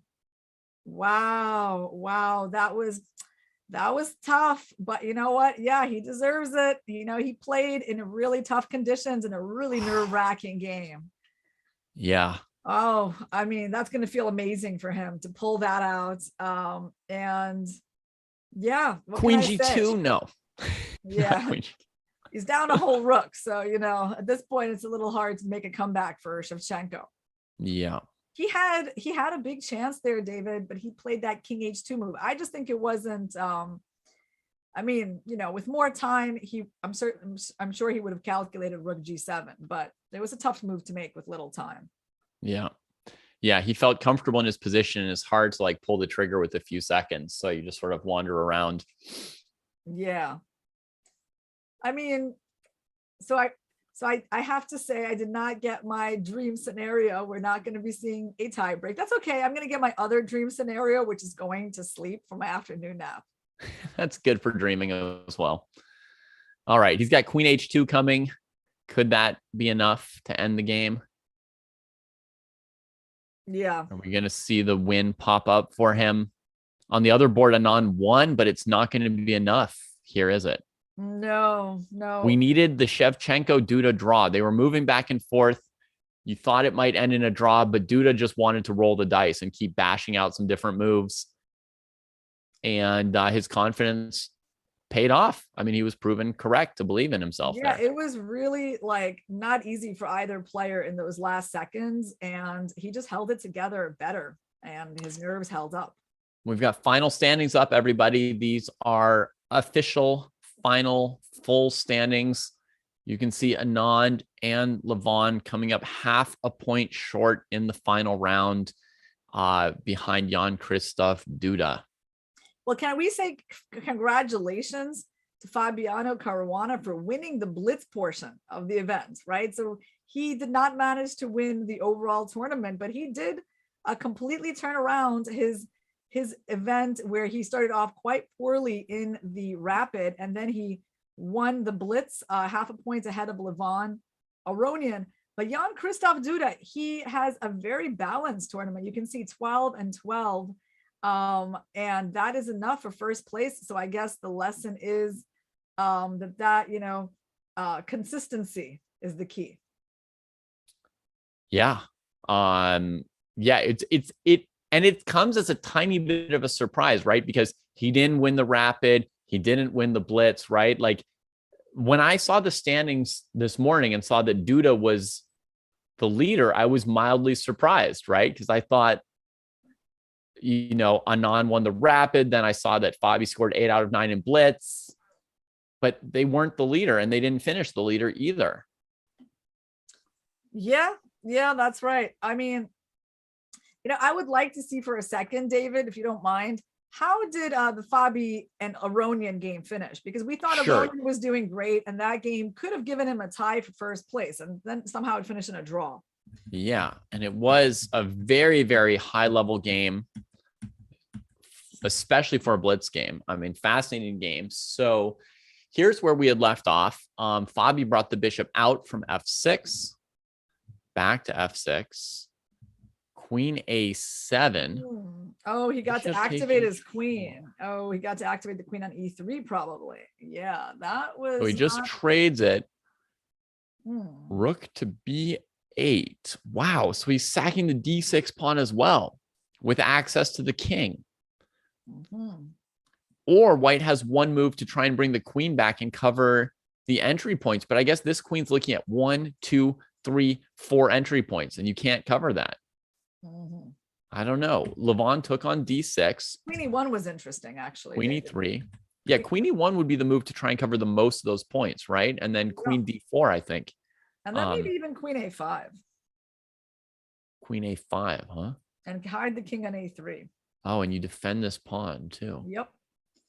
So I liked that, very important, guys, to use the queen in the defense. She's not only a great attacker, she's also a great defender. So it's like a strong instinct. Remember, David, when we saw this amazing game, Firouzja versus Dominguez, and Dominguez's downfall was that he didn't bring the queen back to the defense, and he just kind of left his king a little bit undefended. Yeah.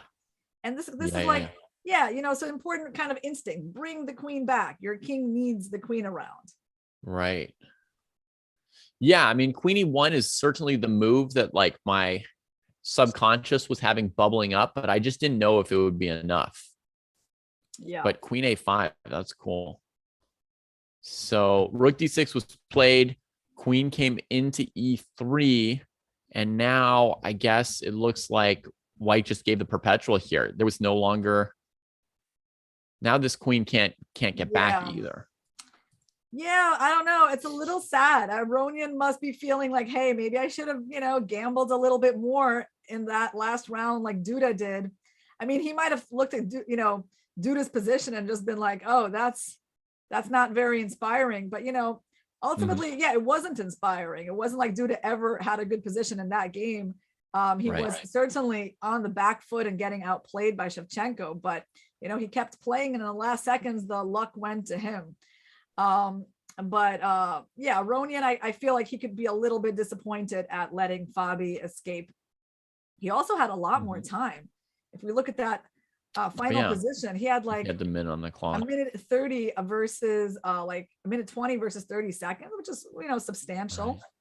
So I think maybe the queen won retreat here.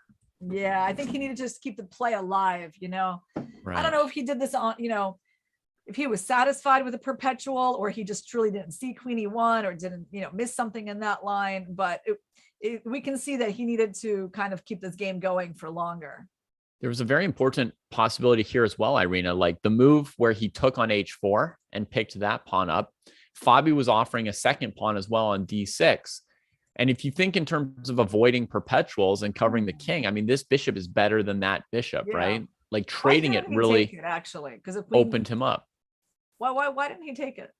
Well, I don't know. I mean, he made a judgment call about which pawn he wanted to take.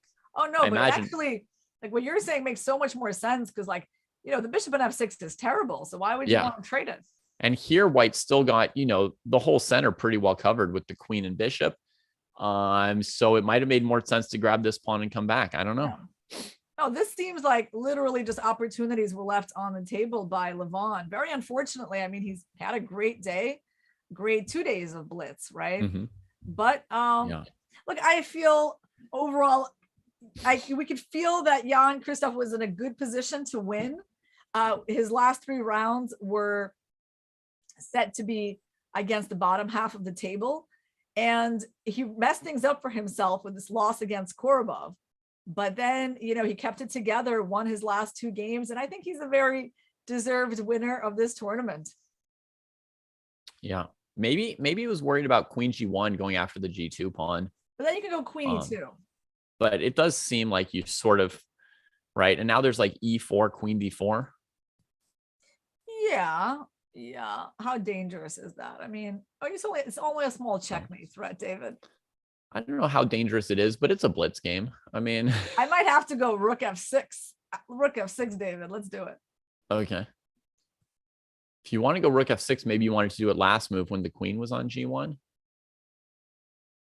No, I'm okay with this. Like here, where you can take the side. That's true. Actually, you're right. Yes. Let's go on rook f6 here.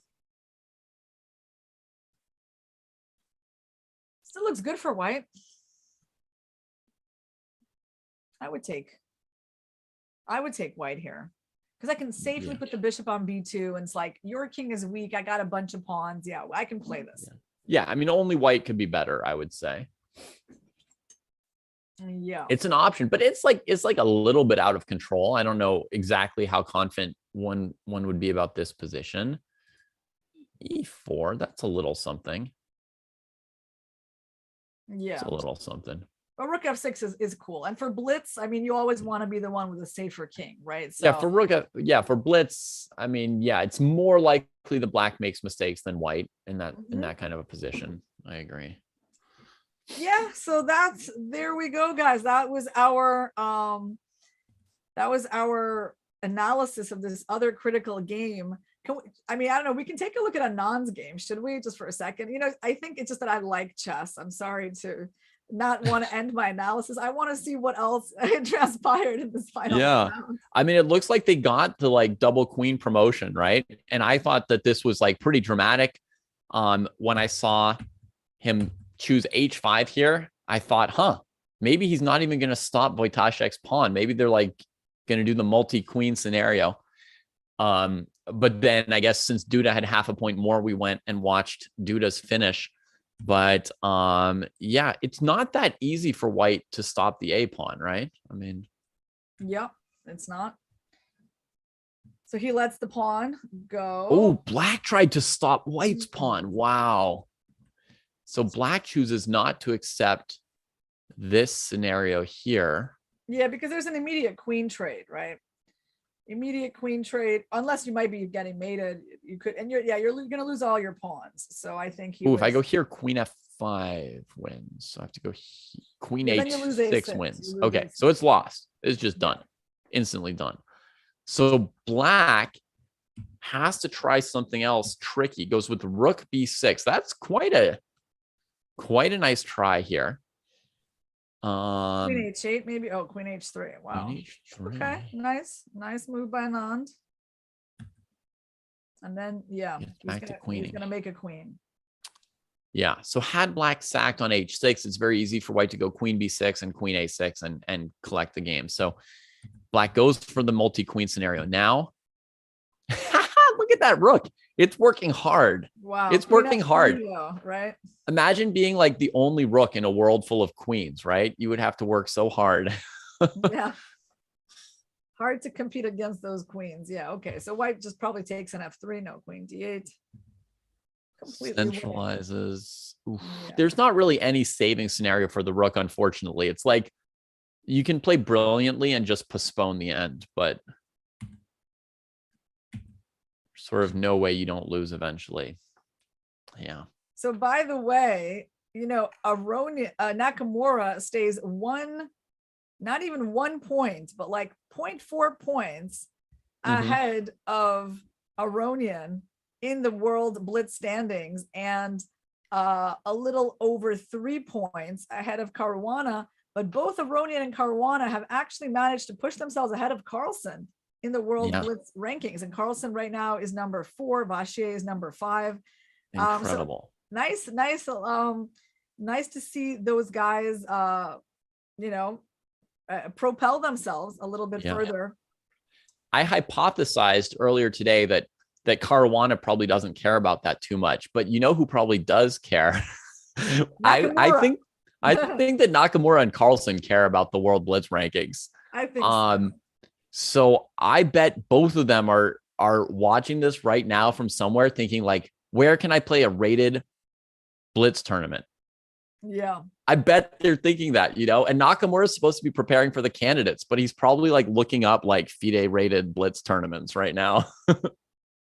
So let's go over the standings again. So this tournament, the Superbet Rapid and Blitz, it was a combination of 3 days of Rapid chess, 2 days of Blitz, and the winner is the one who has the most points from both days. And that turned out to be Jan-Christoph Duda, who had a very consistent event, doing quite well in both portions, not winning either of them, as David mentioned earlier. The Rapid was won very convincingly by Vishy Anand, and the Blitz was won by Fabiano Caruana. But in the end, neither of them are the winner of the overall. So congratulations to the hometown player, Jan-Christoph Duda. I'm sure that makes his Polish fans extremely happy.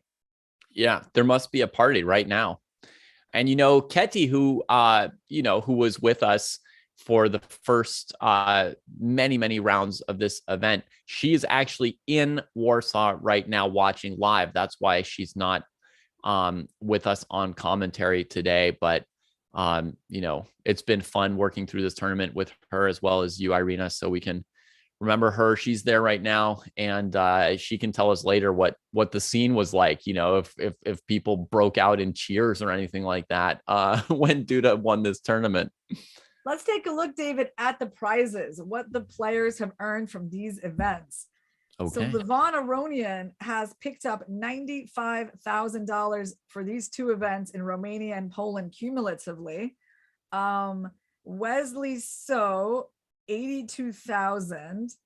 Because he did very well in Romania, so he got a lot. He got like more than 60,000 there. Yeah. As did Aronian, right? So Fabiano Caruana, 46,000. Okay, so quite a big distance, almost twice less than those other two guys. Maxime Vachier-Lagrave has won the first one, so he has 77,000 from one event. Richard Rapport, 22,000. Linear Dominguez, one event, 26,000, and the rest have only played one event. So those are the standings for the first two tournaments in the Grand Chess Tour Series. Yeah, and there are 3 more tournaments to come this year within that series.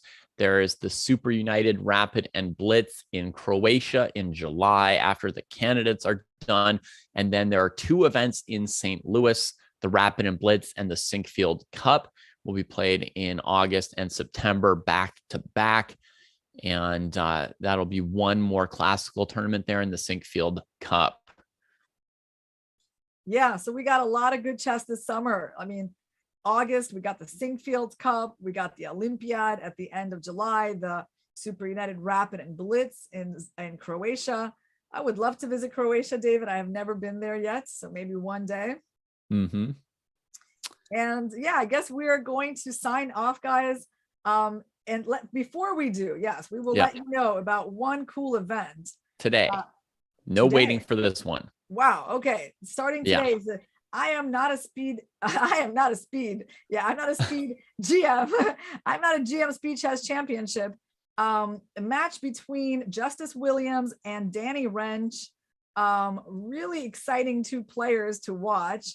And that is happening at 12 p.m. Pacific Standard Time. So that is in a few hours. It's going to be today. You want to get more information on this tournament, go to go.chess.com/IMSCC2022 to root for your favorite player. Right.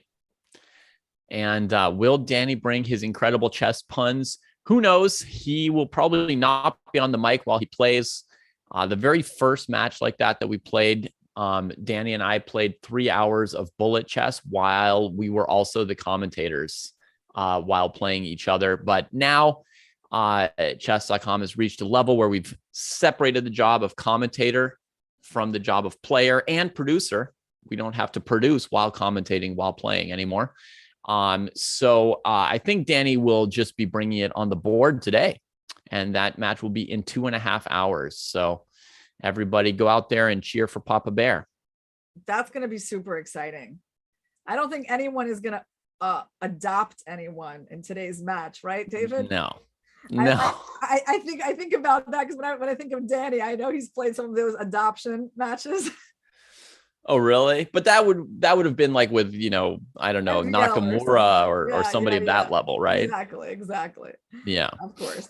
I just always thought it was very funny. Like, where did that even come from? Like, to lose 10 games in a row is to be adopted by someone. Yeah.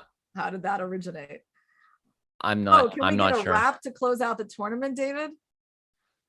I don't know if chess.com production would be cool with that. So, or a poem. You didn't want the chess to end. They don't want the show to end. Yeah. But it must to make place for the next show. There's always another show. Don't worry, folks. Danny and Justice will be on in 2.5 hours. I expect it'll be a very close match. No adoptions in sight. Yeah.